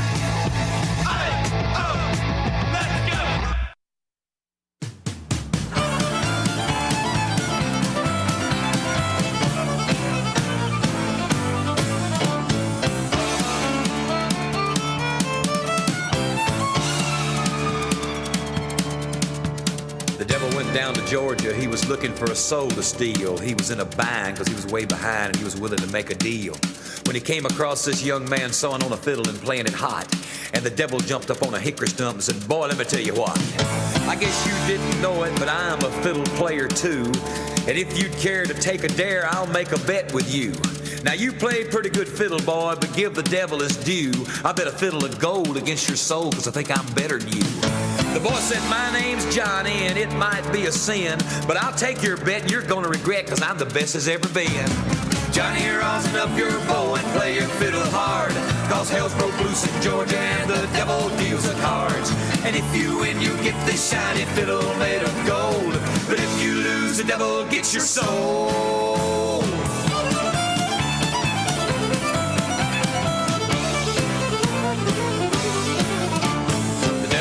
Up his case and he said, "I'll start this show," and fire flew from his fingertips as he rosined up his bow, and he pulled the bow across the strings and it made an evil hiss, and then a band of demons joined in and it sounded something like this.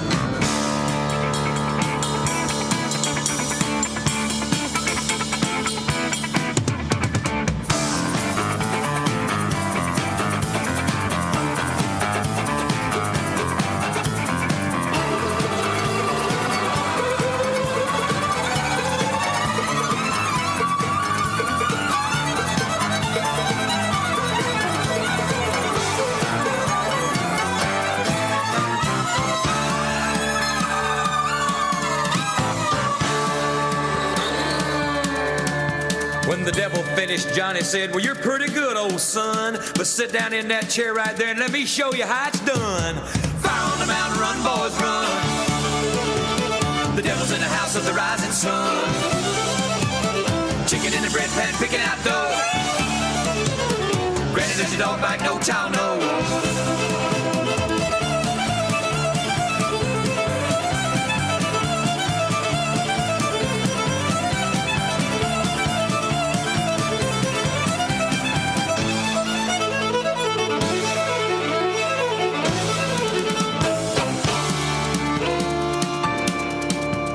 The devil bowed his head because he knew that he'd been beat, and he laid that golden fiddle on the ground at Johnny's feet. Johnny said, "Devil, just come on back if you ever want to try again. I done told you once, you son of a bitch, I'm the best there's ever been." He played "Fire on the Mountain, Run, Boys, Run." Devil's in the house of the rising sun. The chicken in the bread pan, picking out dough. Granny, will your dog bite? No child knows.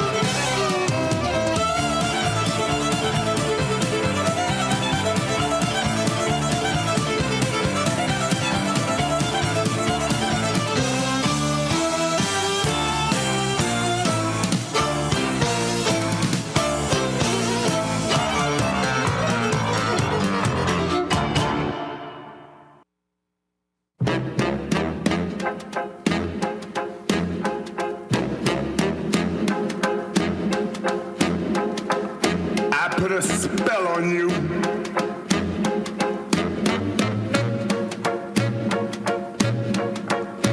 Because you're mine.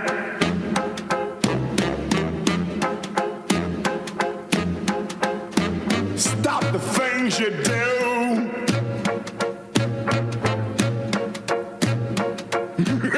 What's up? I ain't lying. Yeah,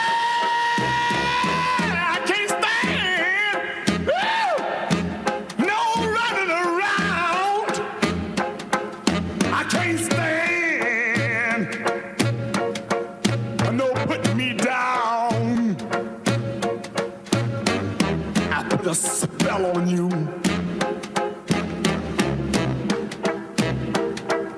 Because you're mine. Oh, yeah.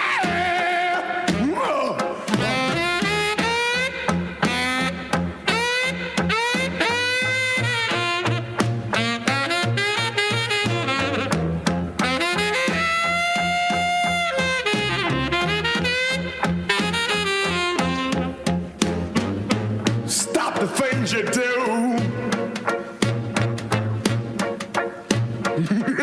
What's up? I ain't lying.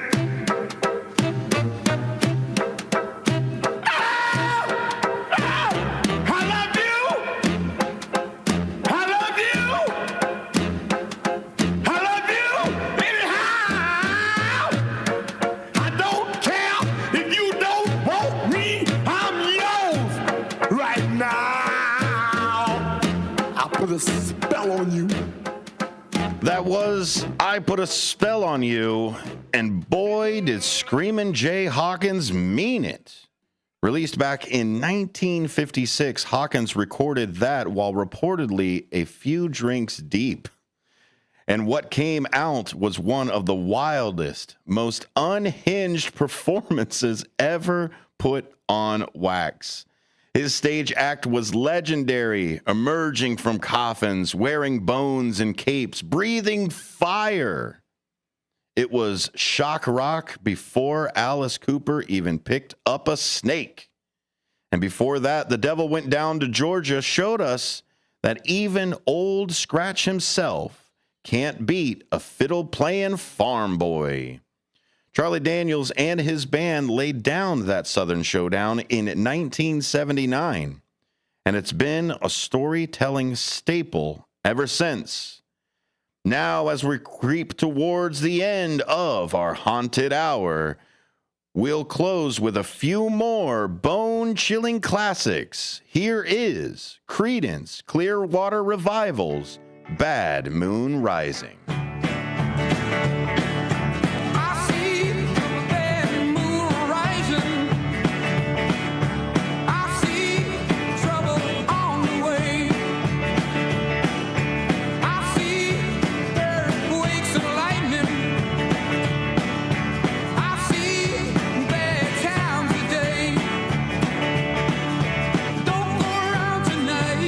Well, it's bound to take your life.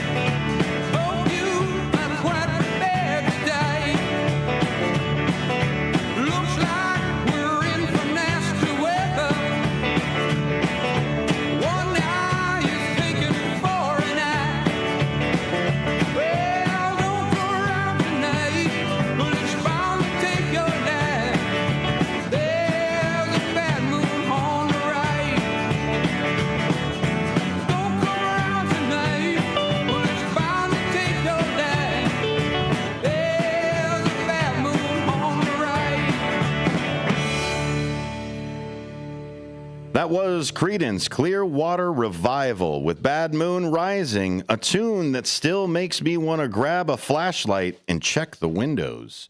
Fogerty warned us there's a bad moon on the rise, and if you look up tonight, that might just be one lighting your way to the dance floor.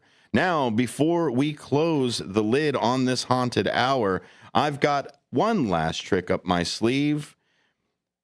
Black velvet sleeve, that is. We've howled, we've mashed, we've fiddled with the devil, but it's time to do the time warp again. That's right, from the 1975 cult classic Rocky Horror Picture Show. Get ready to jump to the left, step to the right, and lose your moral minds. Turn it up and dance like the neighbors already think you're crazy. Toll, but listen closely. Not for very much longer. I remember doing the time war, drinking those moments when the black mist would hit me and the void would be calling. Let's do the time warp again. Let's do the time warp again. It's just a jump to the left. With your hands on your hips.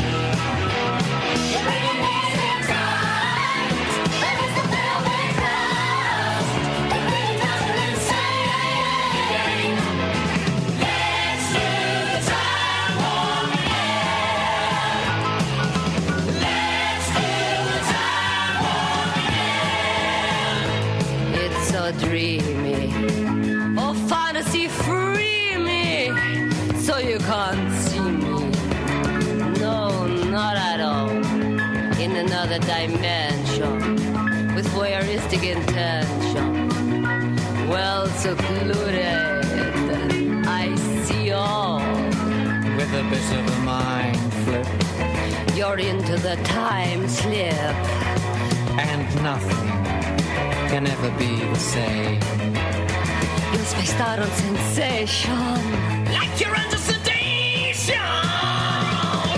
Let's do time warp again. Let's do time warp again. Well, I was walking down the street just a having a thing when a stinky big guy gave me an evil wing. He shook me up, he took me by surprise. He had a pickup truck and the devil's eyes. He stared at me and I felt a change. Time and nothing ever would again. Let's do time warp again. Let's do time warp again. It's just a jump to the left. With your hands on your hips.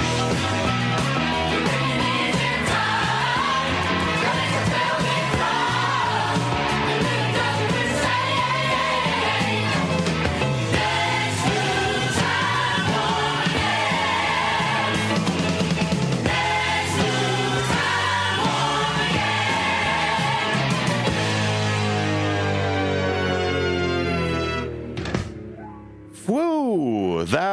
That's what I'm talking about. If that doesn't raise the dead, nothing will. What a night, folks. We've been through monsters, werewolves, devils, and even a little interdimensional boogie. And before the Crypt Keeper kicks us out, we're going out in style with a bash for the dearly departed. This one's the ultimate graveyard groove from 1985, when Danny Elfman and his band of merry misfits, Oingo Boingo, turned the afterlife into a full-blown dance floor. So dust off your coffin lids, grab your ghostly partners, and join the party for No One Alive.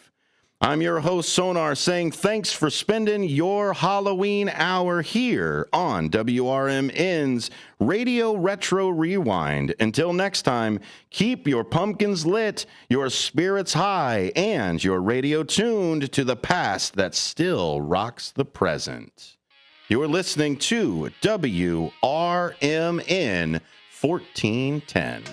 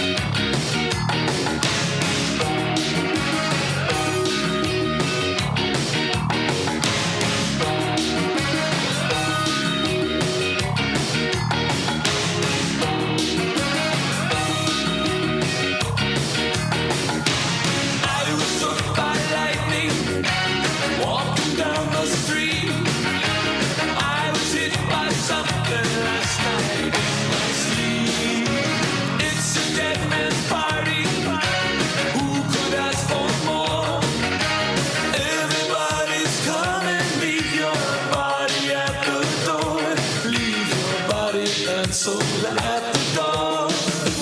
Don't run away from me. Don't be afraid of what you can't see. Don't run away, it's only me. Don't be afraid of what you can't see.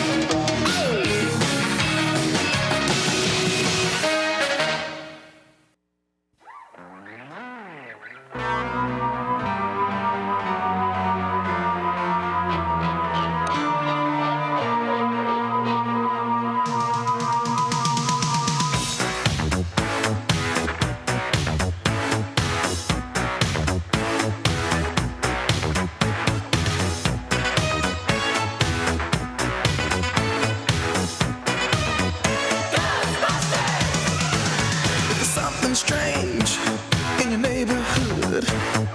Who you gonna call? Ghostbusters! If there's something weird and it don't look good, who you gonna call? Ghostbusters!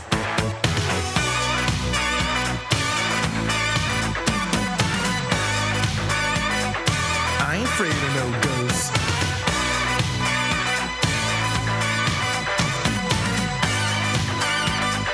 I ain't afraid of no ghosts.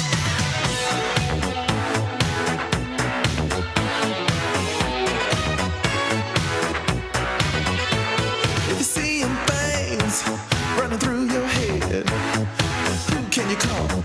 Ghostbusters! An invisible man sleeping in your bed. Oh, who you gonna call? Ghostbusters!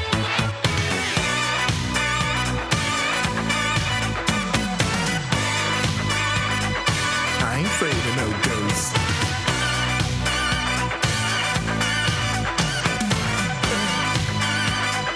I ain't afraid of no ghosts. Who you gonna call? Ghostbusters! If you're all alone, pick up the phone and call Ghostbusters! I ain't afraid of no ghosts. I hear it likes the girls. I ain't afraid of no ghosts.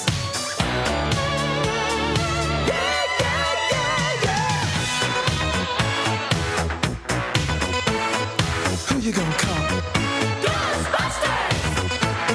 If you had a dose of a freaky ghost, baby, you better call Ghostbusters!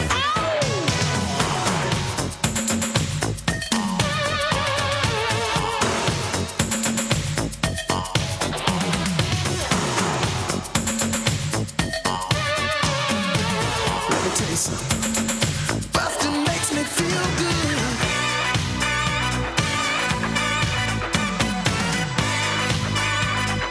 I ain't afraid of no ghosts.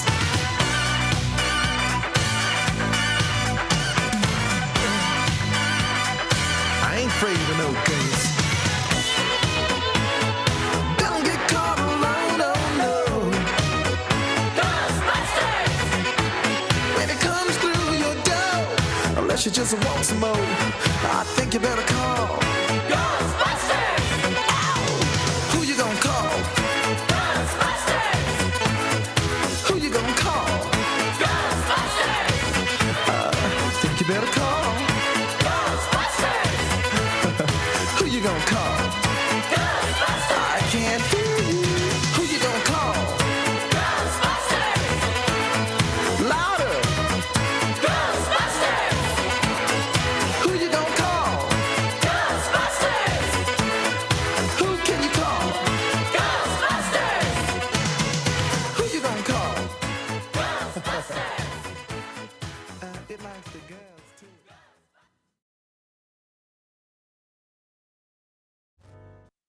When your car is making a strange noise, no matter what it is, you can't just pretend it's not happening. That's an interesting sound. It's like your mental health. If you're struggling and feeling overwhelmed, it's important to do something about it. It can be as simple as talking to someone in your community, or just taking a deep, calming breath when you need it. Nice. For mental health resources, check out loveyourmindtoday.org. At loveyourmindtoday.org, you'll find information that may help you get through a tough time. Things like tips for dealing with stress, how to navigate difficulties like financial worries, anger, substance use, and more. You can also find real stories of how people navigated their own mental health challenges. Because once you start to address the problem, you can go so much further. Visit loveyourmindtoday.org. That's loveyourmindtoday.org. Brought to you by the Huntsman Mental Health Institute and the Ad Council. Your hometown radio station since 1949. We are WRMN AM 1410. Elgin time, 11 o'clock.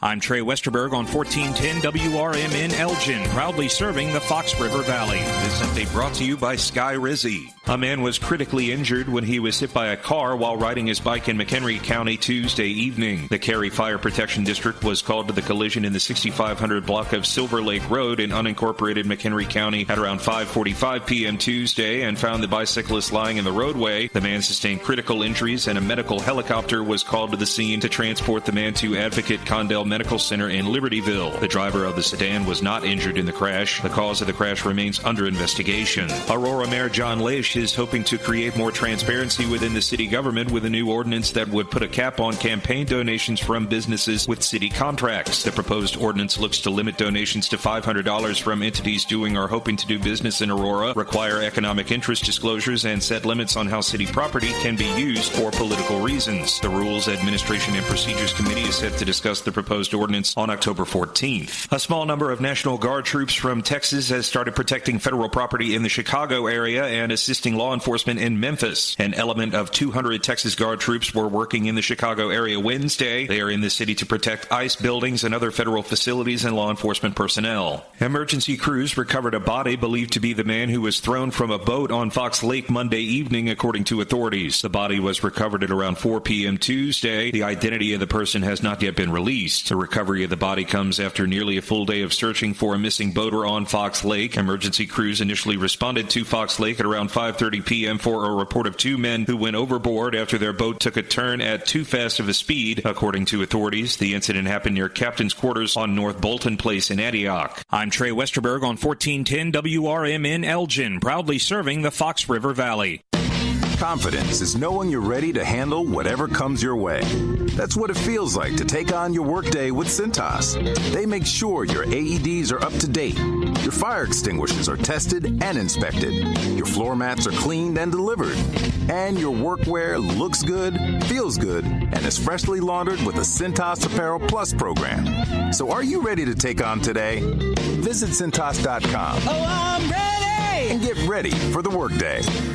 As a fan, you know all the important sports cliches. And when you save money by bundling your home and auto with Progressive, you can get out there and give it 110%, even though that's mathematically impossible. And remember, failure is not an option. Well, it's always an option, just not a good one. But you're not worried because you've got ice in your veins. You're on fire. How can both of those things be true at the same time? Well, that's between you and your doctor. So get out there and leave it all on the field. Leave what? Who cares? Just leave it and save with a bundle from Progressive. Progressive Casualty Insurance Company affiliates and other insurers, not available in all states or situations. I'm Trey Westerberg on 1410 WRMN Elgin, proudly serving the Fox River Valley. This update brought to you by Cintas. Aurora Mayor John Leish is hoping to create more transparency within the city government with a new ordinance that would put a cap on campaign donations from businesses with city contracts. The proposed ordinance looks to limit donations to $500 from entities doing or hoping to do business in Aurora, require economic interest disclosures, and set limits on how city property can be used for political reasons. The Rules, Administration, and Procedures Committee is set to discuss the proposed ordinance on October 14th. A small number of National Guard troops from Texas has started protecting federal property in the Chicago Chicago area and assisting law enforcement in Memphis. An element of 200 Texas Guard troops were working in the Chicago area Wednesday. They are in the city to protect ICE buildings and other federal facilities and law enforcement personnel. Emergency crews recovered a body believed to be the man who was thrown from a boat on Fox Lake Monday evening, according to authorities. The body was recovered at around 4 p.m. Tuesday. The identity of the person has not yet been released. The recovery of the body comes after nearly a full day of searching for a missing boater on Fox Lake. This is Sarah Silver with your Fox Valley forecast. Today, a chance of rain showers before 4 p.m. Cloudy with a high near 65. Windy with gusts up to 25 miles per hour. Tonight, partly cloudy with a low around 43. Tomorrow, sunny with a high near 66. Currently, it is 56 with clear skies. I'm Sarah Silver on the Talk of the Town, WRMN.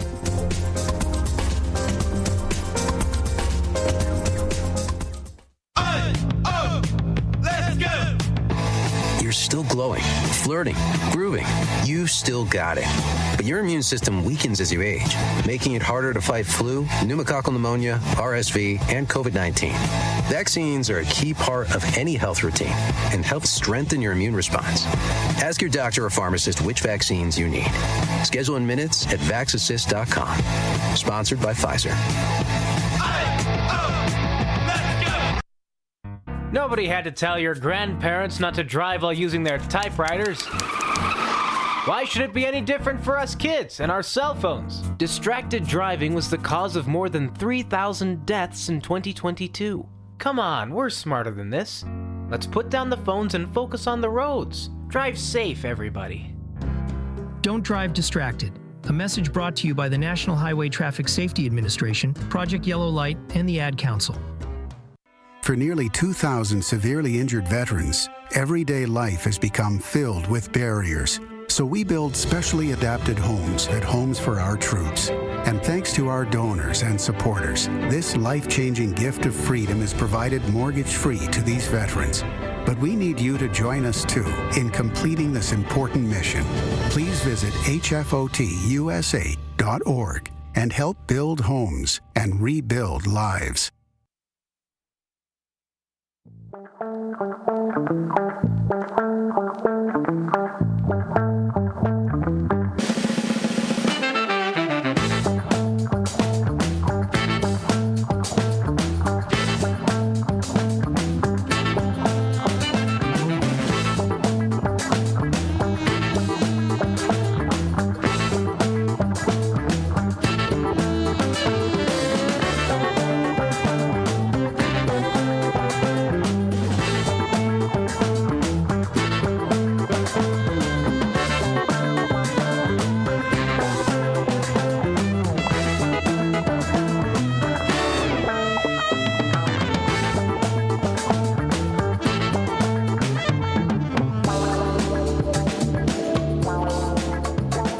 Everybody, welcome to Out to Lunch here on WRMN AM 1410, broadcasting live here from Studio 14, serving you, the Fox River Valley area. Thank you so much, everyone, for tuning in today and being a part of the conversation here with us. We hope you're enjoying the morning here as we kick it off to the 11 o'clock hour. I know it did rain a little bit here, a little earlier today, just a little bit of a drizzle, but it looks like those clouds are starting to clear and we're starting to see some more blue skies outside here for the forecast, the area forecast. So we've got some great things here, of course. It looks like we are seeing high of about 64 degrees for today. We're going to be seeing it dropping down to a low of 46. Chance of rain at about 15%, so it was just a little bit of a pocket of some time that we had some rain. Now this weekend, we see a high of 67 and a low of 46, partly cloudy. And then for Sunday, a high of 71 and a low of 52. So the temperatures are going to start to rise just ever so slightly, but then they do drop back down, and then they rise a little bit into the early 70s, back down into the 60s. We see pretty much for the majority of the rest of October being in the 60s as our highs and lows in the 40s. So if you want to check out more information on that, you can visit the Weather Channel's website, weather.com. You can also check out AccuWeather, or even just go on your phone and check it out for yourself. As you know, October has been quite a busy month. There's been a lot of things going on, a lot of different events, specials, celebrations that are happening too, including remarkable milestones right here in the community.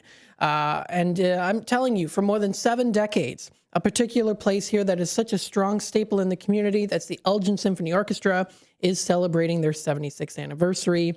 And of course, some upcoming seasons and so much more in store for you, the community, to enjoy. Embark on the journey of the beauty of music, enriching lives and inspiring audiences of all ages. And we are very pleased and welcome today to have Mark Thayer, who is the CEO of Elgin Symphony Orchestra, in the studio with us this morning. How are you doing today? Great. Good morning. Thank you so much for having me here today. It's great to be here. Absolutely. Thank you for taking the time and energy to come here. Well, it's a pleasure. And as you said, we are very excited to get started this weekend. We spend all year planning for those concerts, and it's finally time to get going. And we paid extra for that nice weather, so you have every reason to come out and enjoy a concert at the Hemmans. If you haven't seen the new addition on the front of the Hemmans, you should come and check that out. It's a beautiful addition to the lobby space. Absolutely. Now, for first-time listeners here, if you want to give yourself a little introduction on yourself and how you became CEO of Elgin Symphony Orchestra. Sure, my pleasure. I've always been a musician, lots of musicians in my family. I'm a violinist. I studied violin in college and have worked at orchestras ever since. I was with New World Symphony in Miami and then many years with St. Louis Symphony and enjoyed that a lot. Previously, I worked at an orchestra in New Hampshire, very similar to Elgin Symphony. And like Elgin, we were right outside the big city, and most of our musicians are professional musicians that come and work with us from Chicago. There it was Boston. So we're lucky to have many of the finest musicians in the area playing with Elgin Symphony. Absolutely. You get a wide range of different folks from different backgrounds who are all passionate about music and passionate about the community as well, too. And I think that's a really big reason why ESO has thrived for so long, is because there's such a strong stakeholder in the community and folks are interested. Absolutely. We have a very loyal audience. We are very proud of our musicians, and many of them have played with the symphony 20, 30, 40 years. They also love coming here and performing together. And with the new addition at the Hemmans, it's a better experience for everybody. Our audience is amazing. They're very loyal. We wouldn't survive without them. And we have 2 concerts coming up this weekend, Saturday night, 7:30, and Sunday at 2:30, but we're almost sold out. If you have to come Sunday, you better call within the next half an hour. We have a few seats left. Absolutely. Folks, I want to let you know, too, again, celebrating the 76th season this year is Elgin Symphony Orchestra, if you're just tuning in right now. What do you think has been the key to its longevity and continued relevance in the Fox Valley? Are there any other components that, I know that I mentioned, of course, community members, folks that are interested in music, but is there anything else that you would like people to know as to, you think is a key to why it's been going on for so long? Well, first of all, the focus is on quality. We make sure we present the best quality concerts. They're all professional musicians. They are union members. These are some of the best musicians in the Chicago area. And they also work with lyric opera, with Broadway shows downtown, with other orchestras in the area. So our focus is on finding the best musicians, presenting the best concerts possible. But we also have a priority of being involved in the community, and the musicians love to work with students and schools in the area. We do a lot of community concerts and present musicians in small groups of 3, 4, and 5 in smaller venues throughout the area, doing different kind of community concerts. We were at the library last week. We have a lot of small venues in the area and neighboring communities, and that's important to us to be as involved with the community as we can. We have a big focus on collaborating with our Latino community and making sure everybody in the Elgin area feels welcome and invited to come to our concerts. One programming special feature coming up October 30th is a concert celebrating Dia de los Muertos, and that's a co-presentation with the city of Elgin, and we partner with the Gail Borden Public Library and present a concert with the symphony that features local Mexican and Venezuelan singers, musicians, and dancers. We started that last year. It's a lot of fun. That's October 30th at 7:30. Awesome. Now, what inspired ESO to bring this tradition for this year's Dia de los Muertos concert to the concert stage?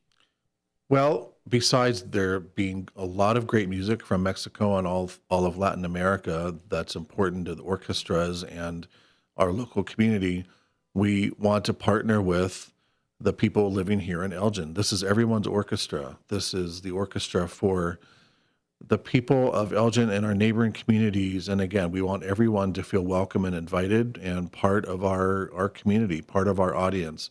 So it's been a lot of fun to work with local musicians, singers such as Jose Diaz, the folkloric dance company that's based at Elgin Community College. They'll be performing with us live on stage October 30th.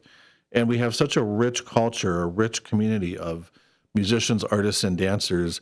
We'll be featuring local artists with their work in the lobby that night. And we're opening extra early.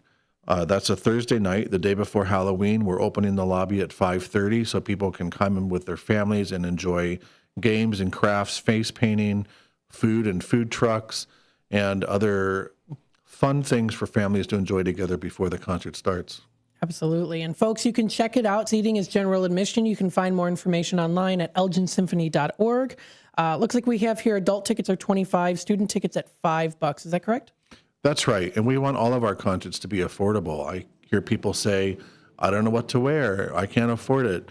We don't care what you wear. And we want everyone to feel like they can come as a family to concerts. So tickets to all of our concerts starting this weekend start at $20. Students are $10, but kids under 18 are free if they come with an adult. So bring your family. A family of 4 could come for $40. And we think that's reasonable. Our musicians are some of the best in the area, and we pay them as much as we can, but we also want to be accessible and available to our community. So this is something for families to enjoy together. We often see 3 generations coming, especially at the holidays. Our holiday concerts are a big hit. Those are on December 13 and 14, and they do sell out early, so I would buy your tickets soon if you can. Absolutely. I know people who are listening in might have just heard also at the beginning of this interview that Concerto in F is going to be playing. That's starting tomorrow. So if you want to tell us a little bit about what can people expect with this experience? Yeah, tomorrow's a really fun concert, and believe it or not, it's all American music this weekend. And we usually do lots of Beethoven and Tchaikovsky and music that people know and love. We're starting with a program of American music, and the Gershwin Piano Concerto in F will sound a lot like Rhapsody in Blue. You can tell it's the same composer. It incorporates a lot of jazz and American styles of music into this piece. Fantastic pianists coming to visit and perform with the symphony. Orion Weiss will be performing the Gershwin Saturday night and Sunday. And we're also presenting a symphony by Howard Hanson, an American who lived in New York, early part of the 20th century. And this symphony is nicknamed the Romantic Symphony because it sounds like very lush, beautiful romantic music. You'll think it was a European from the 19th century, but it's also exciting. I think it sounds like movie music. If you were watching a really fun, exciting movie, you would hear this music. And of course, in the middle, there's the love scene and then the fight, and then everyone wins at the end. So coming here, it's fun, exciting music and really beautiful. You'll love it.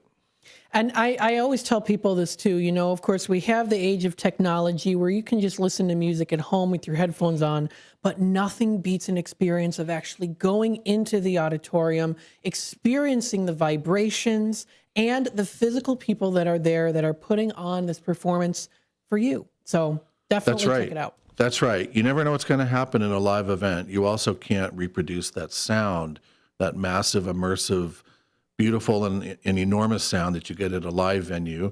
You never know if the conductor is going to throw his baton at the orchestra or someone's going to fall off stage. You've got to come and see. Our music director is Chad Goodman. He's an incredible musician, full of energy and charisma and great experience. He will take some time to talk to the audience about the music and the composer and what's going on in the music and what to listen for. So it makes it fun and accessible. It's great to experience something live, get to know people, talk to your neighbors. There's nothing like the environment with a lot of people, also the energy that the audience brings. And you can come, have something to eat, have something to drink. You can take your drinks into the concert while you're listening. And it's really a fun experience. We'll have guitarist Michael Herndon playing in the lobby before the concert and an intermission. And it's just a fun night out. Bring your friends, find out what I'm talking about. Everyone that comes once says, gosh, I wish I'd done this before, and I can't wait to come back. I think it's cool that you mentioned that during intermission you have music that's continuing to play. It keeps people still in tune and interested and grasp in that whole day of music. That's right. And people think, oh, I don't like Mozart. Well, maybe you do, maybe you haven't heard it, but we do lots of kinds of music. We do all different styles of music. After the concert tomorrow night, we're having an after party in the upstairs in the new event space, and we have a DJ there who will be presenting a lot of different kinds of music, and you can dance, come and eat and drink, and just experience a fun night out with all different kinds of music. We don't just do classical music. We do all different styles of music. And that's what's fun about a symphony orchestra. The flexibility is endless. We do a lot of jazz. We have musicians that do a lot of bluegrass and folk music. In January, we're partnering with Schomburg on stage and presenting Hunchback of Notre Dame live on stage January 11. So we do a little of everything, something for everybody. I love it. That's great. What's also great too is, of course, like you said, you do a little something of everything, and that includes beyond the main stage concerts. You also have emphasized smaller ensemble performances throughout the Fox Valley. I know that you're going to be at the St. Charles Public Library October 19th. So kind of tell us a little bit about these and how do you think that these events can help deepen community connections? Well, as I said, our musicians love performing in small ensembles and coming out to meet our audience in their communities, whether it's in Elgin or neighboring communities. We send string quartets and trios to churches and retirement homes, and we also perform regularly in hospitals and hospices and in schools. But we love having our musicians perform in other organizations' series, like the Gail Borden Library, the St. Charles Library. We are presenting our brass and percussion section again this year, presenting a holiday concert, which is really fun just to feature the brass. It's such a beautiful sound. They'll be at St. Anne's Catholic Church in Barrington and also in Schaumburg and in St. Charles this year for the first time. And it's a wonderful holiday concert the week before our big holiday celebration at the Hemmons with the full orchestra. It's a way to feel like you get to know our musicians a little bit, hear them in different contexts, hear a smaller ensemble and hear individuals that you might not hear as a large group playing all together. Then there's a chance afterwards to talk to them, say hello, meet them. They love to meet our audience. They love to know who's there and what was your experience, what was your memory or perception of that concert. It informs us, and we want to know our audience. We want to know what their reaction is to a concert. And we hope that by now the symphony orchestra's audience trusts us to present music that you'll love and enjoy, even if you don't know it in advance. Mm-hmm. Absolutely. Now, as a CEO, I'm sure you wear a lot of different hats. And so how do you go about choosing specific songs to play in concerts, or do you allow the conductors to have a little bit of freedom with that? Our music director and some of our artistic staff plan our concerts, and they, of course, think about, is this something the audience will enjoy? Mm-hmm. How many musicians will we need to perform this? How long ago did we play this piece, or is it new for us? And there are a lot of issues involved. Of course, some of them are budgetary, and that's where I get involved, and we're very pleased that we're finding ourselves on very stable financial grounds these days. We ended last year without a deficit for the first time in over a decade, and we're very grateful to our patrons and our donors and our corporate sponsors. We wouldn't survive without them. Ticket sales cover about a quarter of our costs, and we rely on donors and sponsors for the rest. So that dictates a lot of what we're doing. But again, our focus is on the highest quality performance, and we're able to present a wide variety of music and musicians within our limited budget. Absolutely. Well, I want to thank you again for coming onto the air today, talking with us about the 76th anniversary, all of these wonderful concerts that are going to be out there too. You don't want to miss out on these great experiences. And of course, in the next coming months and in the year, we'll definitely be keeping you in tune with the Elgin Symphony Orchestra. Now, as you look ahead, what role do you see the ESO playing in shaping cultural identity of the region? And what do you hope to see for the future of Elgin Symphony Orchestra? It's a good question, and it's something we talk about every week, and we're thinking ahead, we're planning ahead.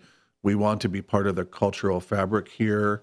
We want to be part of the cultural education available to people here. And we want to honor and celebrate the culture and music and arts that people bring here from many parts of the world. We expect to be presenting great music of all different styles from the past 400 years and new music coming out now. We hope for another 75 years. And with our terrific, loyal audience and donors, I think that will be possible. But we'd love to see new people at concerts.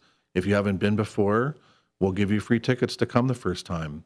We invite people moving to this area to come for the first time for free. And feel free to call our box office. Carmen is on the phone ready to talk to you in English or in Spanish, and we'd love to see you tomorrow night or later in the month for Dia de los Muertos. And November 8 and 9, we present a concert of Mozart and Mendelssohn. Really beautiful music. That's my promise to you. I love it. Now, we still have a couple minutes left, so I wanted to talk to you. I noticed that you have a nice pamphlet there, or would you call it pamphlet or flyer? Yeah, it's our season brochure, all the concerts coming up. Now, where can people find that brochure? Well, the fastest way to find our concert information is at elginsymphony.org, and we're frequently adding new events to the website that may not be in an old printed piece, but our office has lots of printed materials if you'd like to take that home and look it over. And if you call and get on our mailing list, we're happy to have you. We do a lot of email and social media advertising, and we'd love to talk to you in person. Stop by the office. We're at 20 DuPage Court, right next to the Chamber of Commerce on the new DuPage Courtyard that's just been renovated. Or give us a call in the box office, 847-888-4000. And we'd love to talk to you and meet you in person and hope to see you at a concert sometime soon. Absolutely. And folks, if you want to check out more information, of course, feel free to visit their website, elginsymphony.org. You can also find them on Facebook. So you do have your Facebook page up here as well, too. So if folks want to check out information on that, you posted already here for WRMN. Thank you so much. Very nice. And you also have a really well put together website, too. Now, do you usually help to design the website, or do you, review the website, or how does that usually play out with who's in charge there and who does all of the website design? Because it's really well put together. Thank you. Fortunately, it's not me. That's why it looks so good. We have terrific staff and marketing and graphics people and PR folks. Donna Lake, Macaulay, a lot of people help out with that, and we're lucky to have a great staff. They're very dedicated and work hard on that. So do stay tuned to the website. That's where we can post new information the fastest. And please, again, give us a call and get on our mailing list.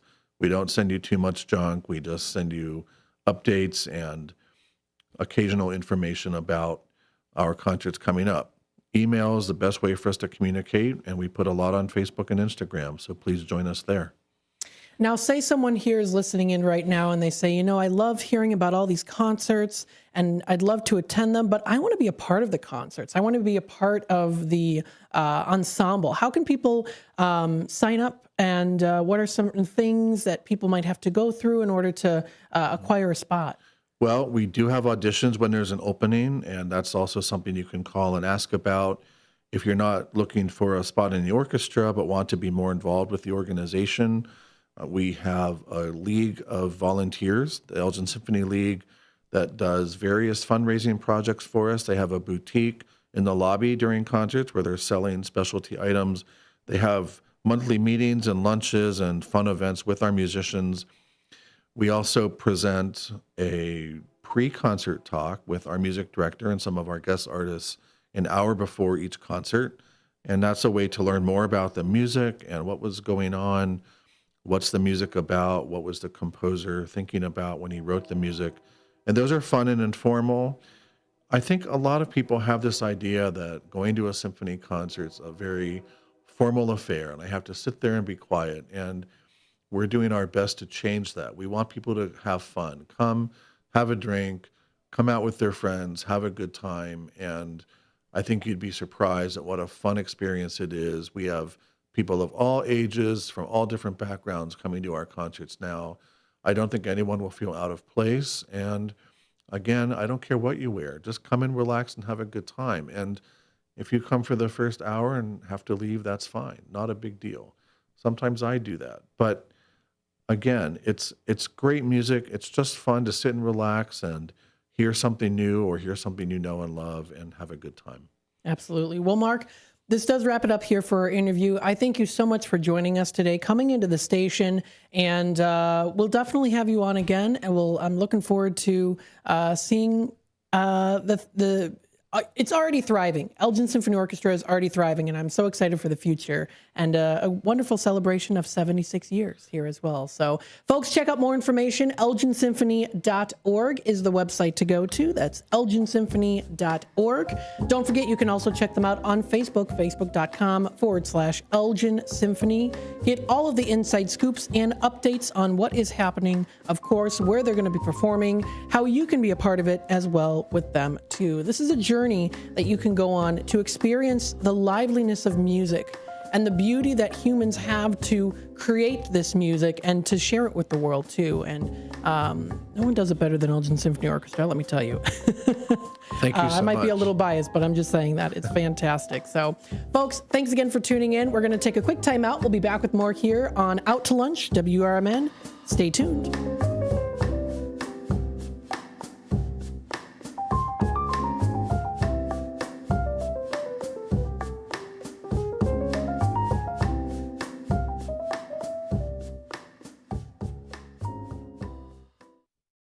I'm Trey Westerberg on 1410 WRMN Elgin, proudly serving the Fox River Valley. This update brought to you by Sky Rizzi. A man was critically injured when he was hit by a car while riding his bike in McHenry County Tuesday evening. The Cary Fire Protection District was called to the collision in the 6500 block of Silver Lake Road in unincorporated McHenry County at around 5:45 p.m. Tuesday and found the bicyclist lying in the roadway. The man sustained critical injuries and a medical helicopter was called to the scene to transport the man to Advocate Condell Medical Center in Libertyville. The driver of the sedan was not injured in the crash. The cause of the crash remains under investigation. Aurora Mayor John Leish is hoping to create more transparency within the city government with a new ordinance that would put a cap on campaign donations from businesses with city contracts. The proposed ordinance looks to limit donations to $500 from entities doing or hoping to do business in Aurora, require economic interest disclosures, and set limits on how city property can be used for political reasons. The Rules, Administration, and Procedures Committee is set to discuss the proposed ordinance on October 14th. A small number of National Guard troops from Texas has started protecting federal property in the Chicago area and assisting law enforcement in Memphis. An element of 200 Texas Guard troops were working in the Chicago area Wednesday. They are in the city to protect ICE buildings and other federal facilities and law enforcement personnel. Emergency crews recovered a body believed to be the man who was thrown from a boat on Fox Lake Monday evening, according to authorities. The body was recovered at around 4 p.m. Tuesday. The identity of the person has not yet been released. The recovery of the body comes after nearly a full day of searching for a missing boater on Fox Lake. Emergency crews initially responded to Fox Lake at around 5:30 p.m. for a report of two men who went overboard after their boat took a turn at too fast of a speed. According to authorities, the incident happened near Captain's Quarters on North Bolton Place in Antioch. I'm Trey Westerberg on 1410 WRMN Elgin, proudly serving the Fox River Valley.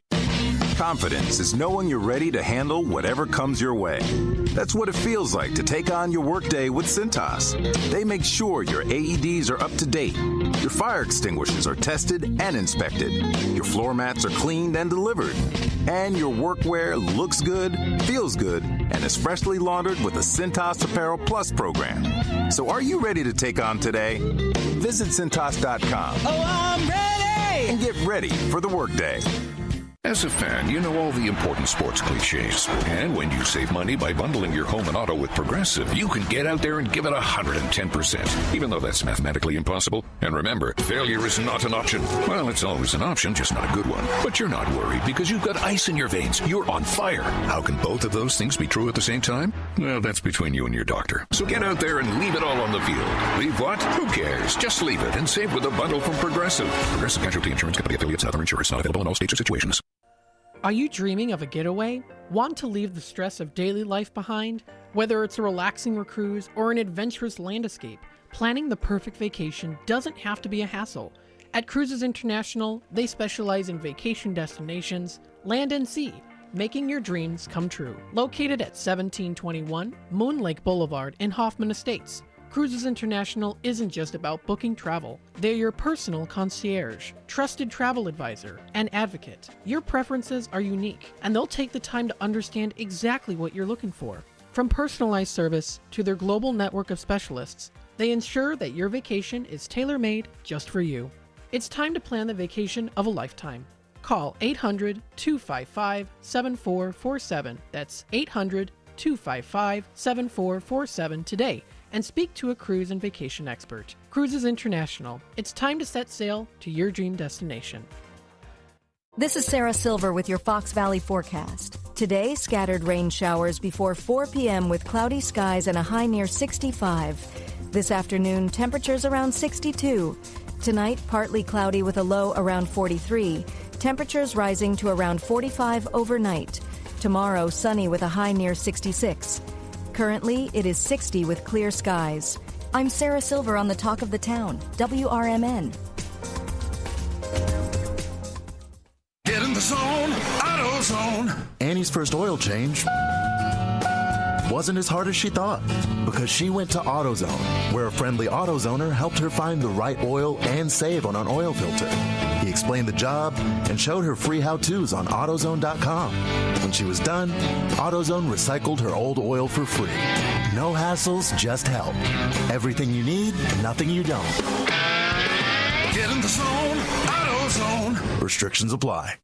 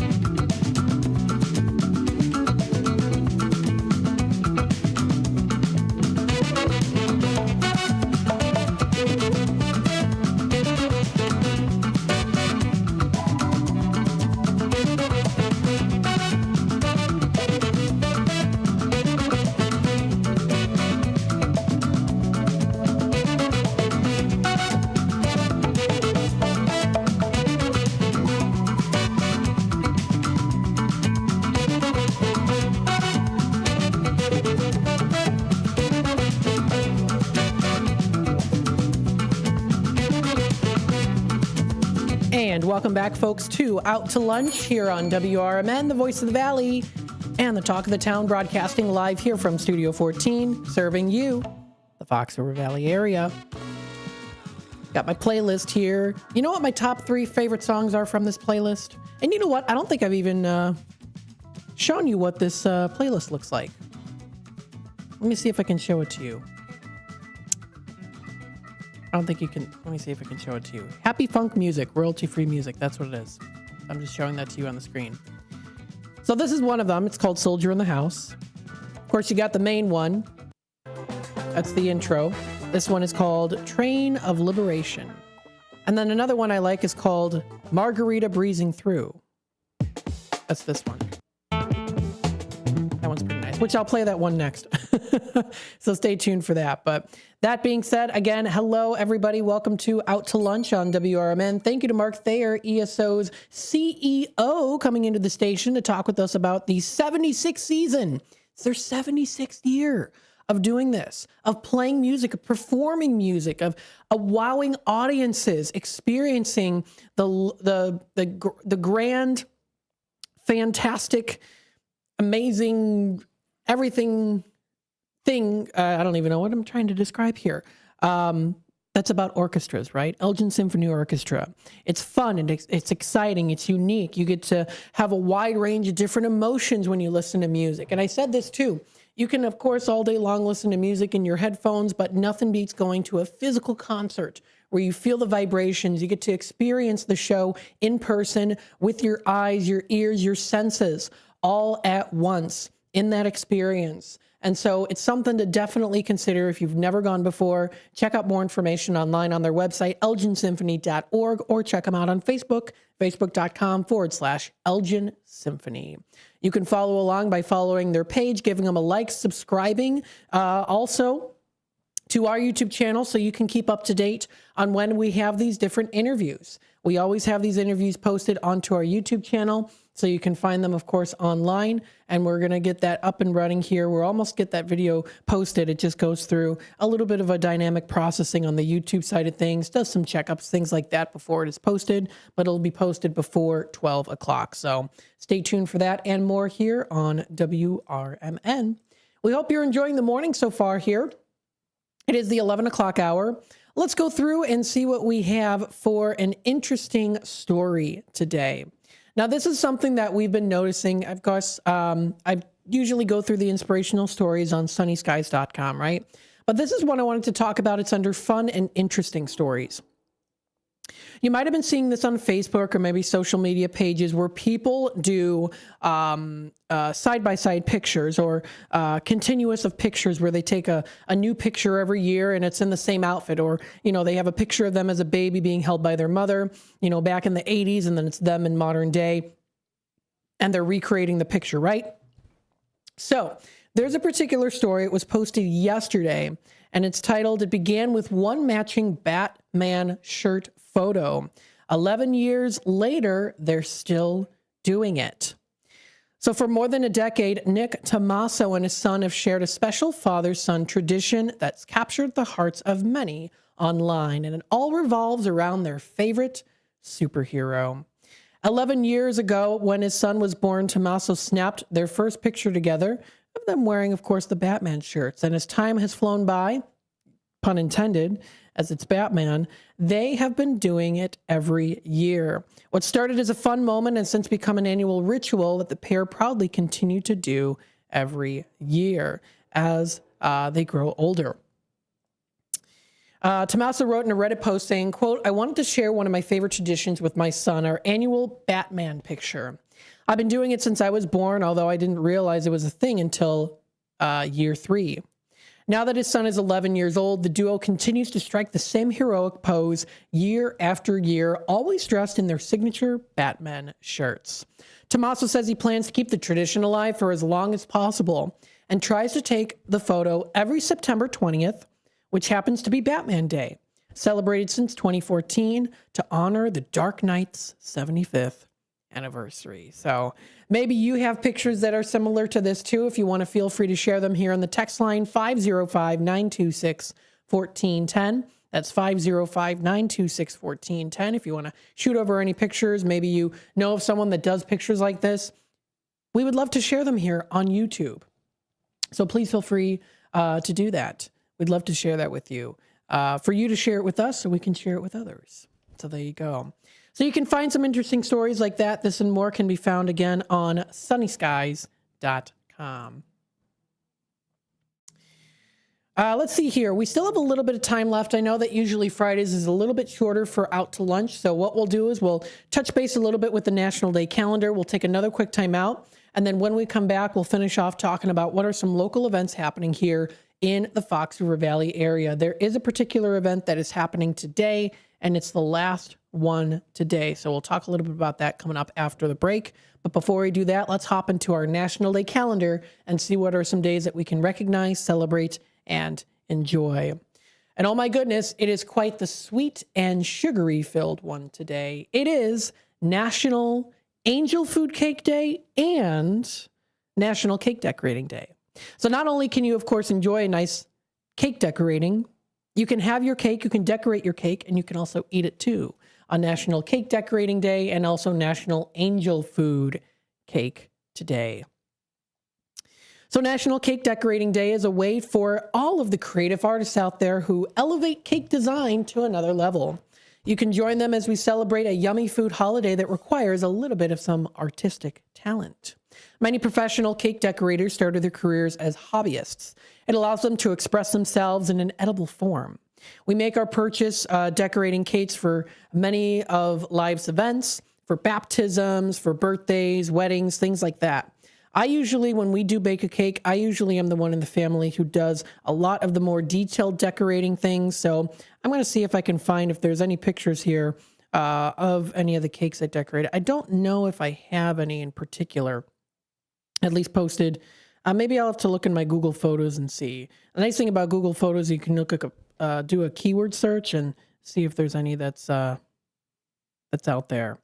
I don't think there's really any that I posted on here that, or at least that I have pictures wise, but I know that there's somewhere. A lot of times I back up stuff to my computer drive at home, and that's where a lot of my pictures are. But nonetheless, still, it is National Cake Decorating Day today. So maybe you yourself have a cake out there that you are proud of, that you have made or that you've decorated before. Again, utilize our text line 505-926-1410 if you want to shoot us a picture.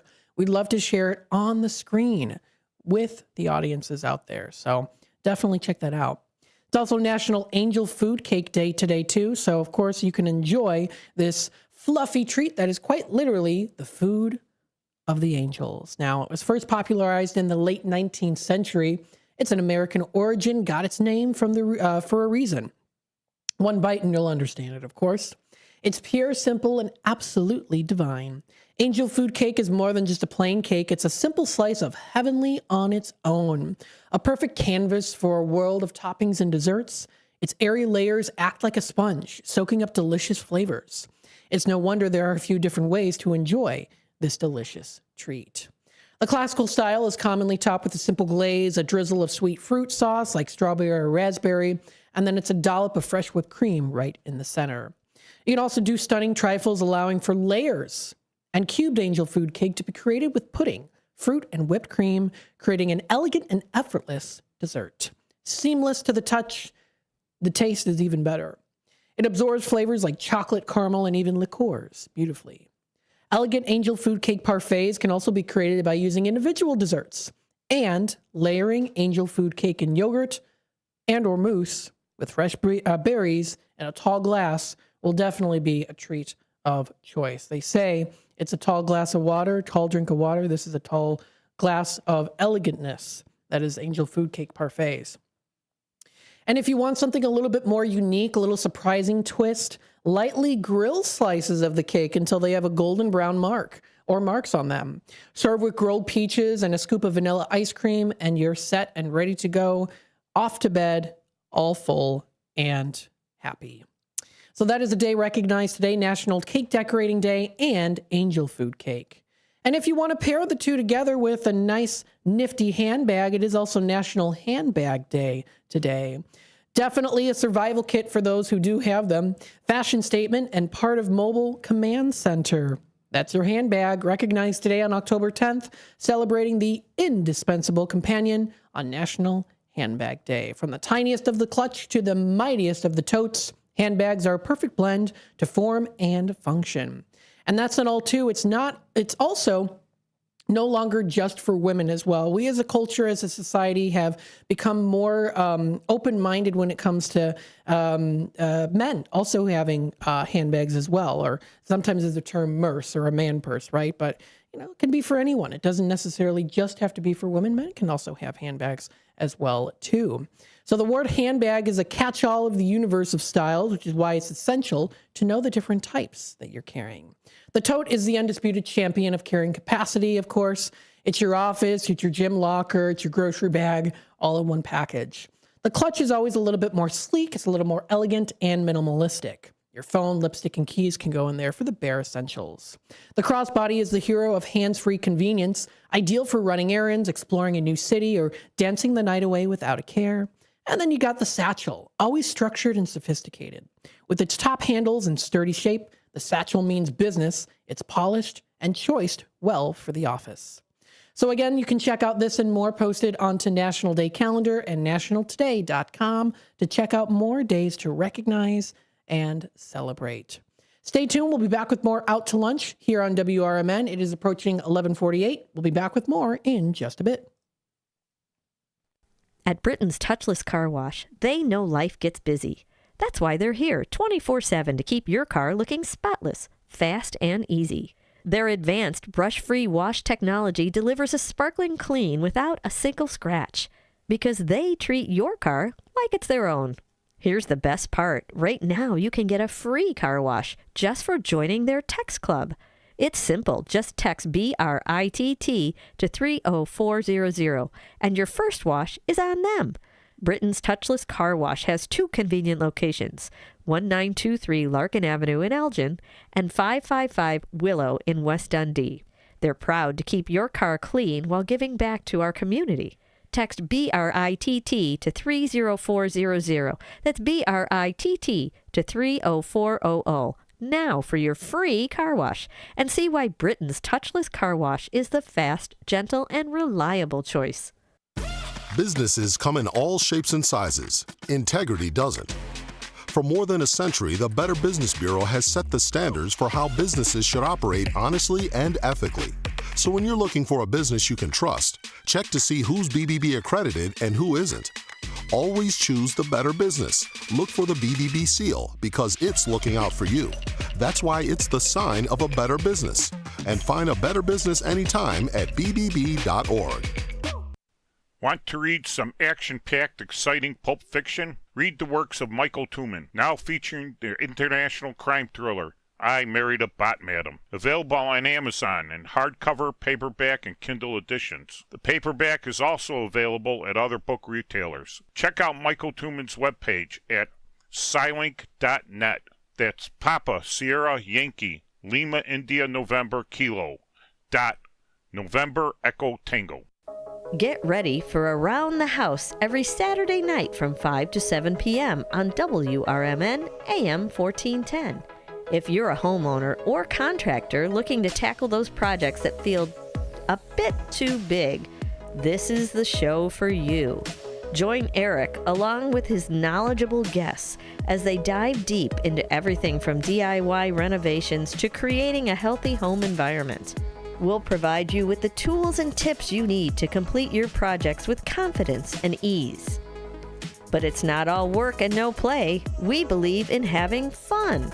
Our passion for home improvement shines through as we help you save time, money, and reduce the stress of DIY.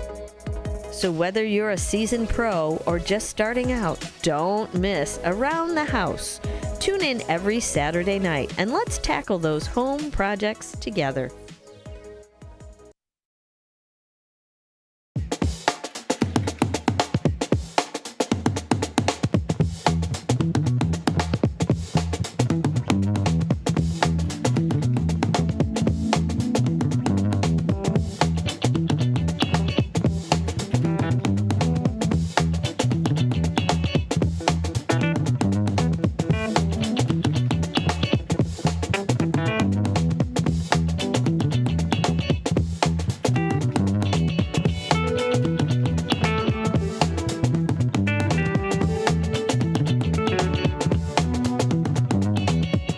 Welcome back, folks, to Out to Lunch here on WRMN, the voice of the valley and the talk of the town. The weather is it's getting a little bit cloudier outside right now. A little bit of a breeze, about 15 miles per hour, maybe.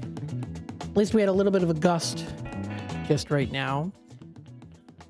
So maybe if you want to go outside, you can. It hasn't, well, it did rain a little bit, but it's not raining right now. It's just a little bit windy outside. Lots of places are open here in the downtown Elgin area, as well as along the Fox River and in the Fox River Valley area. If you want to check out more of that, of course, there's so much to do and see for you, the listeners out there. So definitely feel free to check those out. And we always want to keep you in tune with what's happening here locally in the Fox River Valley area. So we still have a little bit of time left. I wanted to go through what's coming up. We have today. We had today, it's now ending pretty soon, but Gail Borden Public Library currently right now is having their El Mago Magic Show. It's their bilingual magic show. El Mago is entertaining everyone with his tricks for all ages currently right now, and that's going on until 12 o'clock, so about 7 more minutes left. If you go to the Dundee Library, there is some inflatable fun that's going on now until 1 p.m. Bounce through these obstacle courses or try your luck at inflatable games. It's the Schools Out Inflatable Fun. This is at the Fox River Valley Public Library in Dundee. Started at 11 o'clock, still continuing on now until 1 p.m. That's until 1 o'clock. Coming up tonight at Ricky's Rock House, presenting Louder Now, live band emo and pop punk tribute. That will be coming up. That's at 6:30. A night of emo and pop punk music live performed by Louder Now. Now, the doors open at 6:30 p.m. Now, it usually does start roughly. The opener will be at about 6:45 or so. You can buy tickets on their website. Check out more information posted on the social media pages. Now, this is something else that's really cool coming up here around the corner at Martini Room tonight. This is at 7 p.m. and it goes until 9. There is a build your own snack board with Suburban Graze at Martini Room. Now, Suburban Graze is back and will be offering a spread of fresh and flavorful bites to build your very own snack board while you enjoy their electric atmosphere of live music Fridays. Sit back, snack, and sip at Martini Room. You can check the event organizer's social media page for all of those updates. Wanted to let you know today is the last day for the Downtown Elgin Market 2025. Today's the last day. We hope you were able to go out there and have a good time, explore the beauty of these different businesses and organizations, rich in culture and in many different flavors too. It started all the way back on May 23rd, and it will end today, October 10th. And it's going to be from 3 until 7 o'clock. So that's from 3 until 7 today on Riverside Drive. It's the last day they're operating. So they hope to see you there out at the market.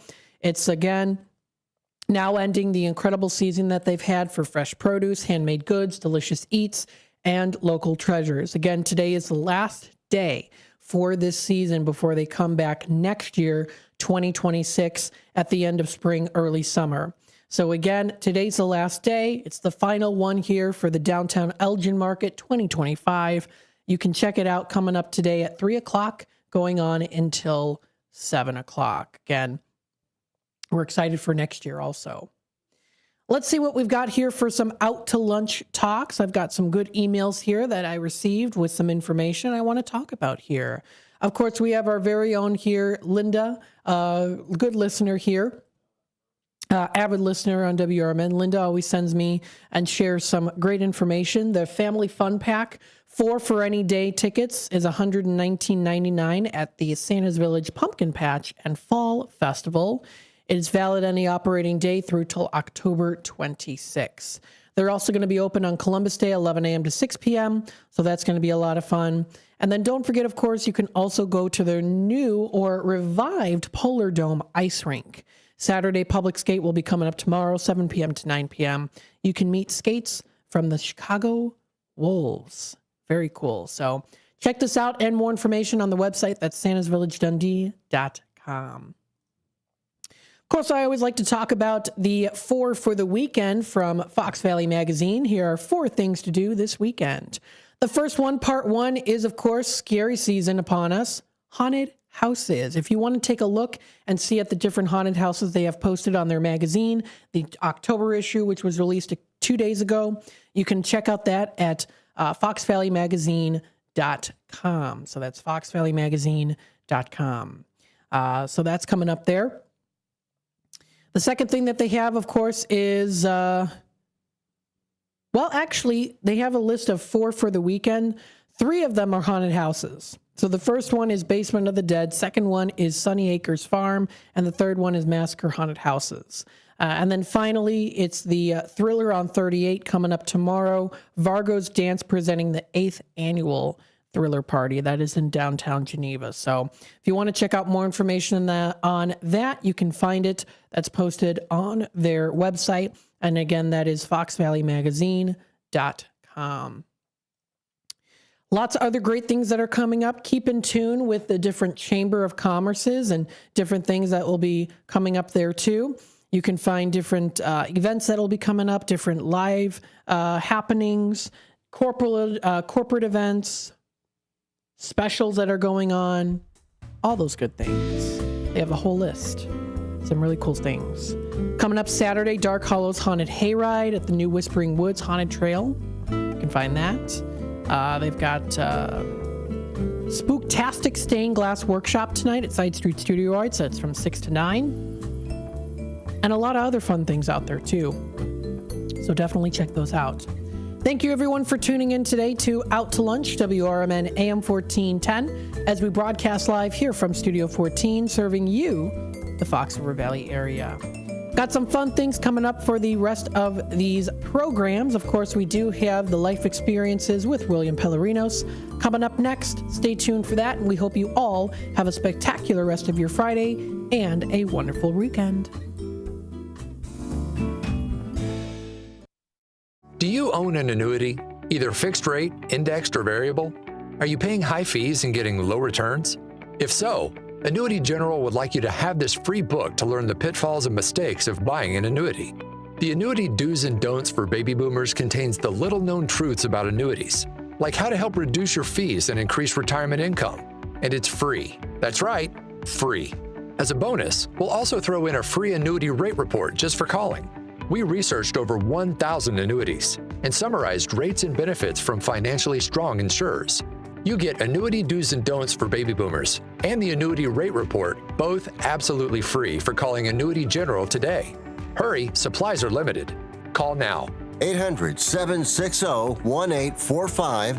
800-760-1845. 800-760-1845. That's 800-760-1845.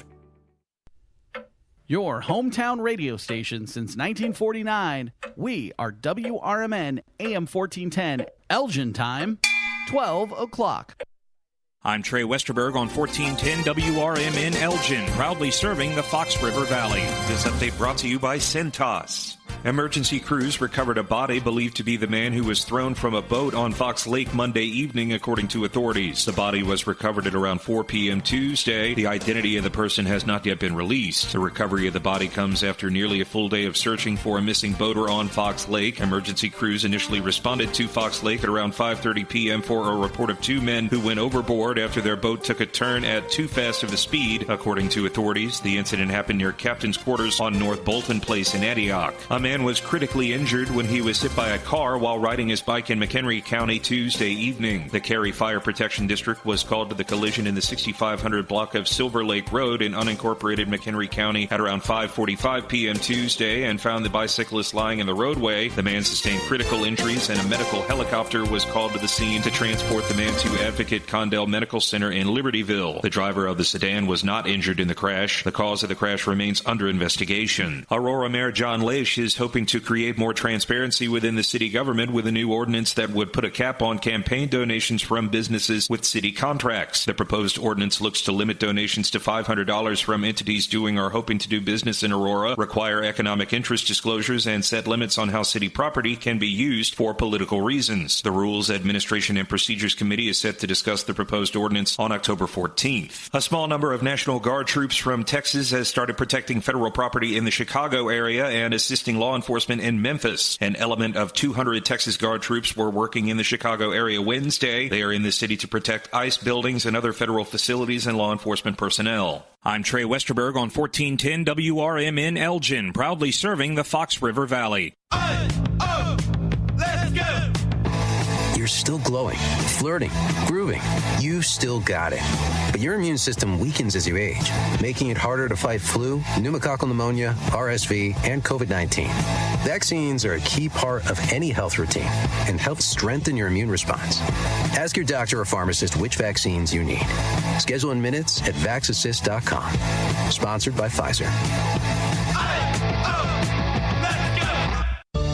Working as a dedicated Fidelity advisor, I always ask, what's important to you? I'll look at those priorities and goals alongside your full financial picture to build a comprehensive plan designed to help grow and protect your wealth.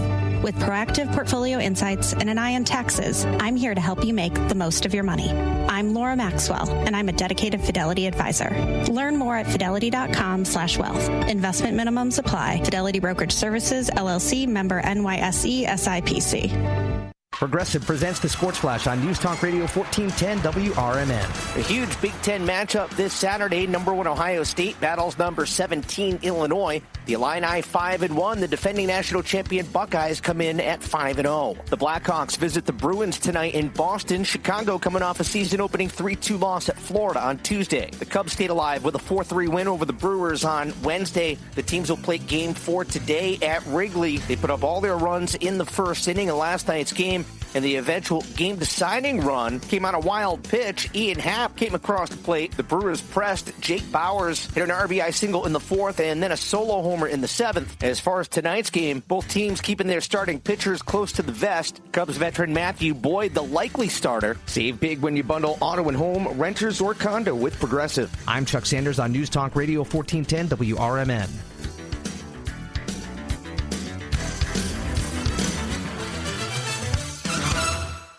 Macy's Star Deals Week is back. It's one incredible week packed with epic savings. This is Sarah Silver with your Fox Valley forecast. Today, scattered rain showers before 4 p.m. with cloudy skies and a high near 65. This afternoon, temperatures around 62. Tonight, partly cloudy with a low around 43. Temperatures rising to around 45 overnight. Tomorrow, sunny with a high near 66. Currently, it is 60 with clear skies. I'm Sarah Silver on the Talk of the Town, WRMN. Get in the zone, AutoZone. Annie's first oil change wasn't as hard as she thought because she went to AutoZone, where a friendly AutoZoner helped her find the right oil and save on an oil filter. He explained the job and showed her free how-tos on AutoZone.com. When she was done, AutoZone recycled her old oil for free. No hassles, just help. Everything you need, nothing you don't. Get in the zone, AutoZone. Restrictions apply. Are you looking for a way to be creative right now? Have you ever wanted to learn to watercolor paint?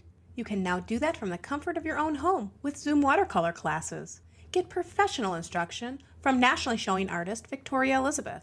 These classes are step-by-step, broken down with easy-to-understand instructions. They are affordable, too, at $15 for a 2-hour class. Visit her website at victoriaelizabethart.com to find out more. That's victoriaelizabethart.com.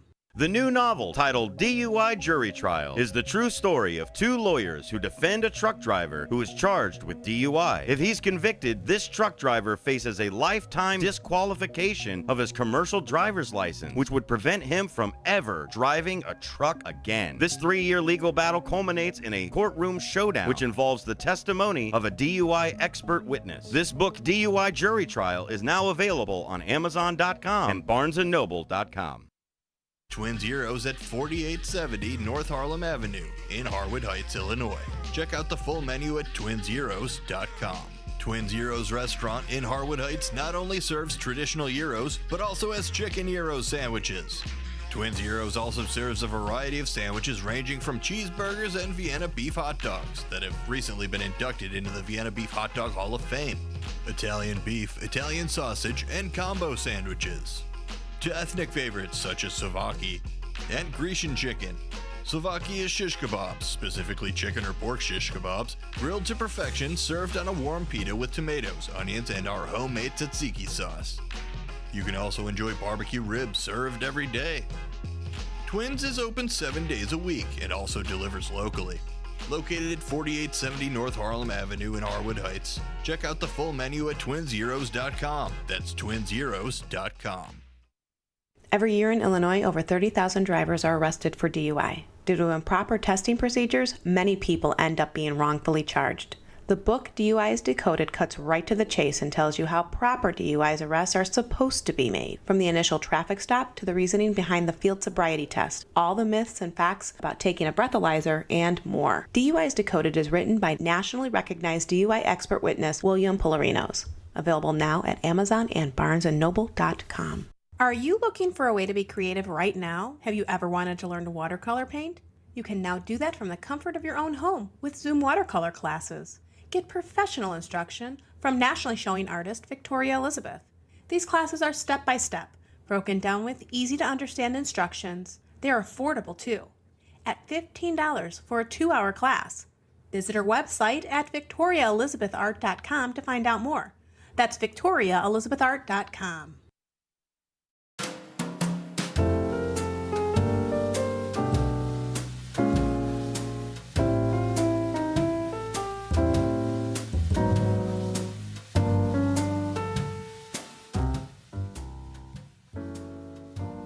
Hello, I'm William Pellerinos. I am your host for Life Experiences with William Pellerinos, and today we have a very special guest. I've been trying to get him back on the show for 2 years. Very busy man because he is the head of Chicago Paranormal Investigators. Dave Olson, welcome to the show. I'm not here. It's only my spirit. Only his spirit. No, I'm glad to be here. Thank you so much. A little backstory on Dave. 2 years, or maybe 3 years ago, I interviewed him at our old radio station, WCGO in Evanston, and it was Halloween time like it is now. We were talking about some of his paranormal investigations with his team. Dave is a very reputable man. He's been a police officer for 35 years. 34. 34. Thank you. I stand corrected. And his team consists of 2 Chicago firefighters, correct? Yes. Another Chicago policeman? Yes. And a member of IDOT? Yes. And 2 professional cameramen that video and audio tape a lot of your investigations, correct? Correct. Yeah, they're new to the team, but that's what they do for a living. And they come out with you. Yes. Now, actually, if you look on equipment, we're going to go to the website, ChicagoParanormalInvestigators.com, and he actually owns an old ambulance that he converted into a command center, and you have all your utilities in there. There it is. That's it, right? We call her Misty.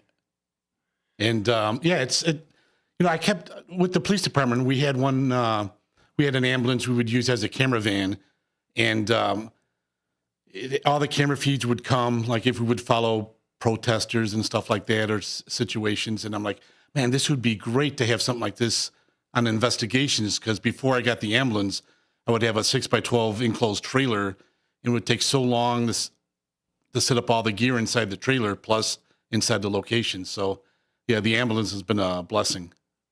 So when you come out there, I know I've been inside that ambulance about 3 years ago when we first did our first interview. You have equipment set up in there.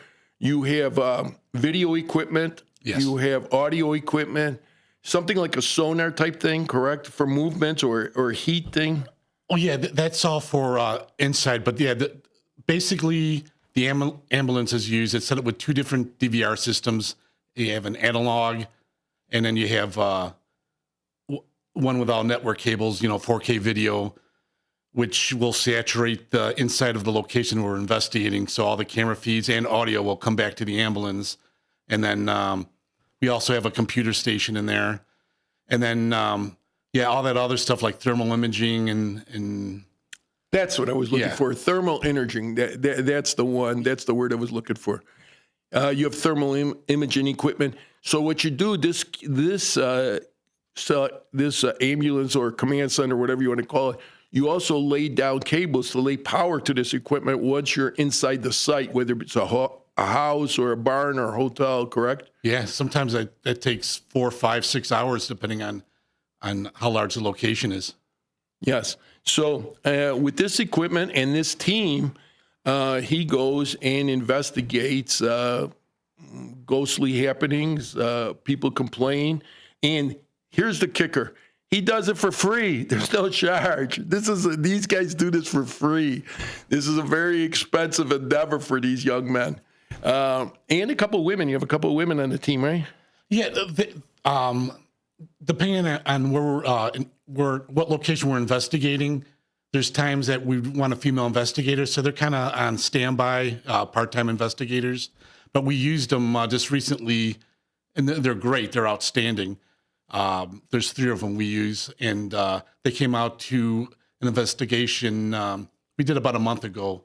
It was an old school and church, and we thought maybe they would relate more to possible communication with nuns or children spirits in that location. Now, you also lay some of these devices, if I remember correctly, these listening or audio devices inside like teddy bears and stuff to get ghosts of deceased children, correct? Yes. You know, it's. I don't mean to laugh. It's heartbreaking when you think about a deceased child. But yes, there's so many items out there. Basically, we have a dog, 2 teddy bears with sensors. So if their energy or if they touch it, it will light up and alarms will go off. And it's a way to communicate. We use all different types of digital voice recorders, all different type of camcorders from full spectrum, night vision, all type of EMF meters. I mean, there's so much.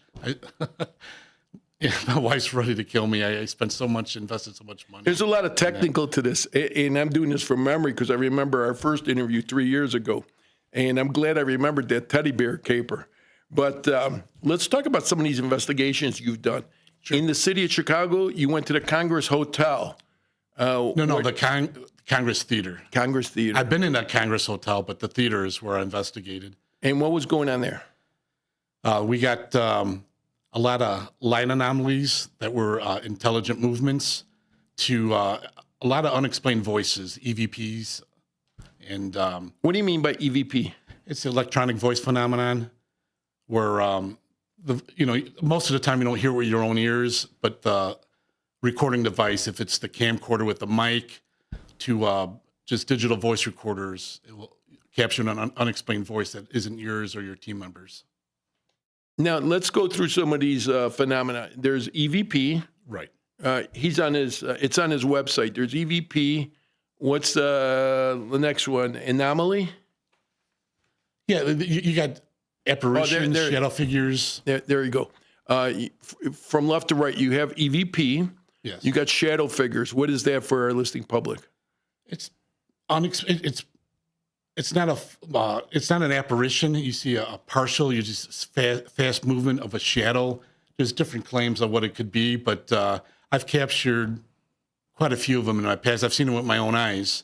Just quick movement, like a shadow mass. Sometimes they're even shaped as a figure, but it's just not like a full-bodied figure where you can see features. And then light anomaly, explain that one. Yeah, it's basically orbs, right? Yeah, orbs could be debunked. I'm very skeptical when it comes to orbs, but there's stuff I captured that's unexplainable with intelligent movement, doing routes that people would walk. Sometimes they strobe, sometimes they spin like mini tornadoes. And but yeah, I'm very hard when it comes to orbs, but I do believe that sometimes there's spirit energy. And then what was the last one? Anomaly? No, the last one was apparitions. Apparition. That's when you see the figure itself. Yeah, you could either see it with your own eyes or your video or camera could capture it. Very good, very good. All right, so at the Congress Theater, it's a closed-down theater. You were investigating. Is this the one where you had the child? You discovered a ghost of a child. Am I remembering this correctly? Yes, that was, I believe, our second investigation, the second time we were there. And we captured, we had something actually that would, we had a psychic medium that picked up a small boy on the premises, in which we believe it was setting off our teddy bear with the sensors. And we went to another location in the building. And once again, the psychic medium was sensing a little boy. So she went down to the height of a child. And we get a clear voice coming through, and it sounds like a little boy saying "mommy." It was actually kind of heartbreaking, but a clear EVP that says "mommy." And then so we went to another location in the building, and I set up a flashlight, and it would answer my questions, turning it on and off on command. And with the questions I answered, it would light up for yes, and through the communication with the flashlight, it said it was a 7-year-old boy. Now, your next investigation I got listed here, and this is on your website. I took this right off your website. We've talked about this in the past. Casa Madrid in Melrose Park. This was an old hotel, correct? Yes. And no. Casa Madrid. No, it was an old gangster location. Oh, a speakeasy, right? It was everything. If you saw like The Sopranos, the TV series. Yeah. Yeah, it was one with bars, strip joints, underground tunnels, illegal gambling, you name it. It was probably there. And over the years, did they reclassified it and it became a tire repair shop.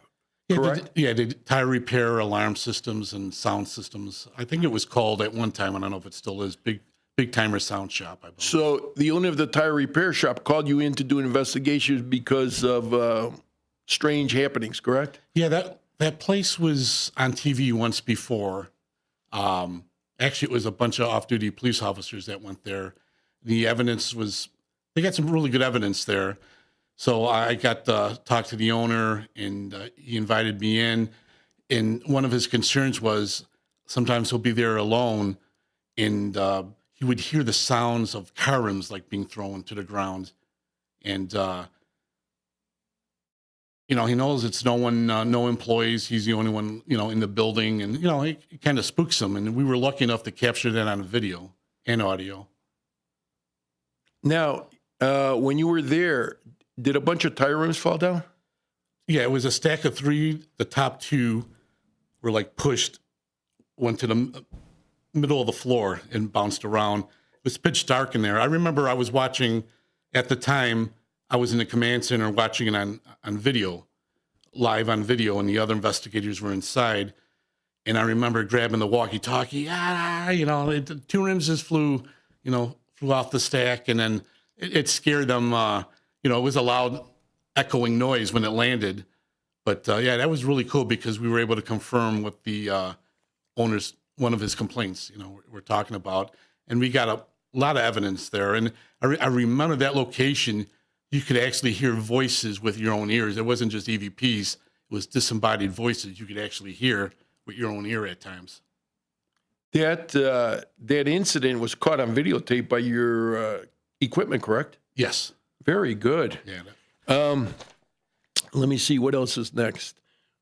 Oh, you went to Wisconsin a couple of these capers, the Karsten Hotel. And when you were out there, the Channel 2 Action News in Green Bay found out you were there, and they actually did a segment, right? Yeah, I've been out there maybe 3-4 times. It's awesome location in Kewaunee, Wisconsin. And Green Bay Channel 2 News found out we were coming, so they came out the first night, interviewed us, and interviewed the owner, and we showed them some evidence we captured there in the past. And they thought it was so cool. They're like, I know you're doing an investigation the next night, Saturday night, and could we be a part of it? And I'm like, sure. And so I think they stuck around for 3 or 4 hours. Awesome experience. It's a lot of fun. You were there how many times at the Karsten? Just once? No, maybe 4. Oh, and each time you've got some good video and audio from entities, shall we call them? Yes, unexplained phenomenon. You know what? I hate a breakdown on this. Let me see. Yes, we talked about this. Residual trapped energy versus intelligent entities. And the way you explain it to me, intelligent entities are these spirits that know you're there. Correct. And can communicate if they want. Yes. Residual trapped energy is spirits that are unaware of your presence. They just keep repeating some act at some place, correct? Yeah, to me, it's almost like a broken record, looping over and over, skipping over and over. If you're there or not, the same activity, the same footstep, or maybe the same door will be opening. And, like for instance, I captured in an old police station, which we'll probably talk about later, I captured unexplained gunshots. It came from that room, nowhere else. None of the other recording devices captured it.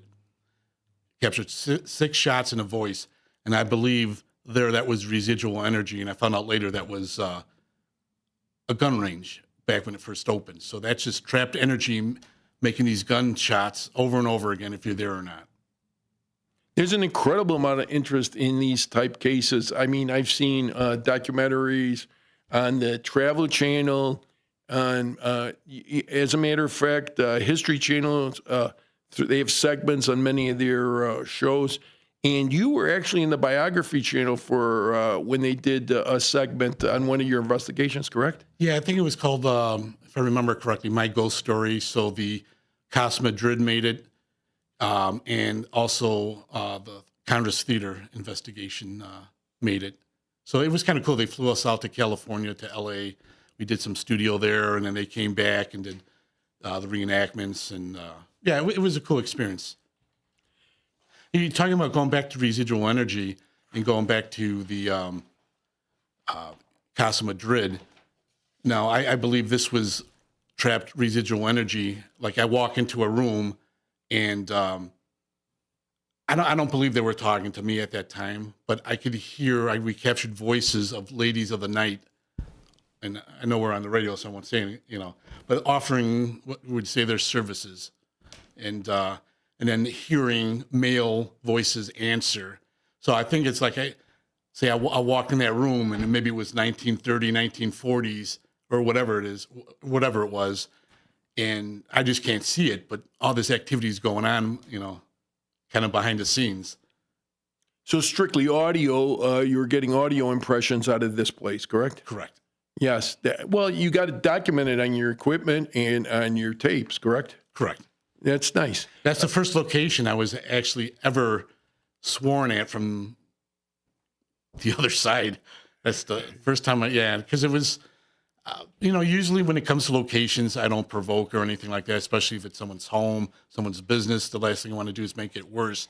But that place, knowing that it was all gangster stuff and they were raided by the police in the past and they would always go after the illegal gambling money.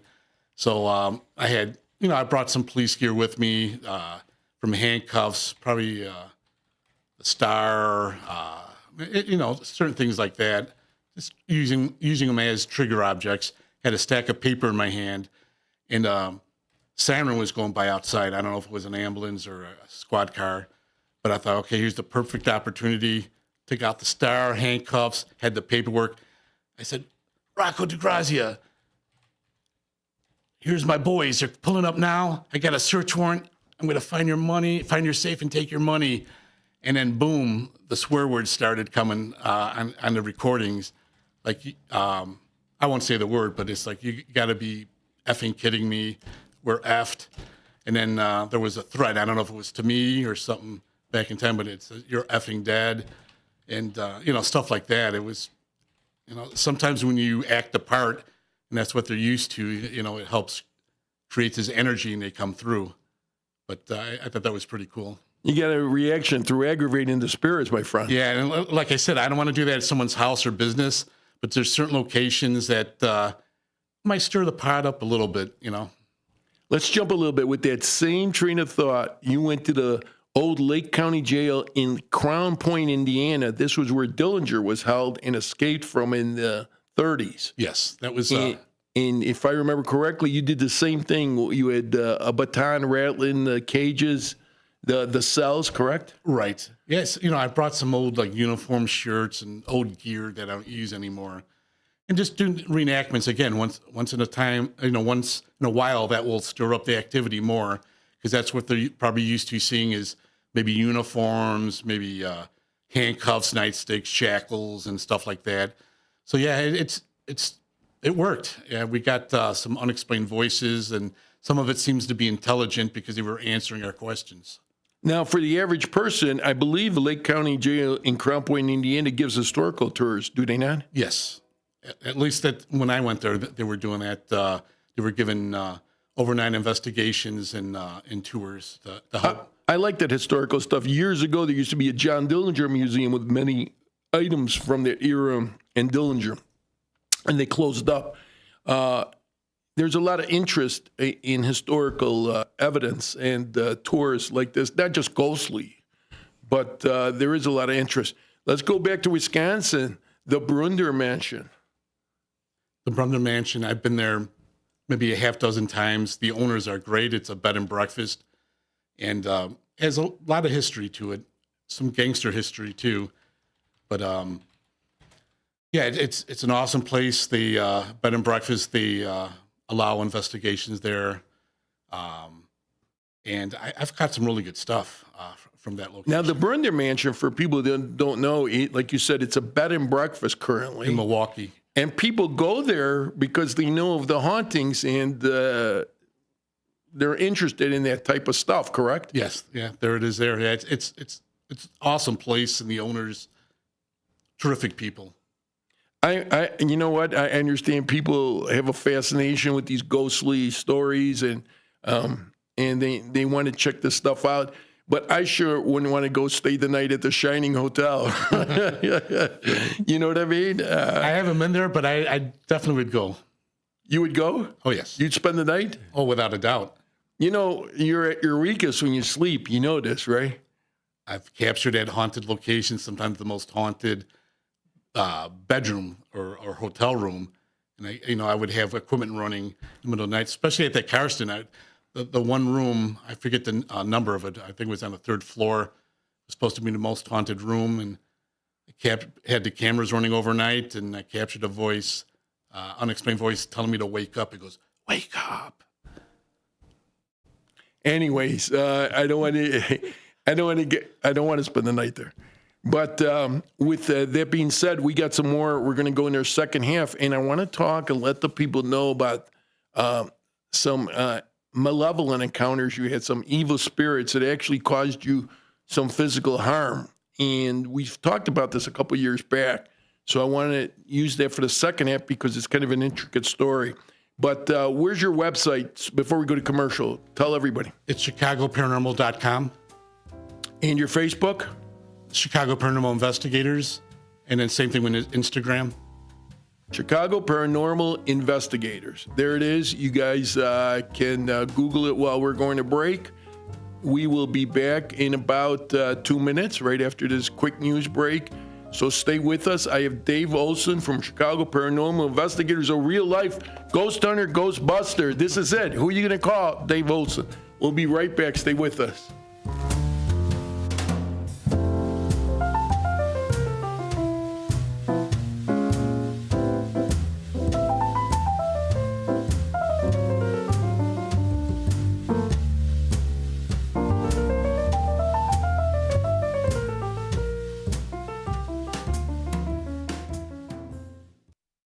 I'm Trey Westerberg on 1410 WRMN Elgin, proudly serving the Fox River Valley. This update brought to you by Centos. Emergency crews recovered a body believed to be the man who was thrown from a boat on Fox Lake Monday evening, according to authorities. The body was recovered at around 4 p.m. Tuesday. The identity of the person has not yet been released. The recovery of the body comes after nearly a full day of searching for a missing boater on Fox Lake. Emergency crews initially responded to Fox Lake at around 5:30 p.m. for a report of 2 men who went overboard after their boat took a turn at too fast of a speed. According to authorities, the incident happened near Captain's Quarters on North Bolton Place in Antioch. A man was critically injured when he was hit by a car while riding his bike in McHenry County Tuesday evening. The Cary Fire Protection District was called to the collision in the 6500 block of Silver Lake Road in unincorporated McHenry County at around 5:45 p.m. Tuesday and found the bicyclist lying in the roadway. The man sustained critical injuries and a medical helicopter was called to the scene to transport the man to Advocate Condell Medical Center in Libertyville. The driver of the sedan was not injured in the crash. The cause of the crash remains under investigation. Aurora Mayor John Leish is hoping to create more transparency within the city government with a new ordinance that would put a cap on campaign donations from businesses with city contracts. The proposed ordinance looks to limit donations to $500 from entities doing or hoping to do business in Aurora, require economic interest disclosures, and set limits on how city property can be used for political reasons. The Rules, Administration, and Procedures Committee is set to discuss the proposed ordinance on October 14th. A small number of National Guard troops from Texas has started protecting federal property in the Chicago area and assisting law enforcement in Memphis. An element of 200 Texas Guard troops were working in the Chicago area Wednesday. They are in the city to protect ICE buildings and other federal facilities and law enforcement personnel. I'm Trey Westerberg on 1410 WRMN Elgin, proudly serving the Fox River Valley. Let's go! You're still glowing, flirting, grooving. You still got it. But your immune system weakens as you age, making it harder to fight flu, pneumococcal pneumonia, RSV, and COVID-19. Vaccines are a key part of any health routine and help strengthen your immune response. Ask your doctor or pharmacist which vaccines you need. Schedule in minutes at vaxassist.com. Sponsored by Pfizer. Working as a dedicated Fidelity advisor, I always ask, what's important to you? I'll look at those priorities and goals alongside your full financial picture to build a comprehensive plan designed to help grow and protect your wealth. With proactive portfolio insights and an eye on taxes, I'm here to help you make the most of your money. I'm Laura Maxwell, and I'm a dedicated Fidelity advisor. Learn more at fidelity.com/wealth. Investment minimums apply. Fidelity Brokerage Services, LLC, member NYSE, SIPC. This is Sarah Silver with your Fox Valley forecast. This afternoon, scattered rain showers before 4 p.m. with cloudy skies and a high near 65. Windy conditions with gusts up to 25 miles per hour. Tonight, partly cloudy with a low around 43. Tomorrow, sunny with a high near 66. Currently, it is 61 with mainly clear skies. I'm Sarah Silver on the Talk of the Town, WRMN. Wesley Financial Group is not a law firm, and Chuck McDowell, definitely not an attorney. This is Chuck. Do you feel stupid for buying a timeshare? Don't. It's not your fault. You were most likely told you could rent it, and it was a great financial investment. And the deal was available today only. If this happened to you, contact your resort or Wesley Financial Group for help today. Call Wesley now for your free exit information kit. 800-791-1313. 800-791-1313. Twin Zeros at 4870 North Harlem Avenue in Harwood Heights, Illinois. Check out the full menu at twinzeros.com. Twin Zeros Restaurant in Harwood Heights not only serves traditional gyros, but also has chicken gyro sandwiches. Twin Zeros also serves a variety of sandwiches ranging from cheeseburgers and Vienna beef hot dogs that have recently been inducted into the Vienna Beef Hot Dog Hall of Fame. Italian beef, Italian sausage, and combo sandwiches. To ethnic favorites such as Slovakia and Grecian chicken. Slovakia is shish kebabs, specifically chicken or pork shish kebabs, grilled to perfection, served on a warm pita with tomatoes, onions, and our homemade tzatziki sauce. You can also enjoy barbecue ribs served every day. Twins is open 7 days a week and also delivers locally. Located at 4870 North Harlem Avenue in Harwood Heights. Check out the full menu at twinzeros.com. That's twinzeros.com. The new novel, titled DUI Jury Trial, is the true story of two lawyers who defend a truck driver who is charged with DUI. If he's convicted, this truck driver faces a lifetime disqualification of his commercial driver's license, which would prevent him from ever driving a truck again. This 3-year legal battle culminates in a courtroom showdown, which involves the testimony of a DUI expert witness. This book, DUI Jury Trial, is now available on Amazon.com and BarnesandNoble.com. Are you looking for a way to be creative right now? Have you ever wanted to learn to watercolor paint? You can now do that from the comfort of your own home with Zoom watercolor classes. Get professional instruction from nationally showing artist Victoria Elizabeth. These classes are step-by-step, broken down with easy-to-understand instructions. They are affordable, too, at $15 for a 2-hour class. Visit her website at victoriaelizabethart.com to find out more. That's victoriaelizabethart.com.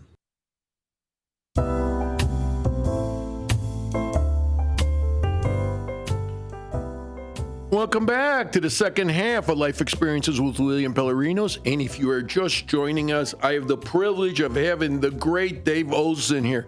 If you don't know who Dave Olson is, thanks, buddy. He is the founding member of an organization called Chicago Paranormal Investigators. You can look that up on their website, ChicagoParanormalInvestigators.com. Him and a group of other police officers, firefighters, IDOT workers, professionals have grouped together to investigate ghostly encounters. Just like you see on the Biography Channel, on the History Channel, they go out and Travel Channel. Yes, and they do investigate. You've been featured on WGN TV. You've been featured, as we talked about in the first half, on Green Bay Action 2 News.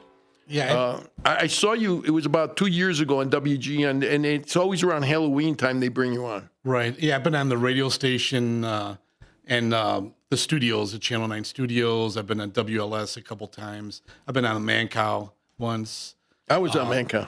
Were you? Crazy time. And the, then, the TV show, the MASH, right? Or were you on the radio? On the radio. Oh, but he used to have a 2-hour TV show in the mornings that aired on CIU, I think, and I was on there. That's what gave me my start. So anyways, with that being said, Dave and his crew are called out by owners of properties that have encountering, let's say, ghostly encounters or entities. Unexplained activity, basically, yeah. Unexplained activity. Sometimes it's audio, sometimes it's visual, but there are some dangerous ones. And let's go to the one we were talking about with the fires. Is it in Wisconsin? Oh, with the fires? Yeah, yes. That was a sad case. This case broke my heart. The family, it's just sad. But we got called to a location about maybe an hour past the Wisconsin Dells, and they had major tragedy in the family, from illnesses, their animals, livestock getting sick for no reason. Their barn burned up, killed some of the livestock. About a month later, after the barn burned up, the house went on fire and tragically killed 4 of her kids. 2 of them survived, but 4 of them passed, it's heartbreaking. And so we got called out there because they want to know if the land was safe to build a new house on it. And the reason they were unsure is, I believe, if I remember correctly, 2 of the kids before this all occurred kept on seeing an unexplained figure on the land, roaming around the land. I forget how many acres it was, but it was large, pretty big property. But we believe this is some type of skinwalker, out and about, possibly causing these fires. I think one of the daughters, before she passed, was having like night terrors and bad dreams about the fires and seeing this creature. And so when I went out there with other teammates, one of them was the fireman, Matt. One of them was the psychic medium that we work with sometimes, Lorianne. And Lorianne, before we took the case, she interviewed her, and Lorianne described this figure to the mother. And the mother's like, "Oh my God, this is what my kids described, but we didn't believe them." And so Lorianne, picked this up. This was running around the land, and not just their land, but when I went out there, other farmers or farmers' wives complained they saw a similar creature. And it was heartbreaking. But I believe the kids moved on. I don't think we didn't communicate with the kids at all. So hopefully they went to the next step, into the light, and So these fires were occurring on farmlands in or about Sparta, Wisconsin, right? Correct. Some of them, according to the owners of the property, were unexplained and or undetermined. And but yeah, it seems like a lot of barns for no reason went on fire. Some homes, some buildings, around the property, and the land has a lot of history, especially when it goes back to Native Americans. So this was their property, forcefully taken away.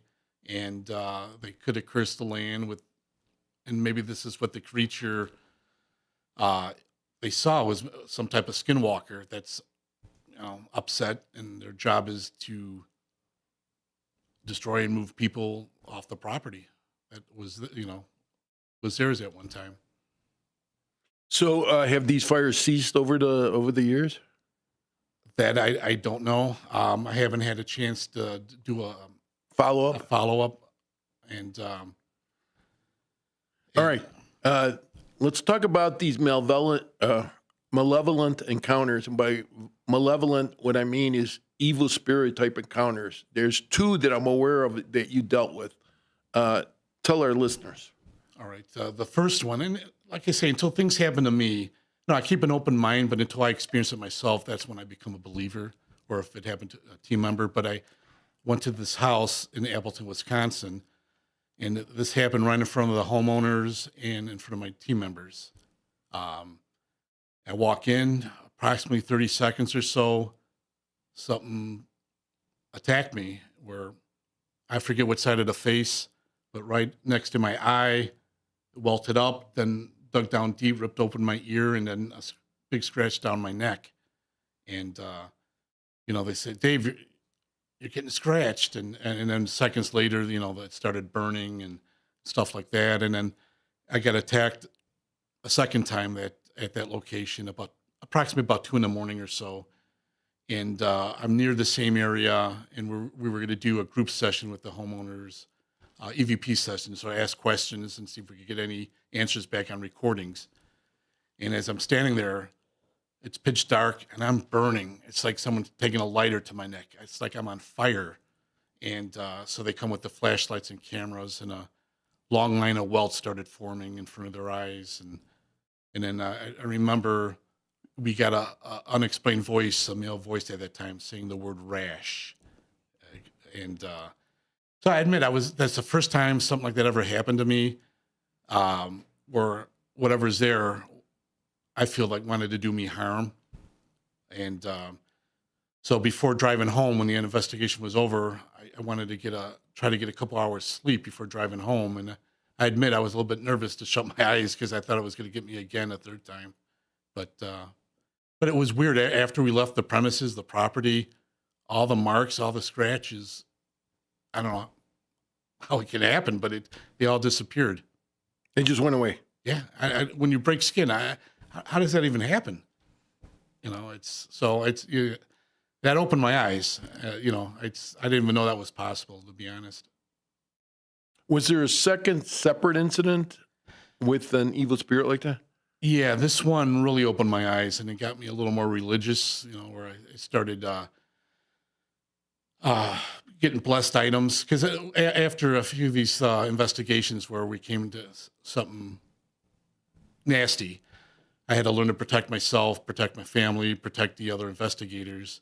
So I'm not here to preach, religion or anything like that, but I had a lot of items blessed that I use, from crosses, holy water to metals and all kind of stuff. And then we also learned to use sage, Palo Santo, the smudge, and the cleanse any negativity. But anyway, this one, I almost gave it up after this. This one really shook me up. I didn't feel right after a case that I had never handled. But I get a call, I was working my side job, which was a haunted location. And I get a call from this lady, and she said after they did the construction on their house, activity started in their house, and her husband started having very bad night terrors. That she started recording on her phone. He went to sleep studies. They couldn't find anything wrong with him. Only has him at the house, not at other locations. And she goes, listen closely. When he's on the recordings, when he's screaming, it sounds like he's being attacked and all kind of stuff like that. She said, listen closely. I hear a woman's voice moaning his name as he's being attacked. She's playing it. I'm driving home. She's playing it over her home phone from her cell phone. I hear something, but I really couldn't make it out. I said, I hear something, but I'm not sure what it is. And then I pull in my driveway, pitch dark. It's about 11:30 at night. I stayed outside because my daughter was really young at the time. I don't want to wake her up, and I don't want to wake up my wife. And within seconds, I don't even know if this was possible, but this voice starts coming through the phone lines. And if you could picture like an exorcist type voice or from a movie, like a demonic type, type of voice, and the hideous laugh, I'll never forget, starts coming through the phone lines. And at first I thought it was her. And so I started getting upset because this was a 16-hour day for me. I did the police department, and then I did the side job for another 8 hours. And so I kind of got upset. I said, I think this is a joke, wasting my time like this. She's playing a trick on me. And she goes, what are you talking about? And she wasn't hearing these voices coming through the phone line, only me at the time. But now I hear it talking over her. So now it's not, I know it's not her. And it starts moaning her husband's name, this unexplained voice. And I'm in shock. It's like my jaw hit the ground. I'm like, what's going on here? Because this is the first time I experienced this. And then it starts moaning my name, David, and that type of voice. And then the phone lines went dead. And within seconds, I'm like being choked. Like it's almost like 2 fingers. I could feel the pressure pushing in my windpipe. And I'm freaking out because I can't breathe. And the only thing, I left my driver's window open and I was leaning because I couldn't breathe. And I saw my cross, which I ripped down off the rearview mirror. And once I grabbed it and held it close, I was able to take a breath and breathe again. And then she calls me back maybe a minute or so later. She goes, Dave, I'm so sorry. My home phone, I can't get a dial tone anymore. I had to call you from my cell phone. And then his voice comes back. I don't even know if it was speaking English. It's like all this jibber jabber, this. It's like from the movies. And so I never got her address. I never got a chance to try to set up a date because it was talking over me, talking over her. It spooked me. It scared me. And then it spooked her. And so I wonder to this day, what would have happened if I went there? I mean, I want to be man enough and be able to document this stuff to show that it might be out there. And, but I still wonder to this day how she's doing, if it's still there, if she's all right. If I went to the case, if it was some evil or demonic, what would it done to me or my family? So I don't feel right for a week, and I had to do a lot of research on that, and but I still wonder. You know what? I'm glad you bring that up. Now, we talked about this in the first half. There's a lot of energy forms or entities, the way you want to call them, and we talked about just so our listeners understand. There's residual trapped energy, which is like spirits that keep repeating the same event over and over and over. You get this with a lot of Civil War stories in old houses where, and they don't even interact with the homeowners. They're just, how did you say? Well, it's almost like a broken record on repeat. Yeah, looping over and over again. Yeah, the second type is intelligent entities, and these entities know you are there, and they can interact with you, or you vice versa, you interact with them. Correct. But then now we're getting into something almost demonic entity. Yeah, I can't prove 100% that was demonic, but it opened my eyes to the possibility because whatever that was strong. And I've never, and it's rare. It doesn't happen that often, at least in my experience. But now I know something. I mean, with my experience, I could never say 100% sure, but also with the psychic mediums I deal with, there's a difference. Let's see. When you pass, the mediums say you got 72 hours to move on to the light. Whatever that next step is, whatever you believe. And if you don't, you're earthbound. That's the energy that we pick up, and that. And so the spirit. I mean, if it wasn't demonic or anything evil like that, then it was someone that was evil and strong in real life. Like, say if you didn't move on to the light and you stay earthbound, you're the same person you were when you were living. So if you were, for instance, like a serial killer or maybe just a crabby old man, or a woman, or, you're the same way until you move on to the next step. Oh, I believe that. Absolutely. A lot of people don't believe in ghostly encounters, but ghosts have been written about through the centuries. Go back to William Shakespeare talking about ghostly entities. I mean, normal people. As a matter of fact, when I was interviewing you last night, a young lady overheard us talking, and she starts telling us about the day after her grandfather died. She saw his spirit. Right. Yeah. These are normal working class people that see this. They're not out trying to make a buck. They're out. They're out, and she just happened to come forward. I was surprised. But a lot of people, like you said, have stories about ghostly encounters. Yeah, so you can't disclude them. Right. And I'm not here to force this on anyone. I was skeptical, especially being the police for many years. I had encounters when I was younger that opened my eyes to this. And my experience, there's some unexplainable out there. Now, we tried, especially with the firemen on the team, we're always looking for logical answers. Not everything's paranormal. Not every noise you hear in the house is paranormal. Sometimes there's logical reasons why. But with my experience and what my team believes, that there's unexplained stuff out there. That's what I bring people for, life experiences. This is what the show's about. This is what you've encountered. That's why I'm glad you're here, especially in the month of October. There's a lot of interest in this. There's haunted tours. People are interested, even people that have never had an encounter. They want to see what's going on. Now, actually, for, the Lincoln Park Zoo, you were part of their haunted tours for a little bit, right? Yeah, the first year. Yeah, it was. And Dr. Lester Fisher? I didn't know anything about the history of the Lincoln Park Zoo, and wow, I tell you, that's there's probably from the last time I did the tours there. I forget how many years ago that was, but I think we got a fan out there. But anyway, we got there just could be 10 to 13,000 bodies still buried out there, unmarked graves all over the place, and I think the reason why these grounds have activity for several reasons. All the unmarked graves that are still there. And then you had you had what was called the Suicide Bridge. I don't know if you ever heard about that.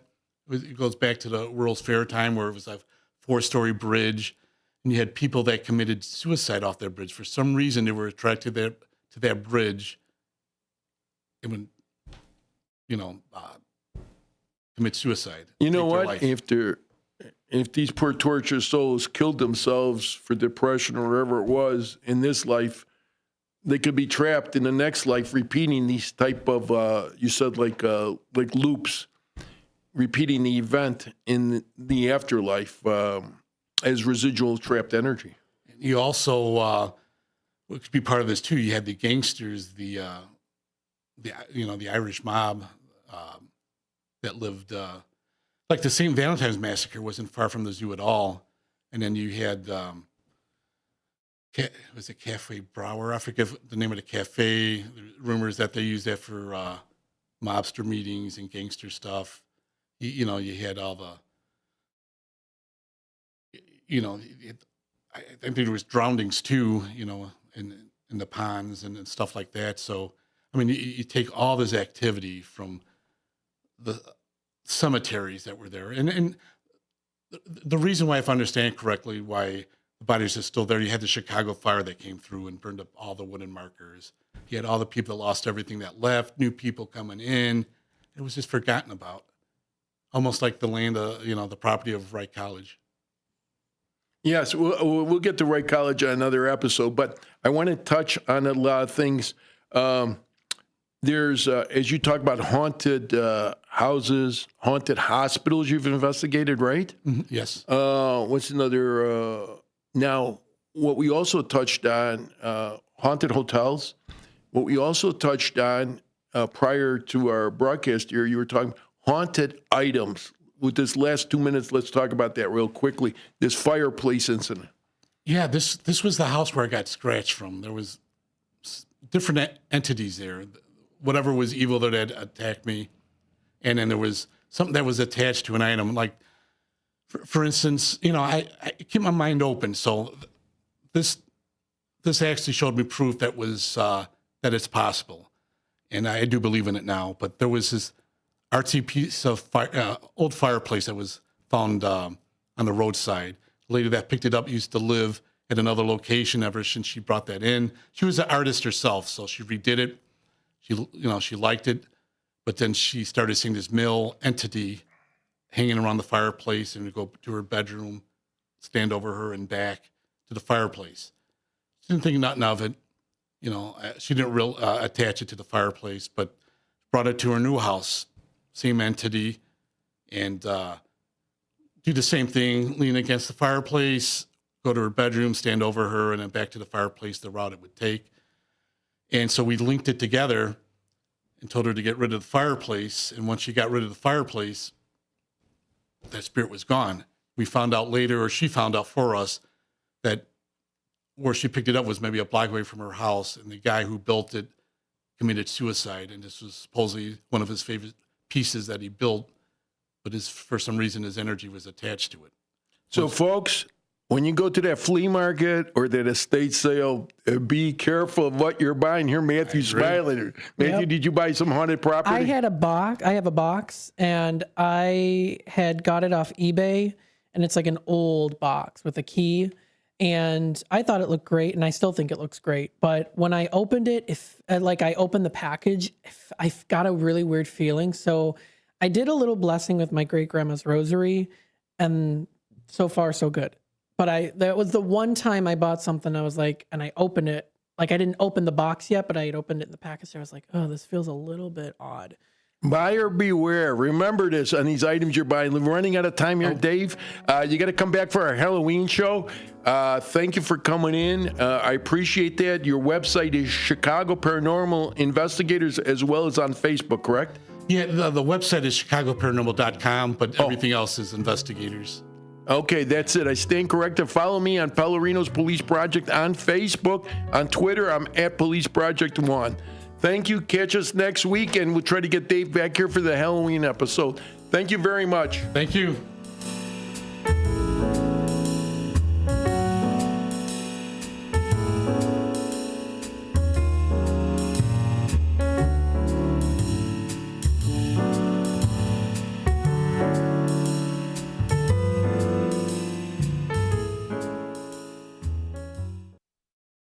Twin Zeros at 4870 North Harlem Avenue in Harwood Heights, Illinois. Check out the full menu at twinzeros.com. Twin Zeros Restaurant in Harwood Heights not only serves traditional gyros, but also has chicken gyro sandwiches. Twin Zeros also serves a variety of sandwiches ranging from cheeseburgers